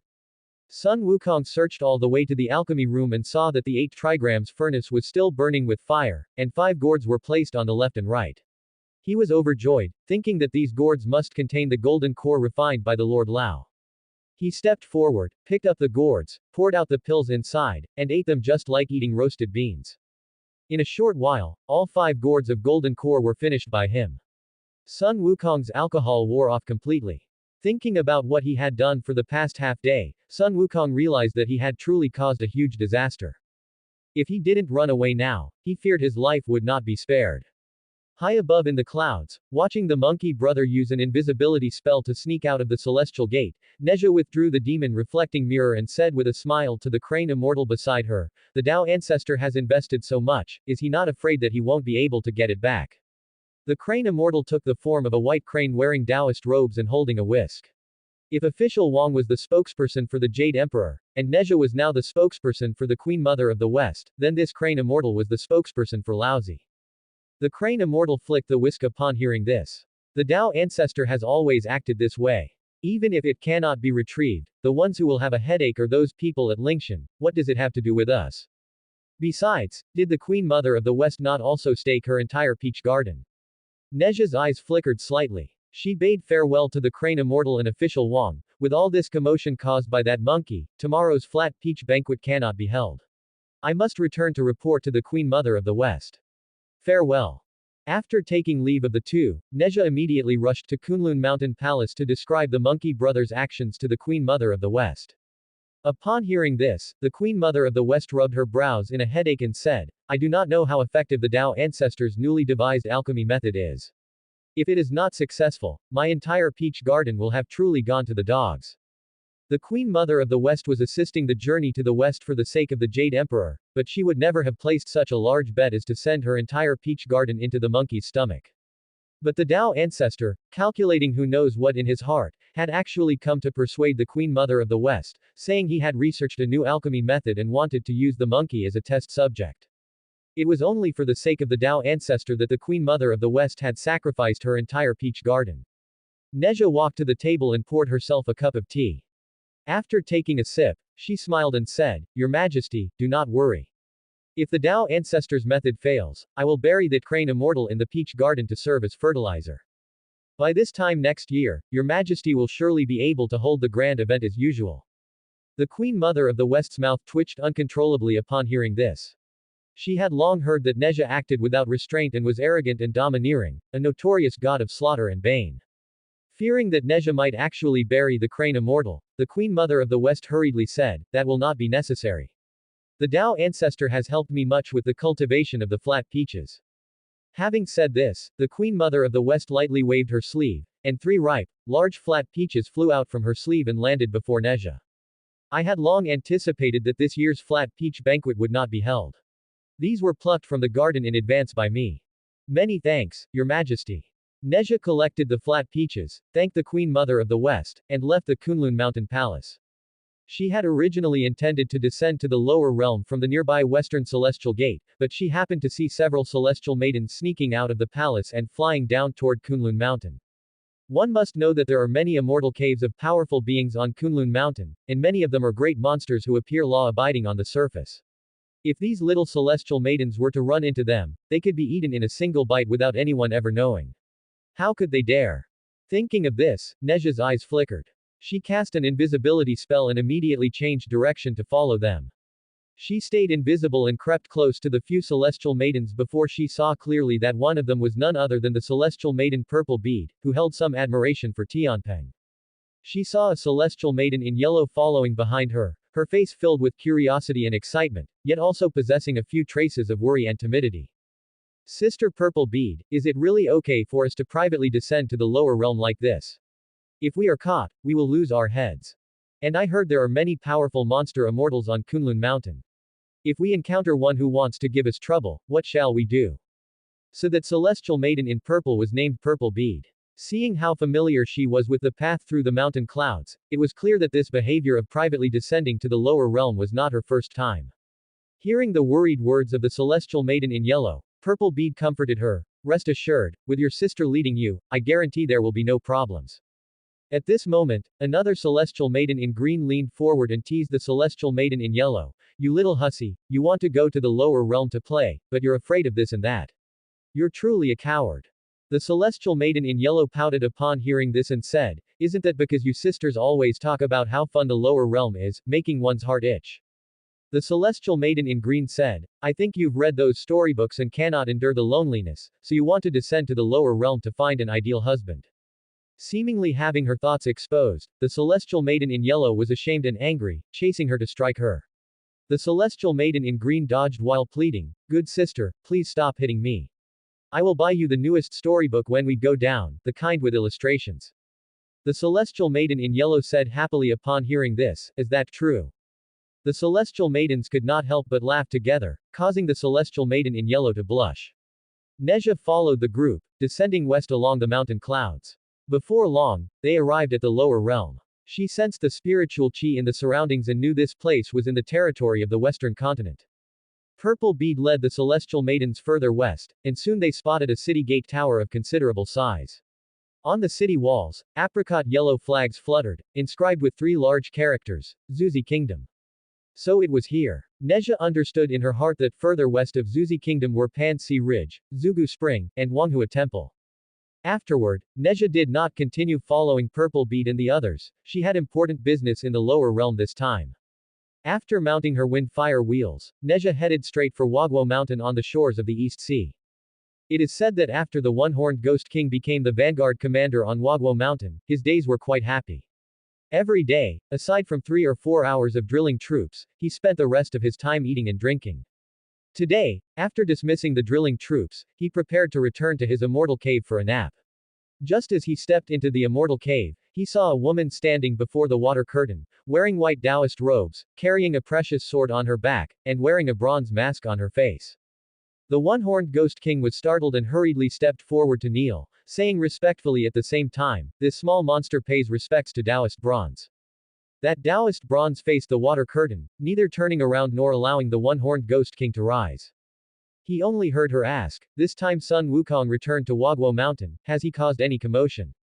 The one-horned Ghost King immediately replied, After the great sage returned to the mountain, he found the fruits, melons, and wine of the lower realm tasteless, so he went up to heaven again to take some immortal delicacies and nectar, and he also called the Bull Demon King and 5 other devil kings to hold an immortal banquet.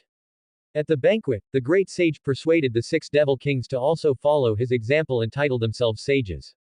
The Bull Demon King titled himself the Great Sage who pacifies heaven, Demon King Zhao titled himself the Great Sage who covers the sea, the Pung Demon King titled himself the Great Sage who mixes heaven, the Lion Camel King titled himself the Great Sage who moves mountains, the Macaque King titled himself the Great Sage who ventilates, the Macaque King titled himself the Great Sage who drives gods. Later, when the wine was flowing and spirits were high, Great Sage Sun boasted about the trouble he had caused in heaven. The Bull Demon King, with heroic spirit, said that if heaven sent troops to capture Great Sage Sun, he would definitely give his full support, and the other 5 devil kings also echoed him. But after sobering up, the 5 devil kings each found excuses to leave. Currently, only the Bull Demon King remains on Wagwo Mountain. The one-horned Ghost King recounted everything in detail, describing all the events after Sun Wukong returned to Wagwo Mountain. And the so-called Taoist bronze was naturally Neja in disguise. This was an identity she had created for herself when acting in the lower realm. After the one-horned ghost king finished speaking, she instructed, find an opportunity to pass a message to that monkey again. Tell him that the Tathagata of Lingshan has a powerful divine ability called, Kingdom in the Palm. In the future, if the celestial court sends the Tathagata to subdue him, tell him not to fall into that trap. The one-horned ghost king immediately said, Taoist, rest assured. This small one will definitely keep this matter in mind and tell the great sage. Neja nodded and tossed out a jade bottle, which the one-horned ghost king hurriedly and carefully caught. This item is called the Jade Lotus Restoration Pill. It is a masterpiece by the old immortal of the South Pole. You should have heard of it, right? The one-horned ghost king was overjoyed. To tell the truth, he was just a small monster and really did not know what the Jade Lotus Restoration Pill was, but who in the three realms did not know the name of the old immortal of the South Pole, the god of longevity. He suppressed the excitement in his heart and asked, Taoist, is this pill an immortal pill that increases lifespan? Seeing Neja nod, the one-horned ghost king could not help but shed tears of gratitude, offering 1,000 thanks. After leaving Wagwo Mountain, Neja returned to the heavenly court. In the Yaochi fairyland, the Queen Mother's Gathering Immortals banner was raised, and all the deities were prepared to attend the annual heavenly court grand event. However, when the deities arrived at Yaochi, they only saw celestial maidens lying on the ground at the entrance. Inside the hall, there were only scraps of food and leftovers, and the celestial attendants in the side halls, who had been brewing wine and preparing food, were all lying on the floor, fast asleep. The deities were shocked and immediately busied themselves. Some went forward to investigate the details, while others turned to report to the Jade Emperor and the Queen Mother. Very quickly, the morning court session, which was supposed to be a day of rest, was convened again in the Lingxiao Palace. Various celestial officials came forward to report the situation. Even the Grand Supreme Elderly Lord, who had not attended court for a long time, arrived at the Lingxiao Hall. The Jade Emperor and the Queen Mother went out to welcome him. After paying his respects, the Grand Supreme Elderly Lord said, I refined some 9 golden cores in my palace to serve your majesty for the Dan Yuan Grand Assembly, but unexpectedly, they were stolen by a thief. I am specifically here to inform your majesty. The Jade Emperor was greatly alarmed and ordered the judicial god of heaven, Neja, and the inspecting spirit official, Official Wang, to lead a department to investigate. Neja and Official Wang received the order and left the hall. After circling around outside, they returned to report. Official Wang reported, reporting to your majesty, the one who disturbed the heavenly palace is the great sage equal to heaven. He then recounted the whole story.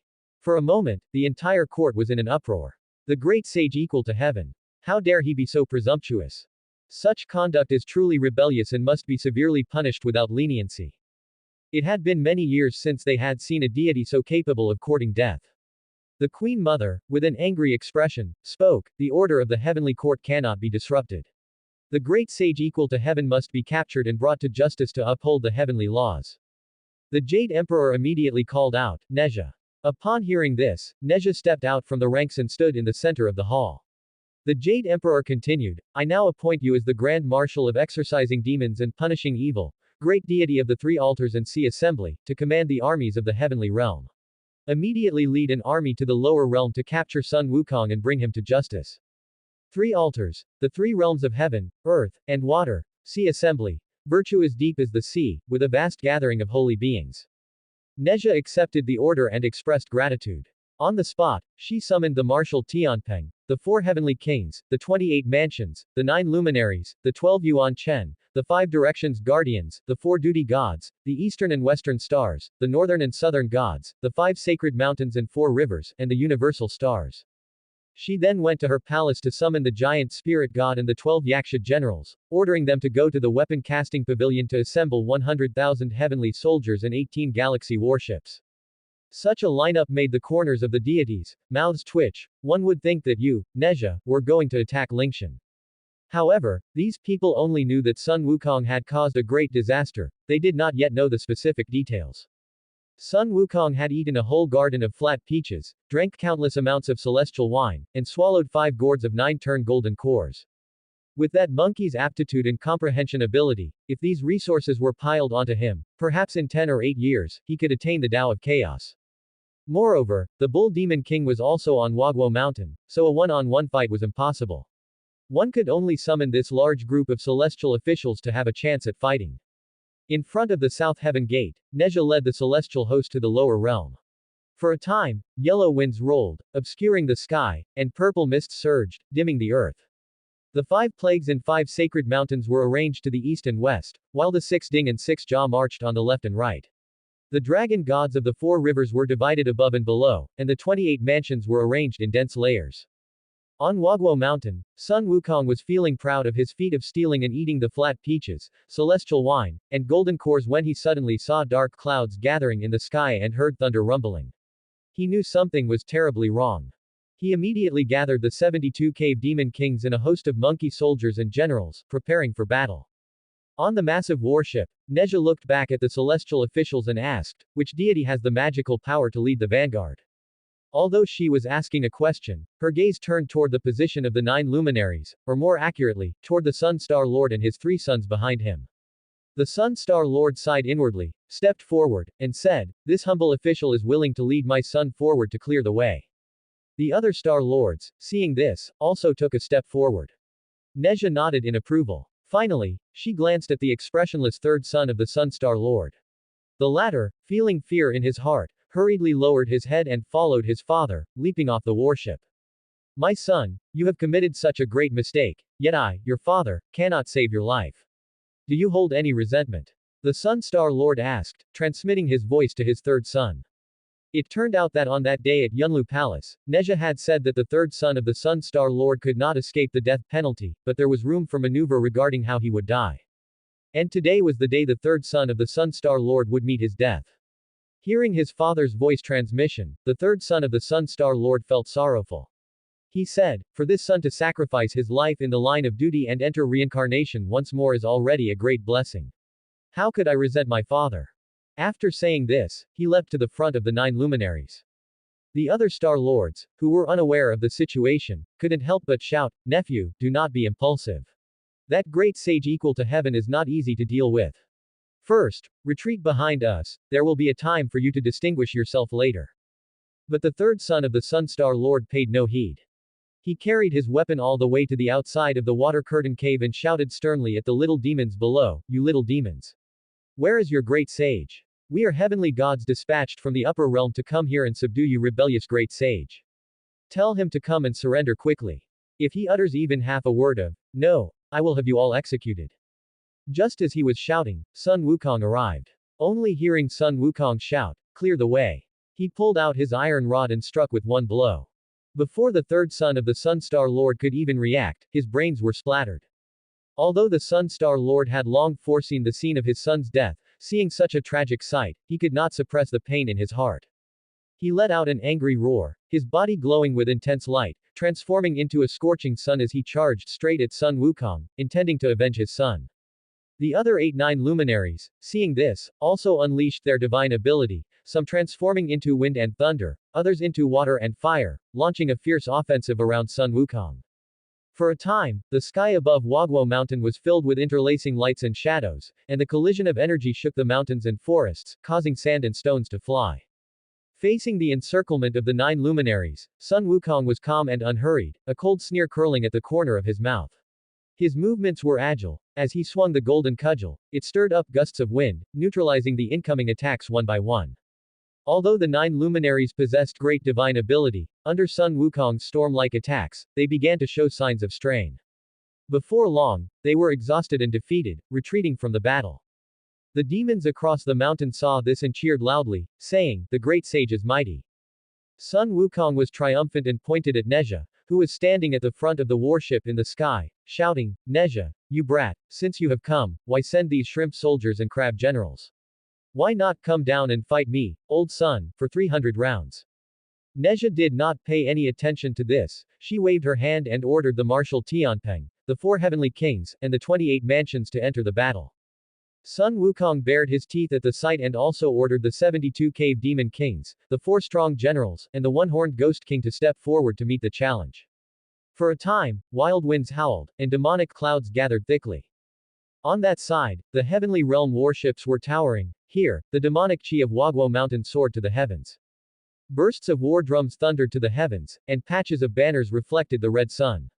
The golden glittering armor shone brilliantly in the sunlight, like thousands of mirrors illuminating the firmament, The silvery gleaming weapons flashed in the clouds and mist, as if countless sheets of cold ice covered the mountains. The golden cudgel burst through the clouds like lightning. The nine-toothed rake swept across the army, its might shaking all directions. Strong bows and hard crossbows fired arrows like rain, piercing clouds and splitting rocks. Short blades and long spears flashed with cold light, chilling the soul. Above the battlefield, no bird dared to fly, and tigers and wolves fled in the mountains and forests. The wild wind rolled up sand and stones, obscuring the sky and sun, leaving the world in a state of chaos. Dust flew, and the universe grew dim because of it. Sun Wukong fought more bravely as the battle went on, forcing the martial Tianpeng, the four heavenly kings, and the 28 mansions to retreat step by step. Neja, seeing this, waved her hand again, and the 5 plagues, the 5 sacred mountains, the 6 Ding and 6 Jia, and the dragon gods of the 4 rivers rushed out of their ranks, leading their troops to charge at Sun Wukong. Sun Wukong, seeing this, was not afraid but laughed instead. He was filled with heroic spirit, his voice shaking the 9 heavens, and he said, "Haha, mere heavenly generals, why are you worth mentioning?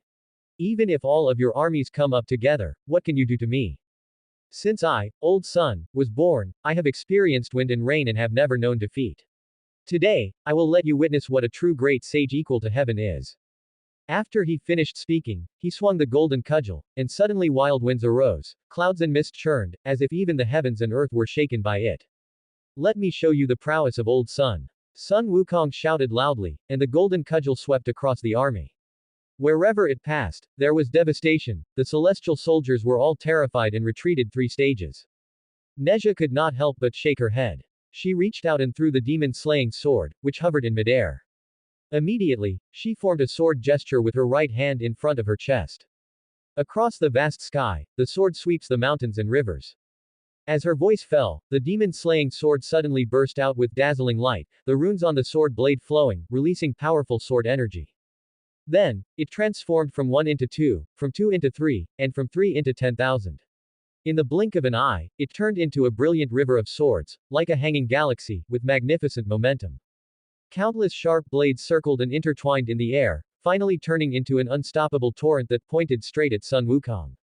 The immortals saw this and stepped forward in unison, entangling Sun Wukong tightly so he could neither escape nor use his methods to defend himself. Sun Wukong had no time to dodge. It looked as if he was about to be pierced by 10,000 swords.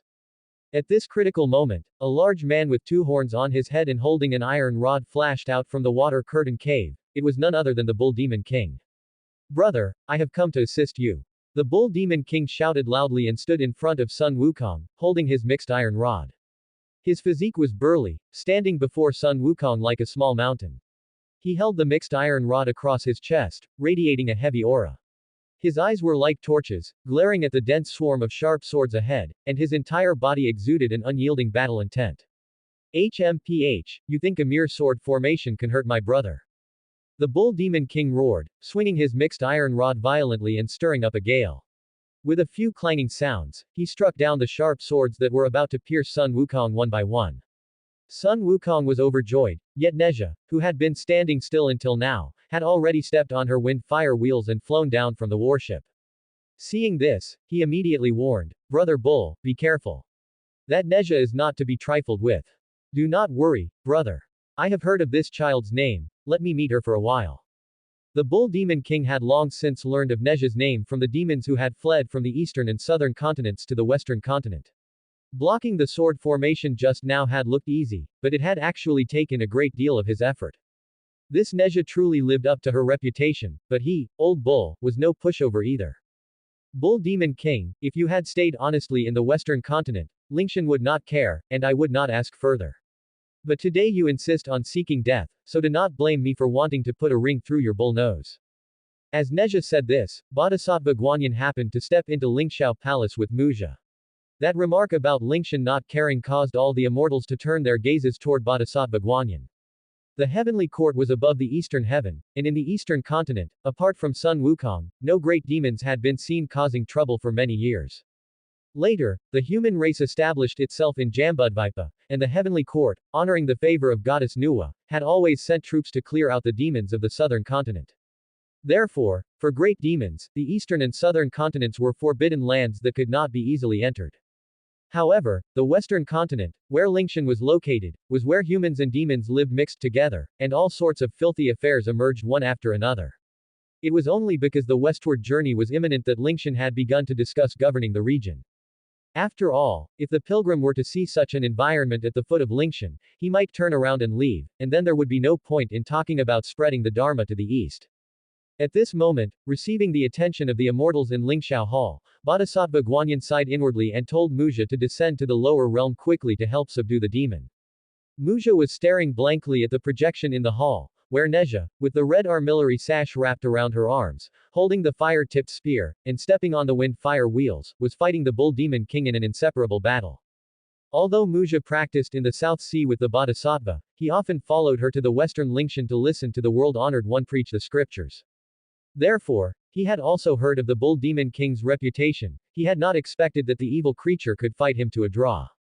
Muja. Seeing Muja distracted, Bodhisattva Guanyin called out again to bring him back to his senses, and the latter immediately accepted the order to descend to the lower realm. Returning to the scene at Wagwo Mountain, Nezha had fought the bull demon king for over 100 rounds and was gradually finding it difficult to parry the opponent's offensive. This was not because Nezha's martial arts were inferior to the bull demons, but because the bull demon king's strength was simply too great. Although both had reached the realm of subduing dragons and tigers, there were still gaps within the same realm. Compared to the bull demon king's true form, Nezha's lotus root body was simply not enough. After the bull demon king swung his mixed iron rod and struck Nezha back with a heavy blow, he could not help but laugh loudly. Nezha, you little brat, weren't you quite arrogant just now? Do you know the power of your grandpa bull now?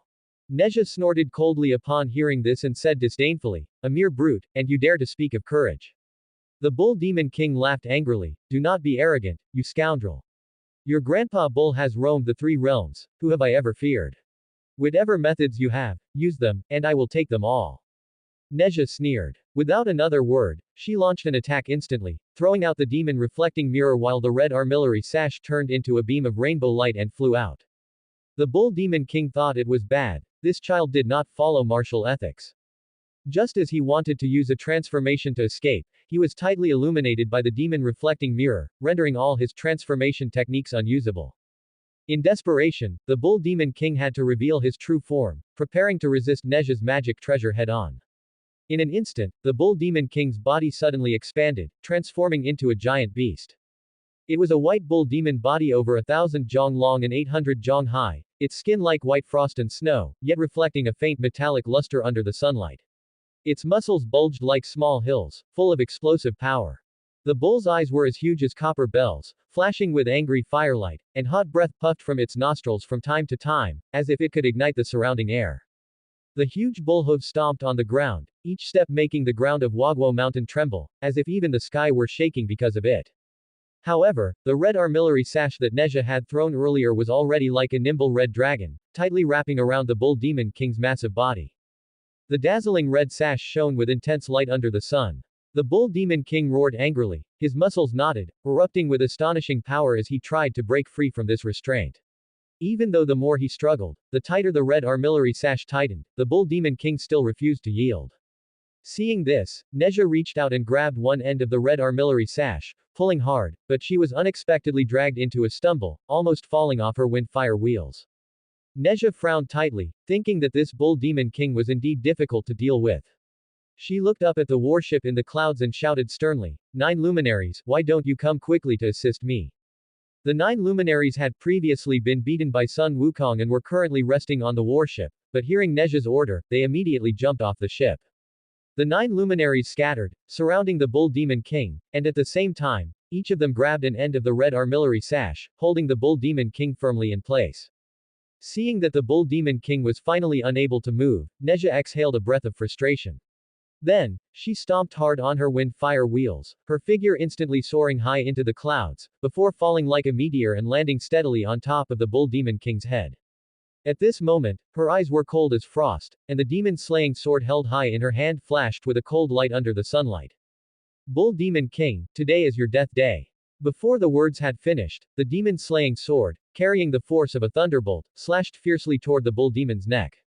On the other side of the battlefield, Sun Wukong saw the bull demon king being restrained. With a fierce heart, he swept away the immortals with his golden cudgel and threw a beam of golden light toward Neja. Neja, you little brat, take this pagoda. Sun Wukong shouted.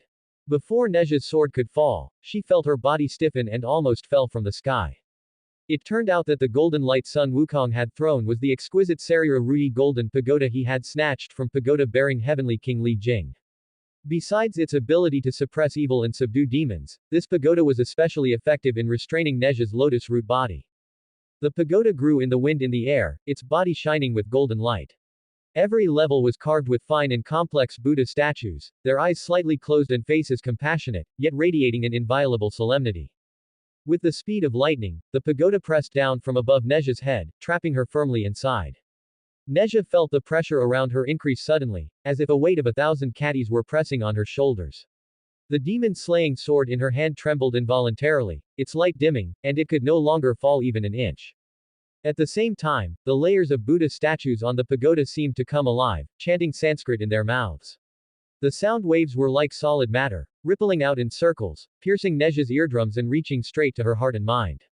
Neja felt her head splitting with pain, as if her soul were about to be torn apart. This sudden turn of events threw the 9 luminaries into a panic. Seizing the opportunity, the Bull Demon King exerted the great strength of his demon form and shook off his restraints. Ha ha ha, good magic treasure, brother. Having broken free, the Bull Demon King laughed heartily and stepped forward to assist Sun Wukong. The two great demons joined forces and, within dozens of rounds, easily repelled Marshal Tianpeng and the other immortals. Neja sat cross-legged inside the pagoda, eyes closed and mind focused, resisting the noisy chanting. The immortals retreated to the area around the pagoda, at a loss for what to do. Neja opened her eyes and said only, "Cease troops for now," before closing them again. Tianpeng sighed and led the immortals back to the warship. Although Sun Wukong had been victorious, the day was drawing to a close, so he did not pursue. He flew into midair, looked at Neja trapped in the pagoda, and couldn't help but chuckle before asking, "Is Holy Mother well?" Neja kept her eyes tightly shut, completely ignoring him. Don't be fooled by her appearance of distress, it was all an act. Protected by the white lotus given by goddess Nuwa, this Sarira pagoda could no longer harm her in the slightest. Even without the white lotus protection, she had ways to break out of the pagoda. However, this Sarira pagoda was her pagoda father, and now, with the battle at Wagwo Mountain, the 3 realms were watching. If she were to break the pagoda by force, the reputation of being unfilial would likely haunt her for the rest of her life. Not that she cared about her reputation, but she had thousands of temples in the lower realm. Seeing that Neja wouldn't engage, Sun Wukong found it uninteresting and turned back to the cave to celebrate with the other demons. Back in heaven, seeing Neja restrained by the Sarira pagoda, the immortals all looked at each other in dismay. Neja was already one of the top combatants of the celestial court. If even she couldn't take down Sun Wukong, did they really have to ask the Jade Emperor and the Queen Mother to take action themselves? Where would the face of the celestial court go then? I don't know where that bull demon popped out from, but he is so bold and reckless. If it weren't for that wretched beast, Goddess Neja would have likely already brought Sun Wukong before the hall for judgment. How unlucky. Someone muttered this in a low voice, but all the immortals in the hall heard it clearly. If the blame were to be shifted onto the Bull Demon King, it would certainly be Lingxian's responsibility. After all, the Bull Demon King was a demon from the western continent. Everyone's gaze involuntarily fell upon Bodhisattva Guanyin. Bodhisattva Guanyin sat below the Queen Mother, silent and motionless. The dragon girl holding the pearl pouted unhappily on the side. Her master had long resided in the South Sea. What did a demon from the western continent causing trouble have to do with her master? At this moment, the Jade Emperor sitting above spoke and asked, "Is there any other divine soldier willing to go to the lower realm to assist?" Hearing this, the immortals all fell silent, terrified of being press-ganged into service. What a joke. One Sun Wukong wasn't enough, and now a Bull Demon King. All the ones who could fight in heaven were already down there. These old, weak, sick, and disabled ones just wanted to muddle through their days and collect a salary to keep themselves alive. Seeing that none of the immortals spoke up, the Jade Emperor's aura turned icy cold. Fortunately, Tabai Jinxing stepped forward and reported, "Long live." The marshal greeted this humble old man before setting out, saying she had long anticipated that great sage Sun would use the pagoda to suppress her. Upon hearing this, the Jade Emperor asked, "Then does she have a way to resolve it?" Tabai Jinxing said, the marshal said that if she were trapped by the pagoda, she would have me ask your majesty for a decree to mobilize troops to the Guanzhong estuary, ordering the manifested true Lord Erlang to go and assist. The Jade Emperor nodded and immediately ordered a decree to be drafted and sent to the Guanzhong estuary. Seeing this, the various immortals in the hall finally breathed a sigh of relief. Returning to the lower realm, when Muja arrived at Wagwo Mountain, it was already dusk, approaching night. On the warship, the immortals were eating. Muja hadn't been on the battlefield, so naturally, he was too embarrassed to come forward. Instead, he went to the deck, looked down at Nezha trapped in the pagoda, and a cold smile appeared on his face. If it weren't for the fact that many eyes were on this place, he would definitely go up and thoroughly lecture this wicked creature. A month ago, he followed the Bodhisattva to Lingshan to listen to the world-honored one preach. The world-honored one invited Dipankara, Maitreya, Guanyin, Manjusri, Samantabhadra, Bodhisattva Lingji, and other pillars of Lingshan for a private discussion. When returning to the South Sea, he saw the Bodhisattva holding 3 golden hoops. They hadn't been there when they arrived, so he assumed they were given by the world-honored one or someone else. He asked out of curiosity, and the Bodhisattva did not hide it from him, explaining the marvelous uses of the golden hoop. Muja was worrying about how to teach Nezha a lesson to vent his father's anger, so he begged the Bodhisattva to lend him a golden hoop, promising to return it after he forced Nezha to kneel and admit her mistakes before his father. The 3 golden hoops given by the world-honored one must have had their uses. Muja originally thought he would need to spend a lot of words before the Bodhisattva would lend him one, but to his surprise, the Bodhisattva only hesitated for a moment before giving him one. Muja was overjoyed. But later, in Yunlu Palace, Nezha somehow saw through his scheme. Not only did she despicably ambush him, but she also tricked him into fighting that monkey. Afterwards, he was bedridden for over a month before he could get up. He thought the celestial court would surely punish Nezha, but to his surprise, Nezha went to the Wahuang Palace and was crowned by the Queen Mother as the judicial god of heaven, titled Holy Mother Chonghua. Now, let alone punishment, no one mentioned the fact that he had been schemed against by Nezha, and even the Bodhisattva's golden hoop had been embezzled by that wicked creature. Fortunately, the Bodhisattva was benevolent and did not blame him. Seeing Nezha again today, the hatred in Muja's heart made him wish that the pagoda would chant this wicked creature to death. Perhaps because Muja's resentment was so deep, Nezha had already discovered him on the warship. Second brother, what brings you to the lower realm this time?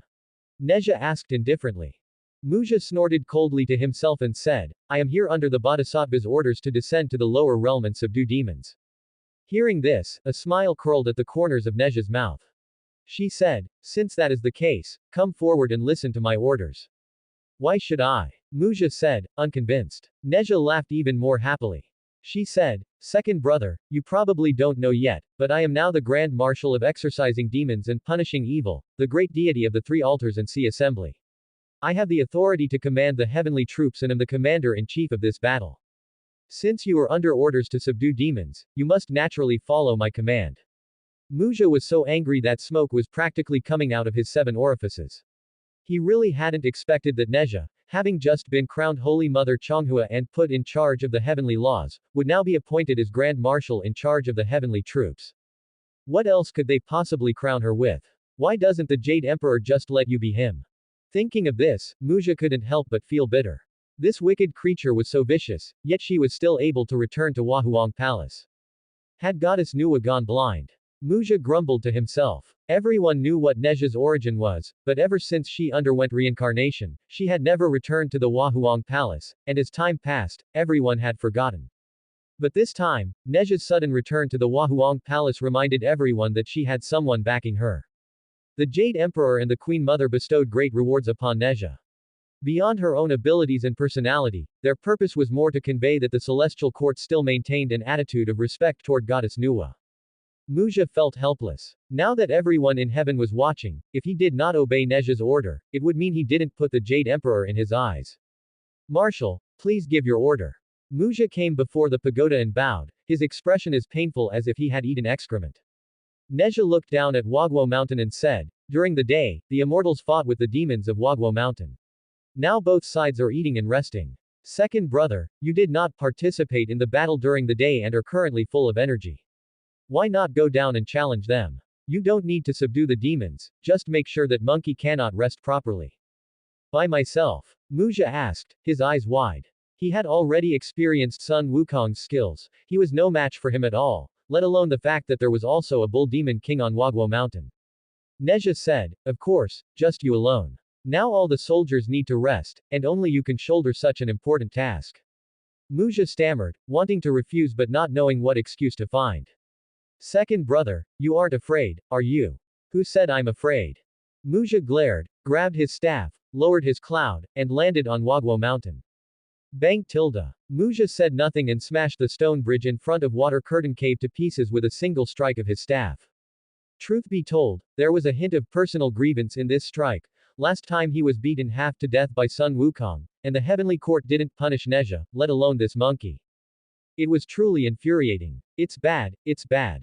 Another heavenly god with a staff has come outside and smashed the stone bridge in front of the cave to pieces without saying a word.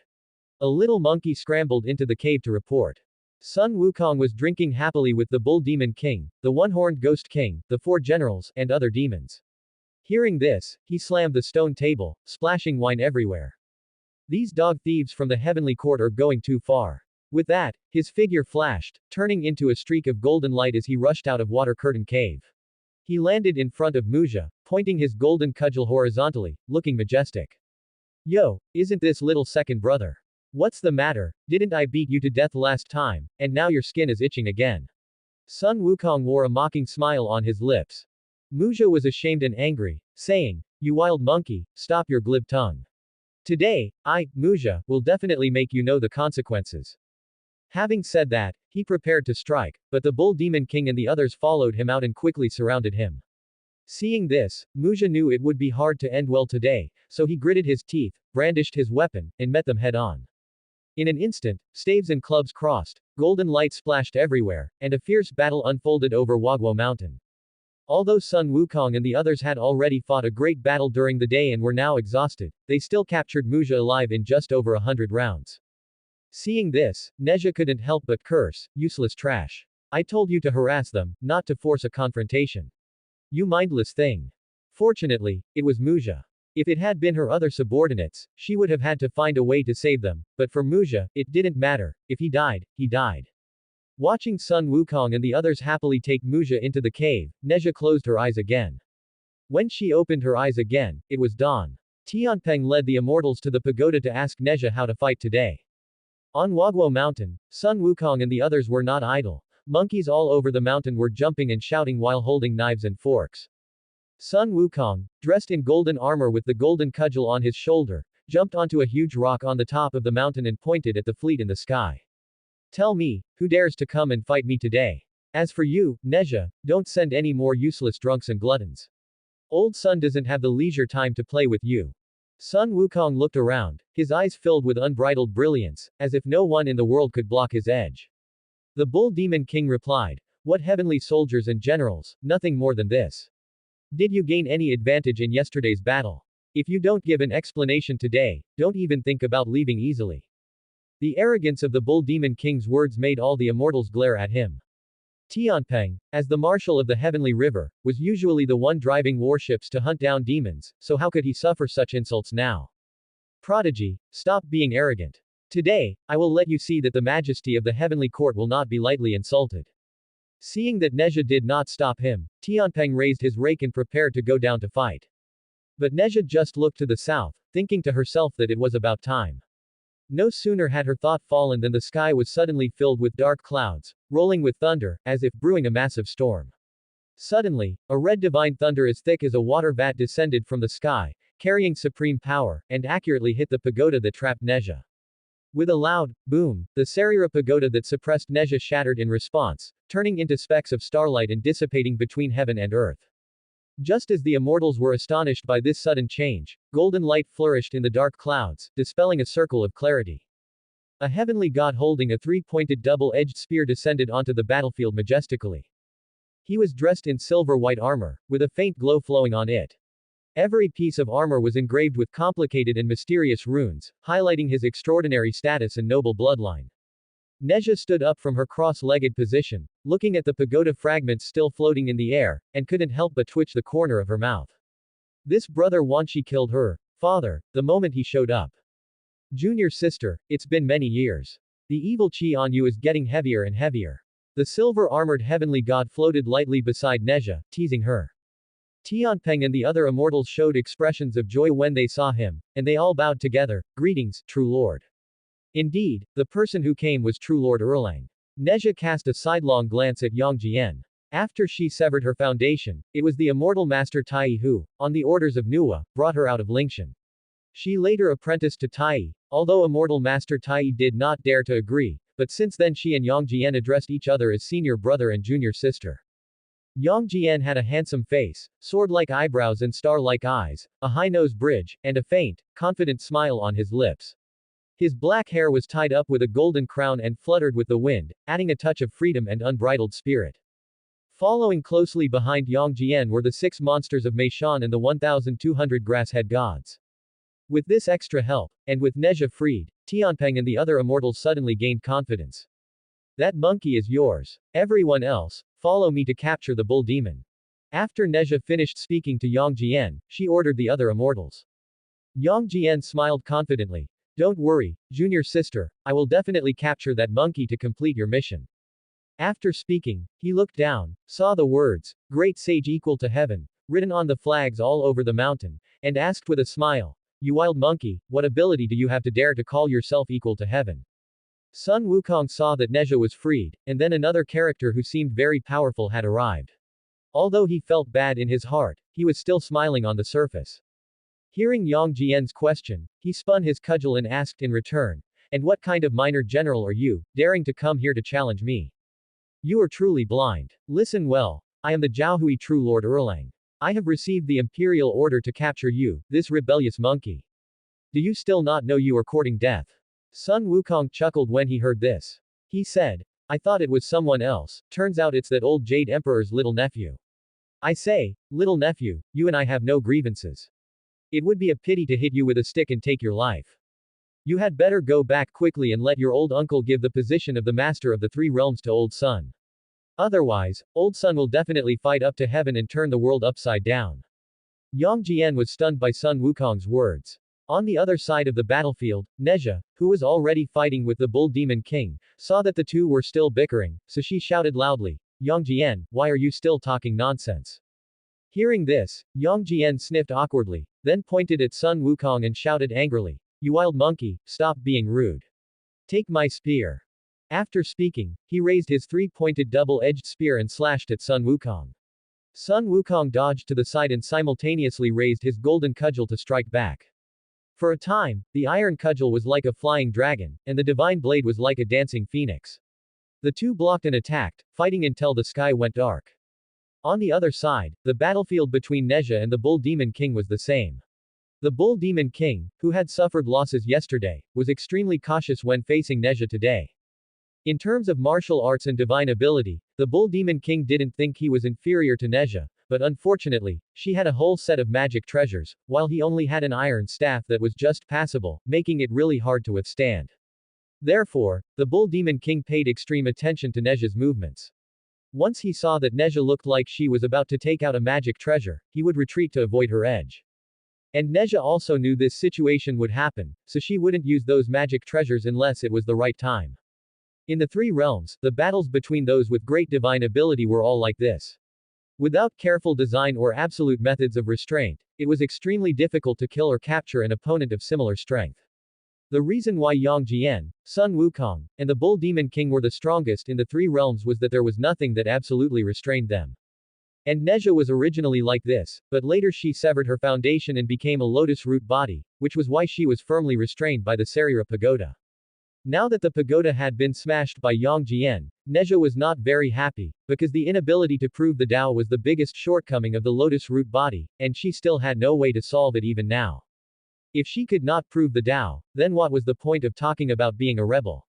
In the eyes of those people, her actions were at best just rebellion. Time flew by, and it was noon again. Yang Jian didn't expect Sun Wukong to be so difficult to deal with. After 300 rounds of back and forth, he hadn't gained the upper hand. Thinking that it would be difficult to explain to Neja later, Yang Jian stopped talking nonsense. He shook his body and transformed into a 10,000-foot-tall figure, with vermilion hair, a green face, and fangs, raising his three-pointed double-edged divine blade like a mountain, and slashed at Sun Wukong's head. Seeing this, Sun Wukong also used his divine ability of law of heaven and earth, and his golden cudgel turned into a pillar supporting the sky. The figures of the two were as majestic as mountains, standing above the clouds, blocking the sky and the sun. The sound of weapons clashing was deafening, as if the firmament was about to crack, causing the surrounding space to twist, strong winds to rise, and clouds to churn. The aftermath of the battle swept out ruthlessly like a raging sea. The 6 monsters of Meishan and the other demon generals and divine generals were like fallen leaves in a gale in front of this power, easily blown away. Some crashed into distant mountains, while others were thrown into the sea of clouds and disappeared. Even the other side of the battlefield suffered. Except for Nezha, the Bull Demon King, and Tianpeng, the other immortals didn't know where they had been blown away by the shockwave. In the mountains and forests, sand and stones flew, trees were uprooted, and it was a mess, as if the end of the world had arrived. Brother, what a great divine ability. The Bull Demon King praised Sun Wukong's Dharma form loudly, and then he also shook his body, transforming into a 10,000-foot-tall demon body, preparing to fight Nezha to the end. 1,000 feet is the original form, 10,000 feet is the Dharma form. Seeing this, Nezha could only use her 3-headed and 6-armed Dharma form to respond, but compared to the Bull Demon King's 10,000-foot demon body, her small 3-headed and 6-armed form was definitely not enough. It wasn't that she didn't want to use a stronger Dharma form, it was just that her foundation determined that she could only use this level of Dharma form now. The Bull Demon King sneered and stepped forward, wanting to gore Nezha with his bull head. Little did he know that Nezha's 6 arms each flashed with a magic treasure, 2 fire-tipped spears, 1 demon-slaying sword, 1 demon-slaying blade, 1 demon-subduing pestle, and a universe ring. Dwang tilde dwang tilde dwang tilde. After a few hits, the Bull Demon King stumbled and felt dizzy. Nezha immediately seized the opportunity, using the demon reflecting mirror in coordination with the red armillary sash, performing a set of smooth combos. When the Bull Demon King came to his senses, he found that he had been tied up again. He was suddenly furious and anxious, feeling both angry and envious in his heart. How come this fool heavenly god has so many magic treasures? The Bull Demon King was trapped, but he was not anxious in his heart. After all, he was currently in the state of his Dharma form. He shook his ox body, and Nezha, who was at the other end of the red armillary sash, could not resist at all, like a kite. Tianpeng, who was on the side, wanted to step forward to help, but saw Nezha throw out another red light. The red light flew above the Bull Demon King and transformed into a flame-like translucent cover, with 9 flaming divine dragons dancing inside. This object was the magic treasure, the 9-dragon fire cover. In an instant, the Bull Demon King felt the surrounding temperature rise rapidly, making him unbearably hot. The 9 fire dragons flew up and down inside the cover. Their eyes were crimson, their bodies radiated scorching light, and they constantly spat out raging samadhi true fire from their mouths. This flame was no small matter, it could burn everything and refine demons and evil. The Bull Demon King felt his whole body surrounded by raging fire. The samadhi true fire seemed to have a spirit of its own, drilling inside along his skin and hair, roasting every inch of his skin, the pain reaching into his bone marrow. His massive body twisted constantly in the flames, letting out deafening roars, attempting to break free from this terrible confinement. However, with the constraints of the demon revealing mirror and the red armillary sash, plus the suppression effect of the 9-dragon fire cover, how could the Bull Demon King easily break free? The fire burned brighter and brighter, and thick black smoke began to pour from the Bull Demon King's demon body. At this moment, the Bull Demon King was at a dead end. Either he withdrew his Dharma form and used the fire-avoiding spell to resist the burning of the Samadhi true fire. But if he withdrew his Dharma form, he would not be able to withstand the constraints of the red armillary sash. But if he did not withdraw his Dharma form, he might be burned to death alive. Brother, save me! The Bull Demon King shouted anxiously. On the other side, Sun Wukong was in the heat of battle with Yang Jian. Upon hearing the Bull Demon King's cry for help, he panicked and revealed an opening. Yang Jian immediately seized the opportunity to press the attack. At this time, Nezha looked around and saw that the immortals who had just been blown away had all returned. She immediately issued an order. 28 mansions, form the Star Do Array to assist the true lord in subduing the demon. Tianpeng, you lead the troops to sweep Wagwo Mountain and capture all the monkeys alive. The immortals accepted the orders and carried out their tasks. In yesterday's battle, the 72 cave demon kings had already been wiped out. Now, without Sun Wukong and the Bull Demon King to resist the massive combat power of the Heavenly Court, the monkey demons of Wagwo Mountain had no power to resist at all. Poor one-horned Ghost King and the four generals could not last half a quarter of an hour before being scattered. In the blink of an eye, thousands of monkeys were captured alive. The monkeys scrambled through the mountains, running and screaming. The scene was like night cats startling roosting birds, each looking for a place to hide. Sun Wukong was anxious, but he was not only entangled by Yang Jian at this moment, but there were also the 28 mansions forming an array outside to prevent him from escaping. The cries for help from his monkey descendants made Sun Wukong completely unable to focus on the battle. He immediately withdrew his Dharma form and simultaneously used a transformation to turn into a sparrow, wanting to escape. His 10,000-foot body suddenly turned into a sparrow, and the immortals lost sight of him for a moment. Fortunately, there was the Star Do array. Star Lord Kui was the first to sense Sun Wukong's position and reported it to Yang Jian. Yang Jian locked his gaze on the sparrow and was happy to spar with Sun Wukong, so he turned into a hawk and pounced on the sparrow. At this point, the situation was excellent. The Bull Demon King was still struggling, and his defeat was only a matter of time. Although Sun Wukong still had combat power, he no longer had the heart to fight. Once Nezha captured the Bull Demon King, she could step forward to help, and it was likely Sun Wukong would not be able to escape. But who would have expected that at this moment, Sun Wukong, transformed into a bustard, would rush out from the east side of the Star Do array. Zhao Mujiao was shocked and looked at Kong Jin Long to the side, shouting angrily, "What are you doing?" It was not just Zhao Mujiao. The other eastern mansions also looked at Kong Jin Long with suspicion. Just now, when Sun Wukong rushed over, Kong Jin Long, for some reason, had a momentary interruption in her magic power. It was this moment that created a gap in the east side of the Star Do array, which allowed Sun Wukong to escape. Kong Jin Long opened her mouth as if to argue, but in the end, she did not speak, only lowered her head guiltily. Seeing the bustard Sun Wukong had transformed into rush down the mountain and disappear, Yang Jian had no time to question anyone and could only give chase quickly. On the other side, Nezha had successfully captured the Bull Demon King, who was burned to the point of being on the brink of death. Seeing Sun Wukong escape, she glanced at Kong Jin Long and then shouted to Yang Jian, "Stop chasing." Upon hearing this, Yang Jian retreated to Nezha's side and asked, "Junior sister, do you have any way to force that monkey to come out?" Nezha sneered coldly, then ordered Tianpeng to push all the captured monkeys onto the guillotines. Tianpeng accepted the order, placed tiger head guillotines around the 18 warships, and then ordered the heavenly soldiers to press the captured monkey demons onto the guillotines.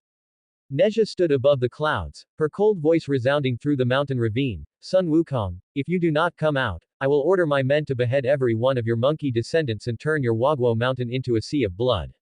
Her tone was full of unquestionable determination, and her eyes were cold, as if she could really commit such a ruthless act. Sun Wukong had already returned to the water curtain cave. The cave was dark, with only his eyes flashing with the flames of anger. He clenched his fists, his teeth chattering, and his heart was extremely anxious. Outside the cave were the wails and cries for help of countless monkey descendants. They were being escorted by heavenly soldiers and generals, and their heads could fall at any second. "Great King, what should we do?" An old monkey asked with a trembling voice, his eyes full of fear and helplessness. Sun Wukong took a deep breath, trying to calm himself down. He scanned the cave and finally his eyes landed on Muzha, whom he had captured last night. Muzha was tied to a stone pillar, looking somewhat dejected. Seeing Sun Wukong's gaze land on him, he immediately felt that something was wrong. Sun Wukong sneered, walked quickly to Muzha, and lifted him up. "Let's go, come with me to see that Nezha, and I will trade you for my monkey descendants." Having said that, Sun Wukong escorted Muzha out of the water curtain cave and came to the open space outside the cave. He looked up at the sky. Nezha's figure was looming in the clouds, surrounded by many divine generals of the heavenly court, with an aggressive aura. "Nezha!" Sun Wukong shouted loudly, his voice full of anger. "Nezha, look at who I have in my hands." As he spoke, he pushed Muzha to the front, the golden cudgel in his hand ready to strike at any moment. Muzha was trembling with fear, his body could not withstand a single strike from Sun Wukong's cudgel. "Sun Wukong, how dare you? I am the eldest disciple under the seat of the Bodhisattva Guanyin of the South Sea. Do you dare to kill me? Are you not afraid of offending the Bodhisattva?" Upon hearing this, Sun Wukong kicked him so hard he fell face first into the dirt, and he cursed angrily, "I don't care what Bodhisattva you are. If that Neja dares to hurt a single hair on my monkey descendants, I will surely make you soul flying away and spirit scattering. After cursing Muja, Sun Wukong pointed to the sky and shouted, Neja, hurry up and release my sworn brother and the monkey descendants. The immortals all looked at Neja. One had to know that the one below was her second brother. Although the relationship between Neja and Li Tianwang's family was known to all gods and Buddhas, they still had to keep up appearances. Neja was expressionless and said coldly, what if I don't release him? If you don't release him, I will smash your second brother into a meat patty with one strike. Sun Wukong threatened viciously. Upon hearing this, Neja could not help it and let out a chuckle, pff tilde. Sun Wukong panicked and asked sharply, what are you laughing at? Muja was now heart dead. That wicked beast even dared to scheme against their father, so how could she care about him, her brother? Today, he was afraid he would not escape his fate. Sure enough, only hearing Neja ask calmly. Are you not joking? You are the one who captured him, why should I release the people? Yang Jian, Tianpeng, the immortals, ah. Sun Wukong pointed at Neja, saying, you, 3 times in a row, but did not know how to refute. The situation was deadlocked for a moment, but Neja did not intend to waste any more time. She said emotionlessly, Sun Wukong, I will give you 3 breaths of time to consider. If you do not surrender, not only will these thousands of monkey descendants die, but I will also burn your Wagwo mountain to ashes. Sun Wukong's eyes seemed to be spitting fire. He stared fixedly at Neja on the clouds, his fists clenched so tight that his veins bulged. The surrounding air seemed to have solidified, with only his heavy breathing and the wails of the monkeys in the distance audible. 1 breath. Neja's voice was as cold as ice, beginning the countdown. Sun Wukong gritted his teeth, his jaws trembling constantly. 2 breaths. Neja's voice sounded again, without a trace of emotion. Sun Wukong closed his eyes and took a deep breath, as if to inhale all the anger and unwillingness in the world into his chest. When he opened them again, the anger in his eyes had turned into a deep calmness. It was the helplessness and compromise after an intense inner struggle.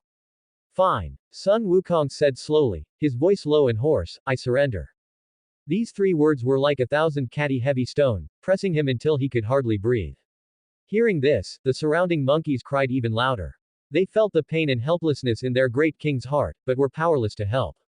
A smug sneer appeared on Neja's face. She waved her hand gently, and the immortals immediately stepped forward to bind Sun Wukong tightly, and used a hook blade to pierce his scapula. This hook blade was forged by Lao Jun and was specifically designed to counter transformation techniques. As long as it pierced the scapula, no matter how exquisite one's transformation techniques were, they could not be used. Thus, the Battle of Wagwo Mountain ended in a complete victory for the Heavenly Court, and the immortals returned to heaven in triumph. The Jade Emperor immediately issued an imperial decree to escort Sun Wukong to the demon-slaying platform and chop him into pieces to prove the majesty of heaven.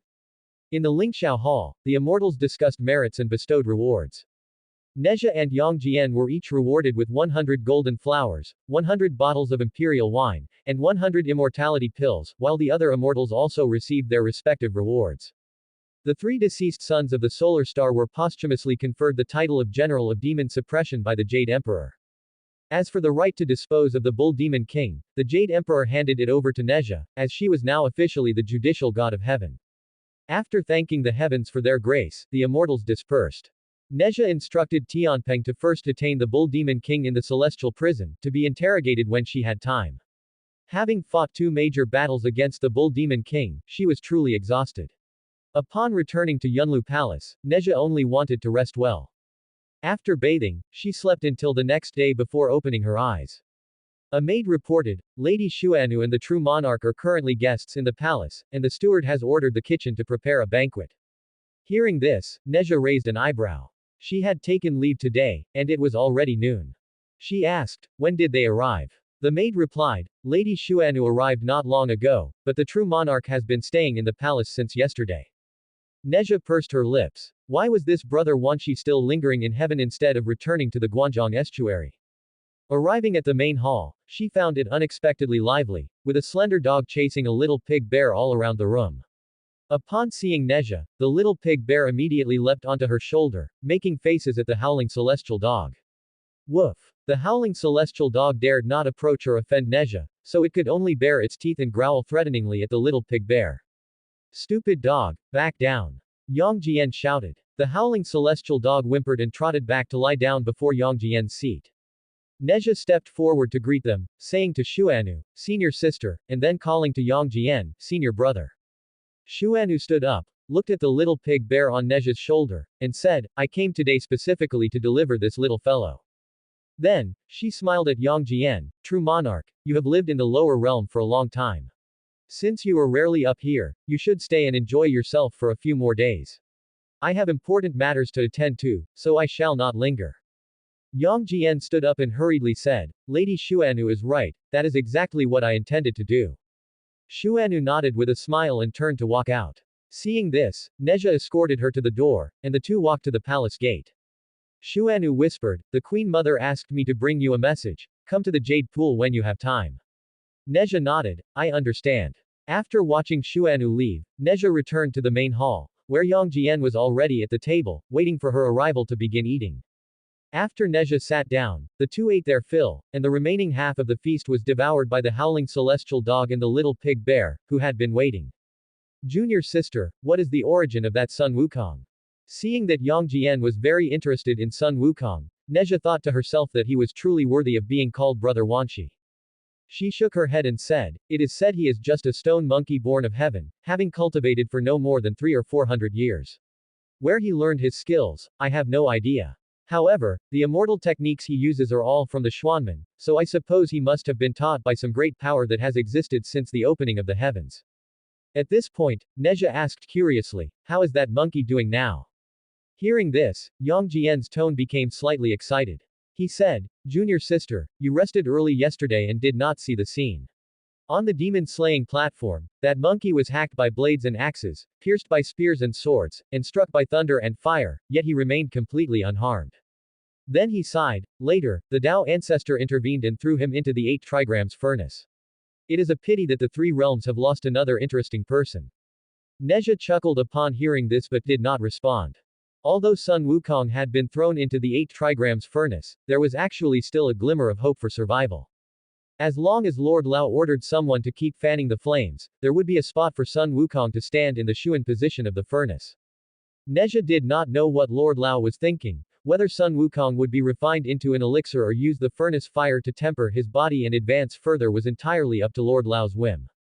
However, Neja did not care. In any case, she would not need to take action after Sun Wukong came out. If Sun Wukong could still emerge, she only wanted to see if the Tathagata would fail. Seeing that Neja did not pick up the topic, Yang Jian asked, Junior sister, what are your future plans? Neja's eyes flashed, and she asked in return, what do you mean? Junior sister, you are now free from shackles, and you have thousands of temples in the lower realm. Why stay in heaven and associate with those mediocrities? Yang Jian spoke very bluntly. Given Neja's current conditions, she certainly did not need to continue hanging around the celestial court. Of course, the Jade Emperor was the ruler of the 3 realms, so face still had to be given. Plus, as a junior, the most Neja could do was the same as Yang Jian, follow orders but not be subject to summons. When the time came that someone could take over their positions, they would be able to live their own carefree lives just like those famous elders. Yang Jian had thought Neja would agree with his words, but to his surprise, Neja was completely unmoved. She smiled, people have their own aspirations. Senior brother has his way of living, and I have mine. However, I must thank you, senior brother, for being able to be free from shackles now. Yang Jian knew Neja was referring to him shattering the Sarira pagoda. Just as he was about to say it was no trouble, Neja suddenly changed the subject, but that was, after all, my father. A father's murder is an irreconcilable grudge. Having said that, Neja stood up and manifested her fire-tipped spear, pointing it directly at Yang Jian. Yang Jian was still bewildered, not understanding what madness had taken hold of Neja. Neja leapt and flew out of the palace, leaving behind a sentence, I will wait for you outside the 33 heavens. Yang Jian's expression was uncertain. Without a word, he drew his 3-pointed double-edged spear and followed her out. The excitement of yesterday still lingered among the immortals. Neja's words, I will wait for you outside the 33 heavens, had spread throughout the entire celestial palace.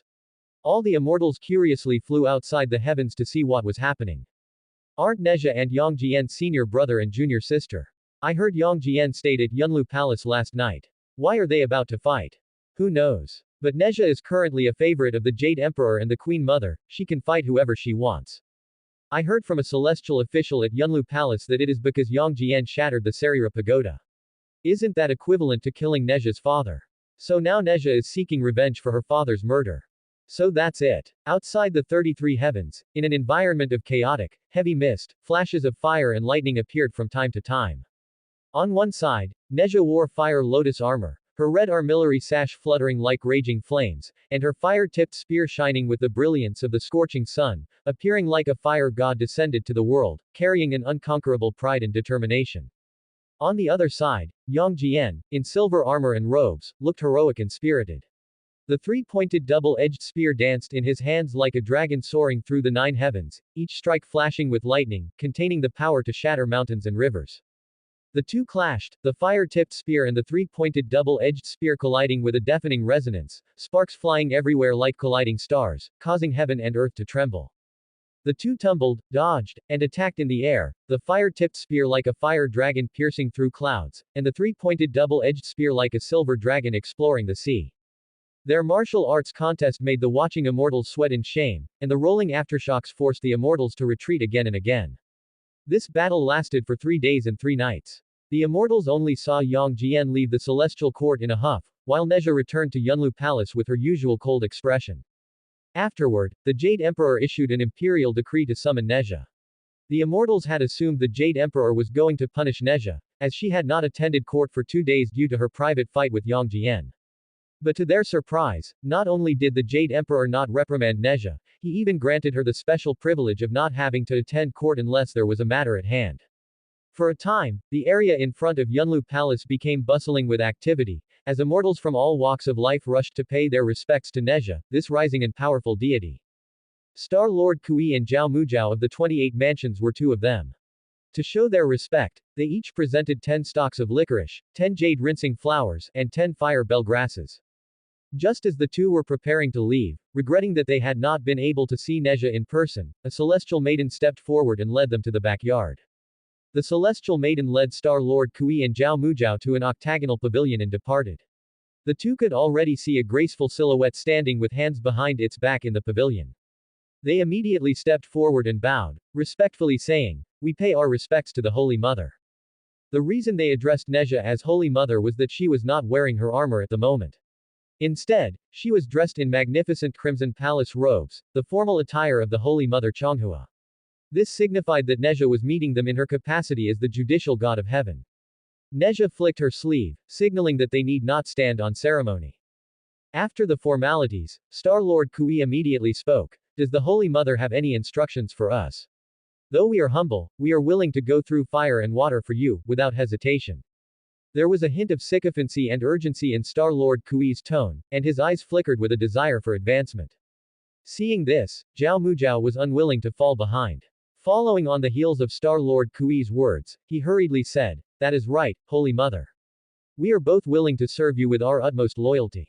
If you have any commands, we will certainly do our best to fulfill them."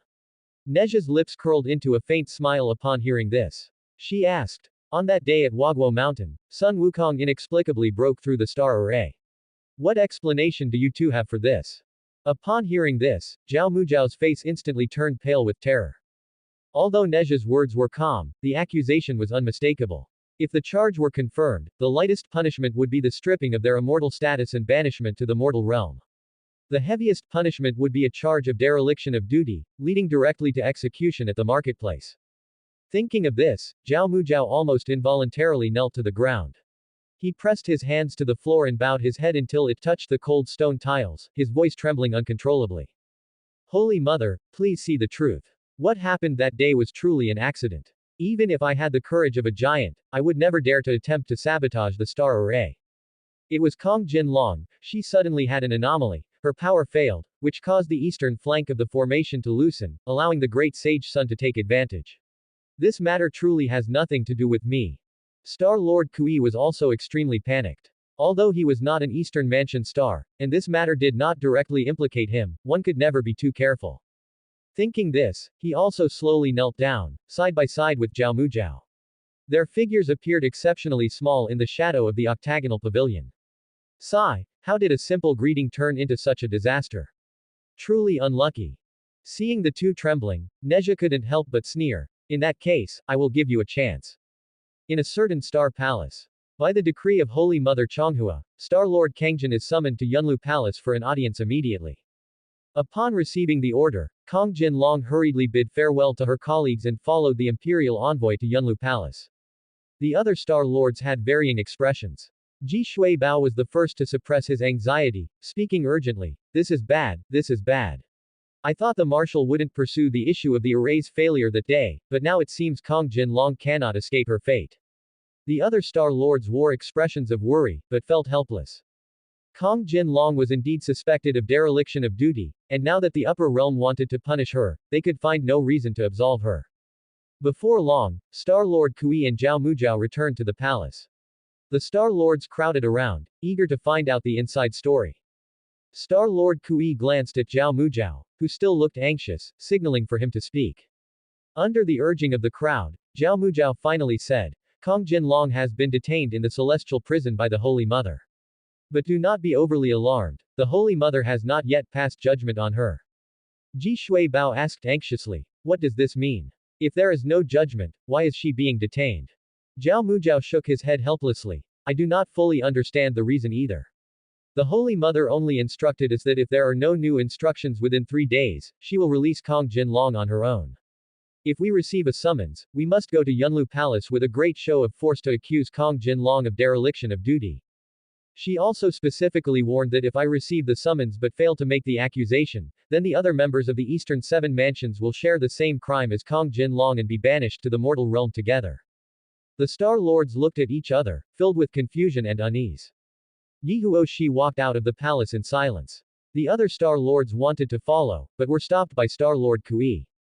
With a solemn expression, he warned, "I advise you not to pry too much. Kong Jin Long has already fallen into the chessboard of those above.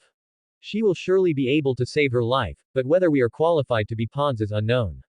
Hong Yi is different from us, she is a high-ranking disciple of the old mother of Mount Li and has her own backing. As for us, we should not act rashly to avoid bringing disaster upon ourselves." Star official Mao Ri looked at Star Lord Kui with a doubtful gaze. "How can you be so certain that Kong Jin Long will be unharmed?" Star Lord Kui pondered for a moment and slowly replied, "The Dragon clan is currently in decline, and Kong Jin Long's background is not prominent. Even if she meets with misfortune, no one will speak up for her. Therefore, a living Kong Jin Long is the one with value." Star Lord Kui's words blew over like a cold wind, casting a shadow over the hearts of the Star Lords. They either lowered their heads in thought or sighed softly. They understood that as insignificant beings in the heavenly realm, their life, death, honor, and disgrace were not in their own hands. The world is fickle, even as immortals, one cannot escape the arrangements and constraints of fate. West Kunlun, Langfeng Peak. Langfeng Peak, also known as Langyuan, was home to many rare and exotic beasts. Among them, the most eye-catching were the chin insects. These creatures had beast heads and snake bodies, with 4 wings on their backs. Their appearance was strange, and they were deeply loved by the Queen Mother of the West. As Nezha followed the celestial maiden into Langyuan, she saw the Queen Mother feeding and playing with those chin insects in the garden. Seeing Nezha arrive, the Queen Mother waved her over affectionately. After Nezha approached, the Queen Mother pointed to the chin insects and laughed. "Take a look at these little bugs. Did they look handsome?" Nezha looked over and saw that those chin insects all had dog heads. Some looked like huskies, some like Shiba Inus, and some like common mongrels. Their appearance was indeed unique. "They are acceptable," Nezha replied coolly. The Queen Mother shook her head and laughed. "You child, why is your heart so dead at such a young age? What is to be done?" She pondered for a moment and continued, "How about this? After Tianpeng descends to the mortal realm, you should also go to the lower realm to travel and clear your mind. In any case, you have no need to attend court or handle affairs these days." Nezha did not refuse. She had indeed intended to descend to the mortal realm, but had not stated it clearly. The Queen Mother instructed again, "There are 2 small things you can handle after you descend. First, a celestial maiden in Langyuan stole a few celestial eggs and went to the lower realm. Go investigate and bring the eggs back. Second, investigate the truth behind the matter of the 3 goddesses of Mount while longing for the mortal world. If the situation is true, you may handle it as you see fit." Nezha nodded in agreement, then suddenly asked, "Has the candidate for the journey to the west been selected?" The Queen Mother looked slightly surprised and replied, "It has been decided. the General Wanlian from the Jade Emperor's side and the third son of Ao Run, the Dragon King of the West Sea. She paused slightly and added, if you have a better candidate, you may make arrangements. Neja did not stand on ceremony and said directly, let Kong Jin Long replace General Wanlian. The Queen Mother did not refuse upon hearing this. After all, whether it was General Wanlian or Kong Jin Long made no difference to her or the Jade Emperor. Very well, you may make the arrangements. After receiving the Queen Mother's approval, Neja did not stay long. When she returned to Yunlu Palace, she saw Yi Huoshi from the 28 mansions standing in front of the palace gate, as if waiting for her. Watching Neja approach step by step, Hong Yi could not help but feel some pressure. She lowered her eyes slightly, her voice as faint as a gnat's, senior sister. Neja did not stop her pace, walking straight past her, leaving behind only a cold, come in. As Neja walked into the main hall, a maid nimbly stepped forward to serve tea. Hong Yi took the teacup, whispered her thanks, and then gathered her courage to ask Neja, senior sister, is there truly no room for maneuver regarding the matter of Ao Yi, Star Lord Kangjin? Neja did not answer, instead asking, has your master been well lately? A flash of shame crossed Hong Yi's face, and she said softly, I have not returned for a long time and have been unable to serve by master's side. Neja's gaze swept over Hong Yi, her tone growing even colder, you should go back first. Relay a message for me, tell Zhao Muzhao to lead the eastern constellations here tomorrow to report for duty. Hong Yi sighed inwardly, she had ultimately arrived one step too late. During the time Neja was not at Yunlu Palace, the fate of Kong Jin Long had likely already been decided. However, Hong Yi was still unwilling to accept this. She had a good personal friendship with Kong Jin Long and found it difficult to stand idly by while she suffered. Senior sister, Ao Yi, she. Neja raised her hand to interrupt Hong Yi's unfinished words, her voice cold as ice, do not mention this matter again. I do not wish to delve into why she helped Sun Wukong. But if you continue to be so ignorant of the situation, I fear her crime will be more than just dereliction of duty. Upon hearing this, Hong Yi's body swayed slightly, and a flash of helplessness and pain crossed her eyes. She slowly lowered her head, hands clenched into fists, her nails digging deep into her palms, yet she felt no pain at all, simply because the sense of powerlessness in her heart was far greater than this. I understand. Hong Yi's voice was full of bitterness, although she was unwilling, she dared not continue. When Sun Wukong was still serving as the great sage equal to heaven, she would either invite gods to banquets or go to other palaces for free meals every day.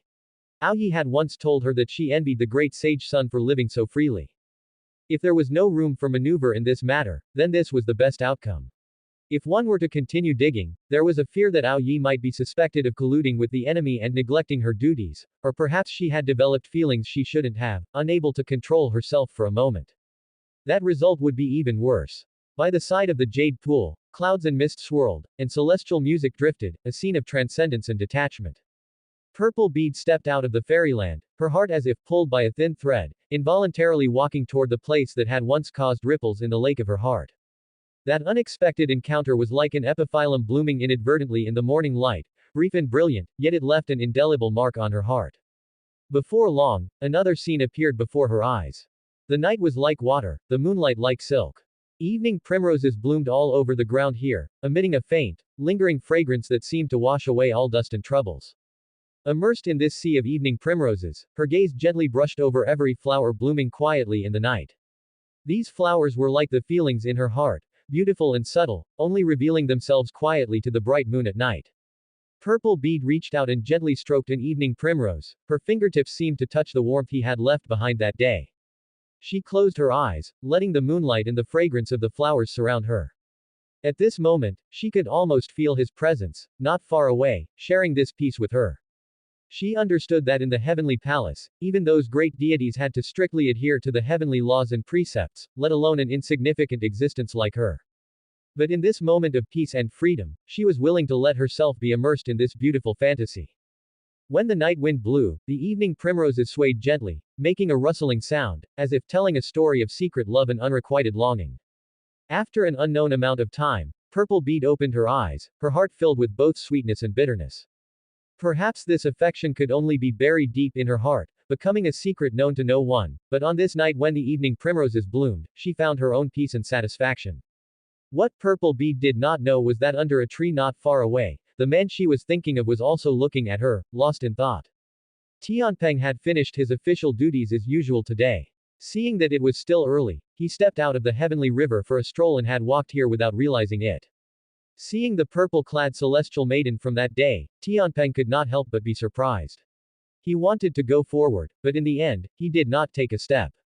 Suddenly, sounds of resentful sobbing arose. Purple Bead looked for the source of the sound in confusion, and Tianpeng also curiously followed behind her. It turned out that a white-clad moon goddess was sitting on a rock, weeping toward the east. Purple Bead gently approached and asked, "This fairy, why are you weeping here alone in sorrow?" Bai Hong was still immersed in sorrow. Hearing the voice, she looked up in surprise, and seeing that the other was also a celestial maiden, she felt a little more at ease. "Who are you?" Bai Hong asked softly. Purple Bead replied gently, "I am a celestial maiden serving at the Jade Pool.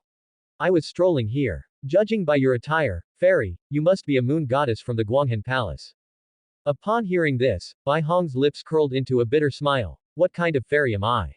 I am merely a dancer for people's entertainment." Purple Bead did not recognize that Bai Hong was the white-clad moon goddess that Tianpeng had chased that day. She sat down beside Bai Hong and comforted her in a soft tone. "If you have any troubles, fairy, you might as well speak them out, perhaps it could alleviate some of the pain in your heart." Bai Hong thought of her own fate and the ugly faces of those gods, knowing deeply that she had no way out. Her heart was filled with unquenchable grief and indignation, and she decided to tell the person before her the full story. "My name is Bai Hong. As you said, I am a moon goddess from the Guanghan Palace, but I am also a sinner who has violated the heavenly laws and made a secret vow to someone." Purple Bead was greatly shocked upon hearing this. Seeing her reaction, Bai Hong smiled bitterly and continued, "On the day of the lotus viewing banquet, I met with my beloved, but we were caught on the spot by Holy Mother Chonghua and official Wang." Hearing the words, lotus viewing banquet, Purple Bead's expression changed slightly, while Tianpeng, hiding in the dark, broke out in a cold sweat. He had only seen the backs of the two, never thinking that this Bai Hong was the lead dancing moon goddess who had fascinated him at that day's lotus viewing banquet. Now hearing Bai Hong say that she was caught on the spot by Nezha and official Wang during their secret meeting, Tianpeng could not help but feel lingering fear. Fortunately, he had seen that the situation was not right that day and had slipped away early. But Tianpeng was celebrating too early. He heard Bai Hong continue with a smile, "Are you wondering how I can still sit here wallowing in self-pity after committing such a crime and being caught by the Holy Mother and the official?"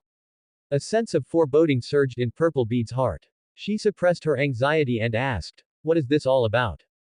Bai Hong smiled miserably, "I don't know why either. I only know that those high deities want to use me as a pawn to frame someone else." "Frame whom?" Purple Bead asked nervously. Bai Hong said in a low voice, "Marshal Tianpeng.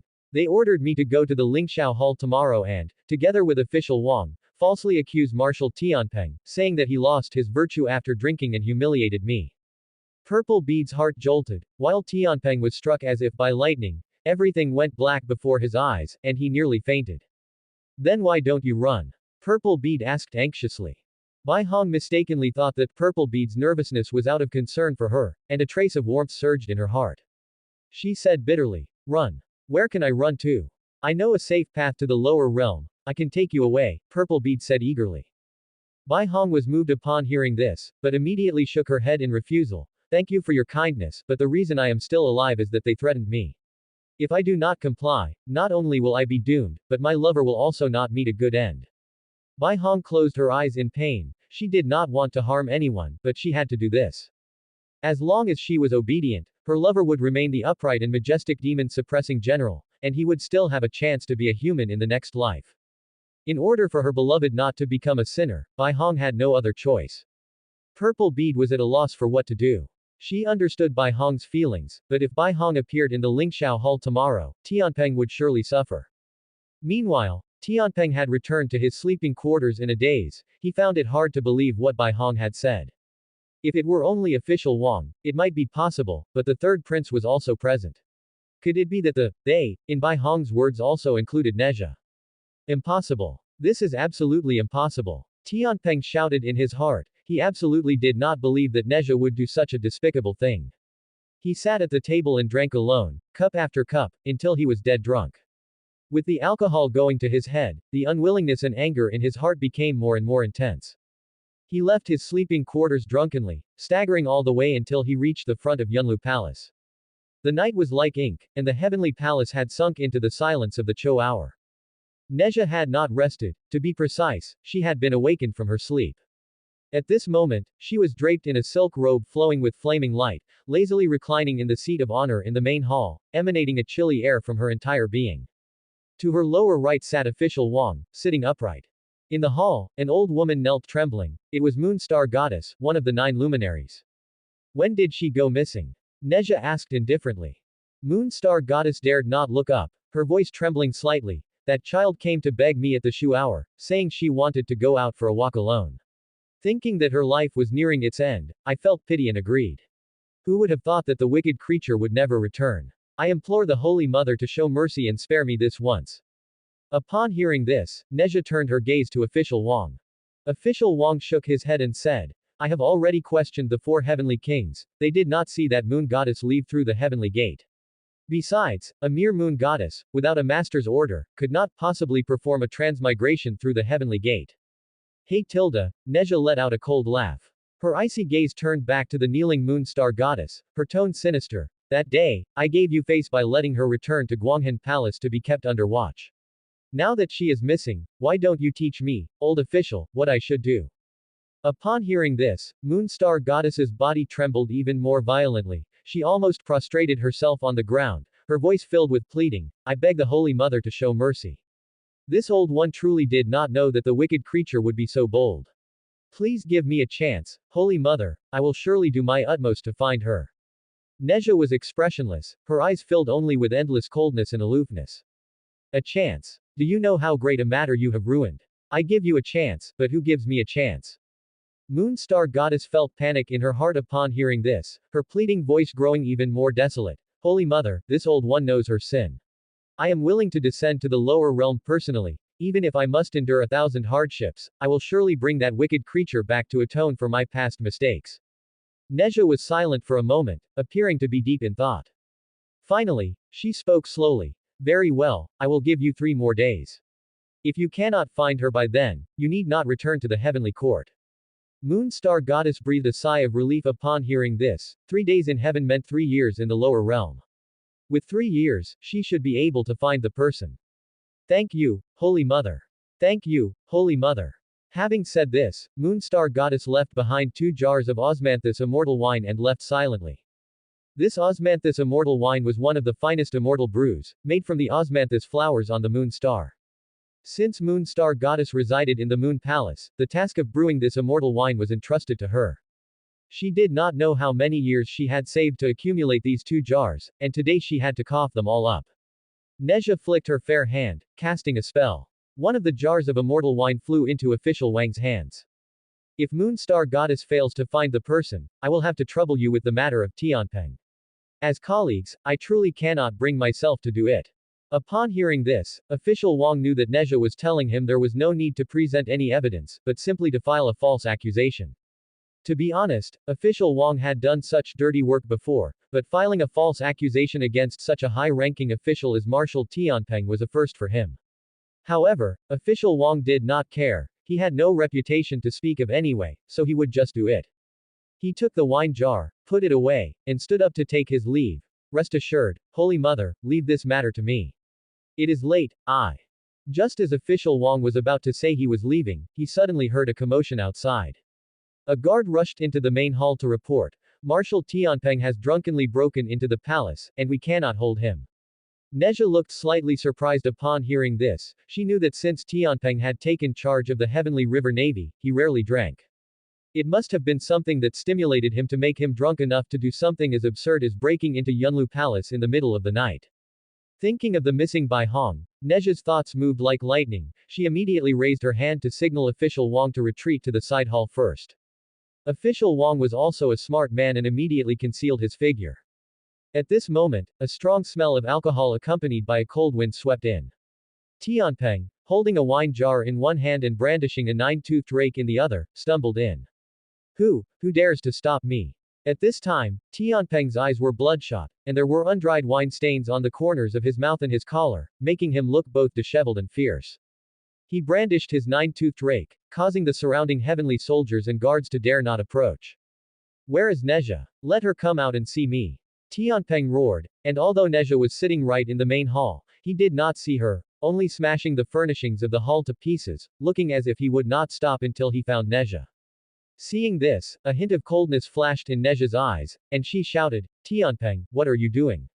Hearing the cold shout, Tianpeng shuddered, his drunkenness seemingly sobering up slightly, but when he looked towards the voice and saw the person on the seat, the drunkenness in his eyes grew even deeper. It was because Neja was wearing a thin silk robe at this moment, which was completely different from her usual marshal's attire of fire lotus skirt and armor. That armor had somewhat covered Neja's fine figure, but under this silk robe, her graceful figure was faintly visible, adding a few more touches of feminine softness. Under the robe, her half-exposed jade arms were like coagulated fat, warm and moist like jade, emitting a faint luster. Her bare feet stepped on the cold stone, like a fairy walking on waves, light and elusive. Tianpeng's heart was unsettled, drunkenness and infatuation intertwined, causing him to forget the original intention of coming here. He stumbled forward, a foolish smile hanging on his lips. Beauty, you are so beautiful Tilda, Tianpeng muttered to himself, reaching out to touch the beauty that seemed within reach yet so unattainable. Neja's expression froze, and the corners of her mouth twitched uncontrollably. Just then, Official Wang's voice rang out like a thunderclap, who is so bold as to dare to cause a disturbance in Yunlu Palace. Official Wang brought several guards, pretending to have discovered the anomaly in Yunlu Palace while patrolling at night and had come specifically to check. He walked into the main hall and saw Tianpeng's disheveled state. Marshal Tianpeng. Official Wang said with feigned surprise, you have such great audacity to break into the Holy Mother's sleeping quarters at night. Tianpeng turned his head at the sound, and seeing it was Official Wang, he immediately remembered his purpose. It's you. You treacherous villain who files false accusations. Take this nine-toothed rake. Tianpeng roared and brandished the nine-toothed rake in his hand, lunging fiercely at Official Wang. However, drunk as he was, his steps were unsteady, and his strength was greatly reduced, completely losing his usual ferocity. Seeing this, Official Wang easily dodged Tianpeng's attack. Marshal Tianpeng, it is unwise of you to commit such a grave error and still not repent.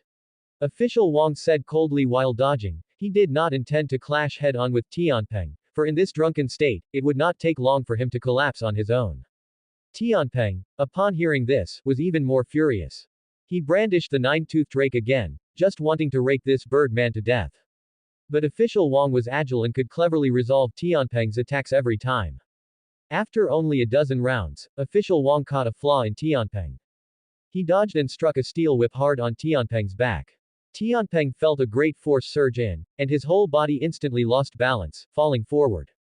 Ouch! After a scream, he fell to the ground and could no longer get up. Official Wang walked to Tianpeng's side, stepped on his back, and said coldly, Marshal Tianpeng, you will sober up in the celestial prison tonight, and at daybreak, you will accompany me to the High Heaven Hall to see the Jade Emperor. Having said this, Official Wang waved his hand to signal the guards to come forward and capture Tianpeng. The guards quickly stepped forward, lifted Tianpeng up, and bound him with iron chains. Tianpeng struggled endlessly, but his drunken body could not exert much strength, and he could not break free from the restraints. He shouted angrily, Official Wang, you despicable villain. You will meet a bad end. Official Wang ignored him completely. After turning back to signal Neja, he escorted him out of Yunlu Palace. The night's tranquility returned to Yunlu Palace. Neja sighed softly. Although the sequence of events was somewhat different, the outcome would likely be the same if nothing unexpected occurred. At sunrise, Neja, who hadn't attended court for several days, arrived at Lingxiao Hall wearing the ceremonial robes of the Holy Mother Chonghua. Official Wang was also waiting in Tongming Palace for the summons, holding the dazed Tianpeng under guard. Inside Lingxiao Hall, clouds and mist swirled, and golden light shimmered. Below the steps, the civil and military immortals stood on both sides, the atmosphere solemn and meticulous. Upon receiving the summons, Official Wang escorted Tianpeng into the Great Hall. By now, Tianpeng had sobered up. With a haggard face, he recalled the absurd things he had done the previous night, his face filled with remorse and fear. Now there was no need for anyone to frame him, he had brought about his own destruction.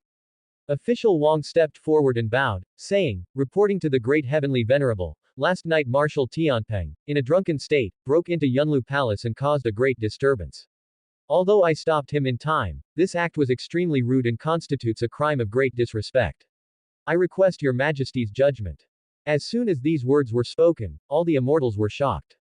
Many immortals suspected they had misheard.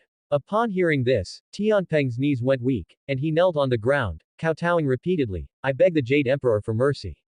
I was confused for a moment and lost control after drinking. I had absolutely no intention of offending the third prince. I hope the great heavenly venerable will forgive me. The Jade Emperor frowned, his anger barely concealed. Take him to the execution platform and behead him. As the words fell, Teibai Jinxing hurried out of the ranks, holding a jade tablet, and bowed, saying, the great heavenly venerable is benevolent.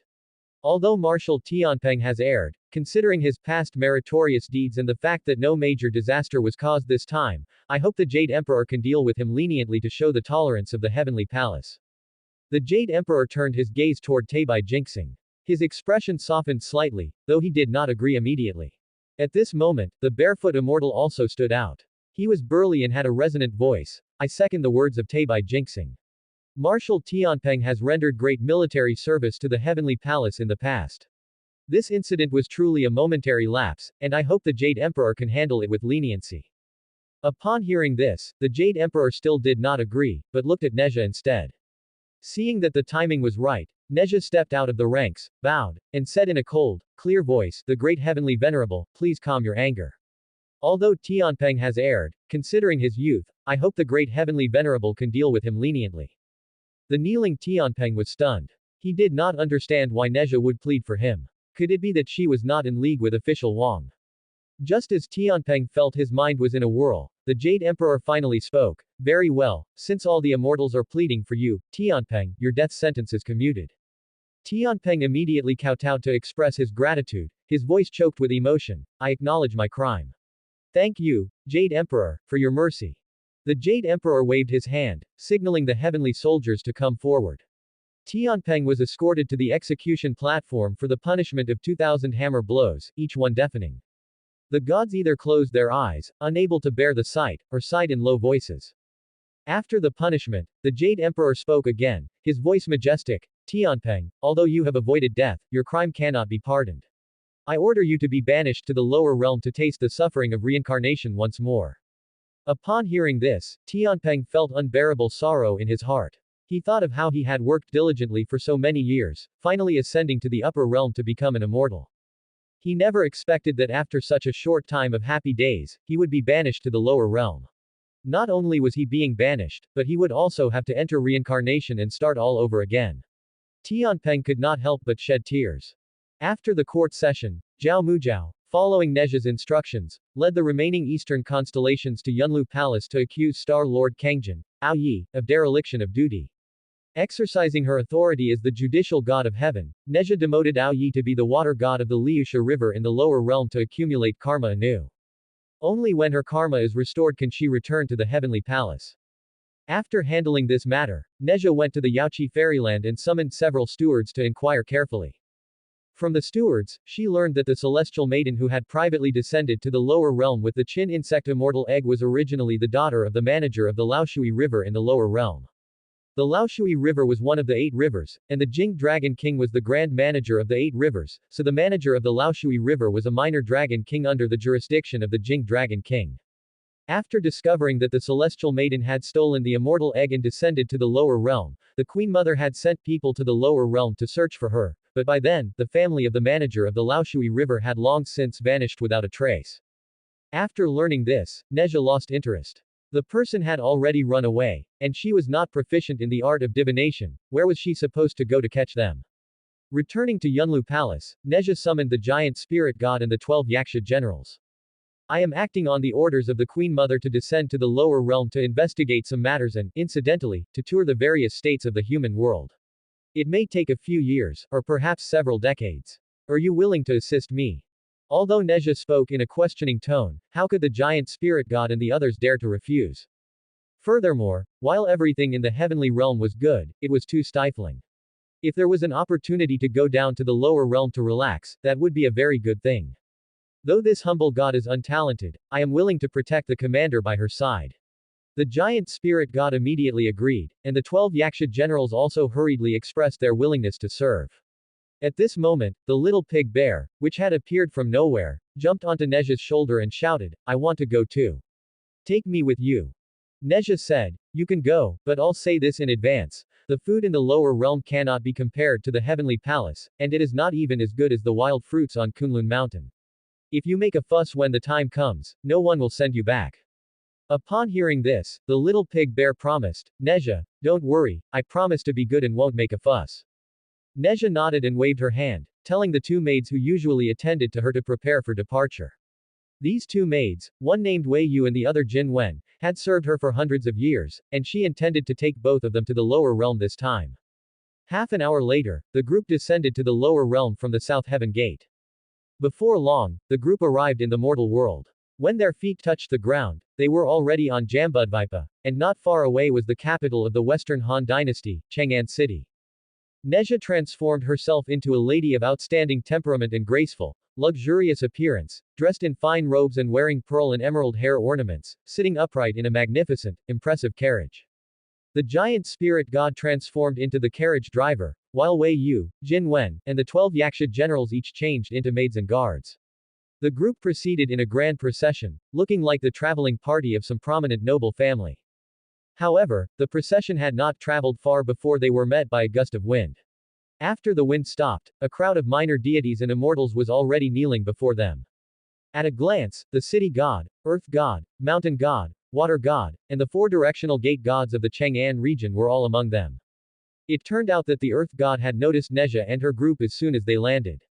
The earth god recognized Nezha's appearance and was greatly shocked, thinking that some great demon or evil spirit had appeared in the area, causing a great demon subduing deity from the upper realm to descend. Fearing that he would know nothing if he were questioned later, he simply hurried to every temple in Chang'an and summoned all these deities to welcome them, so that if Nezha asked about anything, perhaps someone would be able to answer. That was why there was this scene before them. The city god led the bowing, respectfully calling out, I did not know that your highness the third prince had descended to the mortal world. This humble god failed to welcome you in time, I hope you will forgive the crime of a late reception. Seeing this, Nezha did not drive them away. She said, I have descended to the lower realm to patrol in my capacity as the judicial god of heaven. Those of you who know how to use transformation magic, transform into maids and guards and stay, the rest of you may return. That's the end of part 2. Part 3 is coming soon. Thanks for watching. Please subscribe and support our channel for more stories.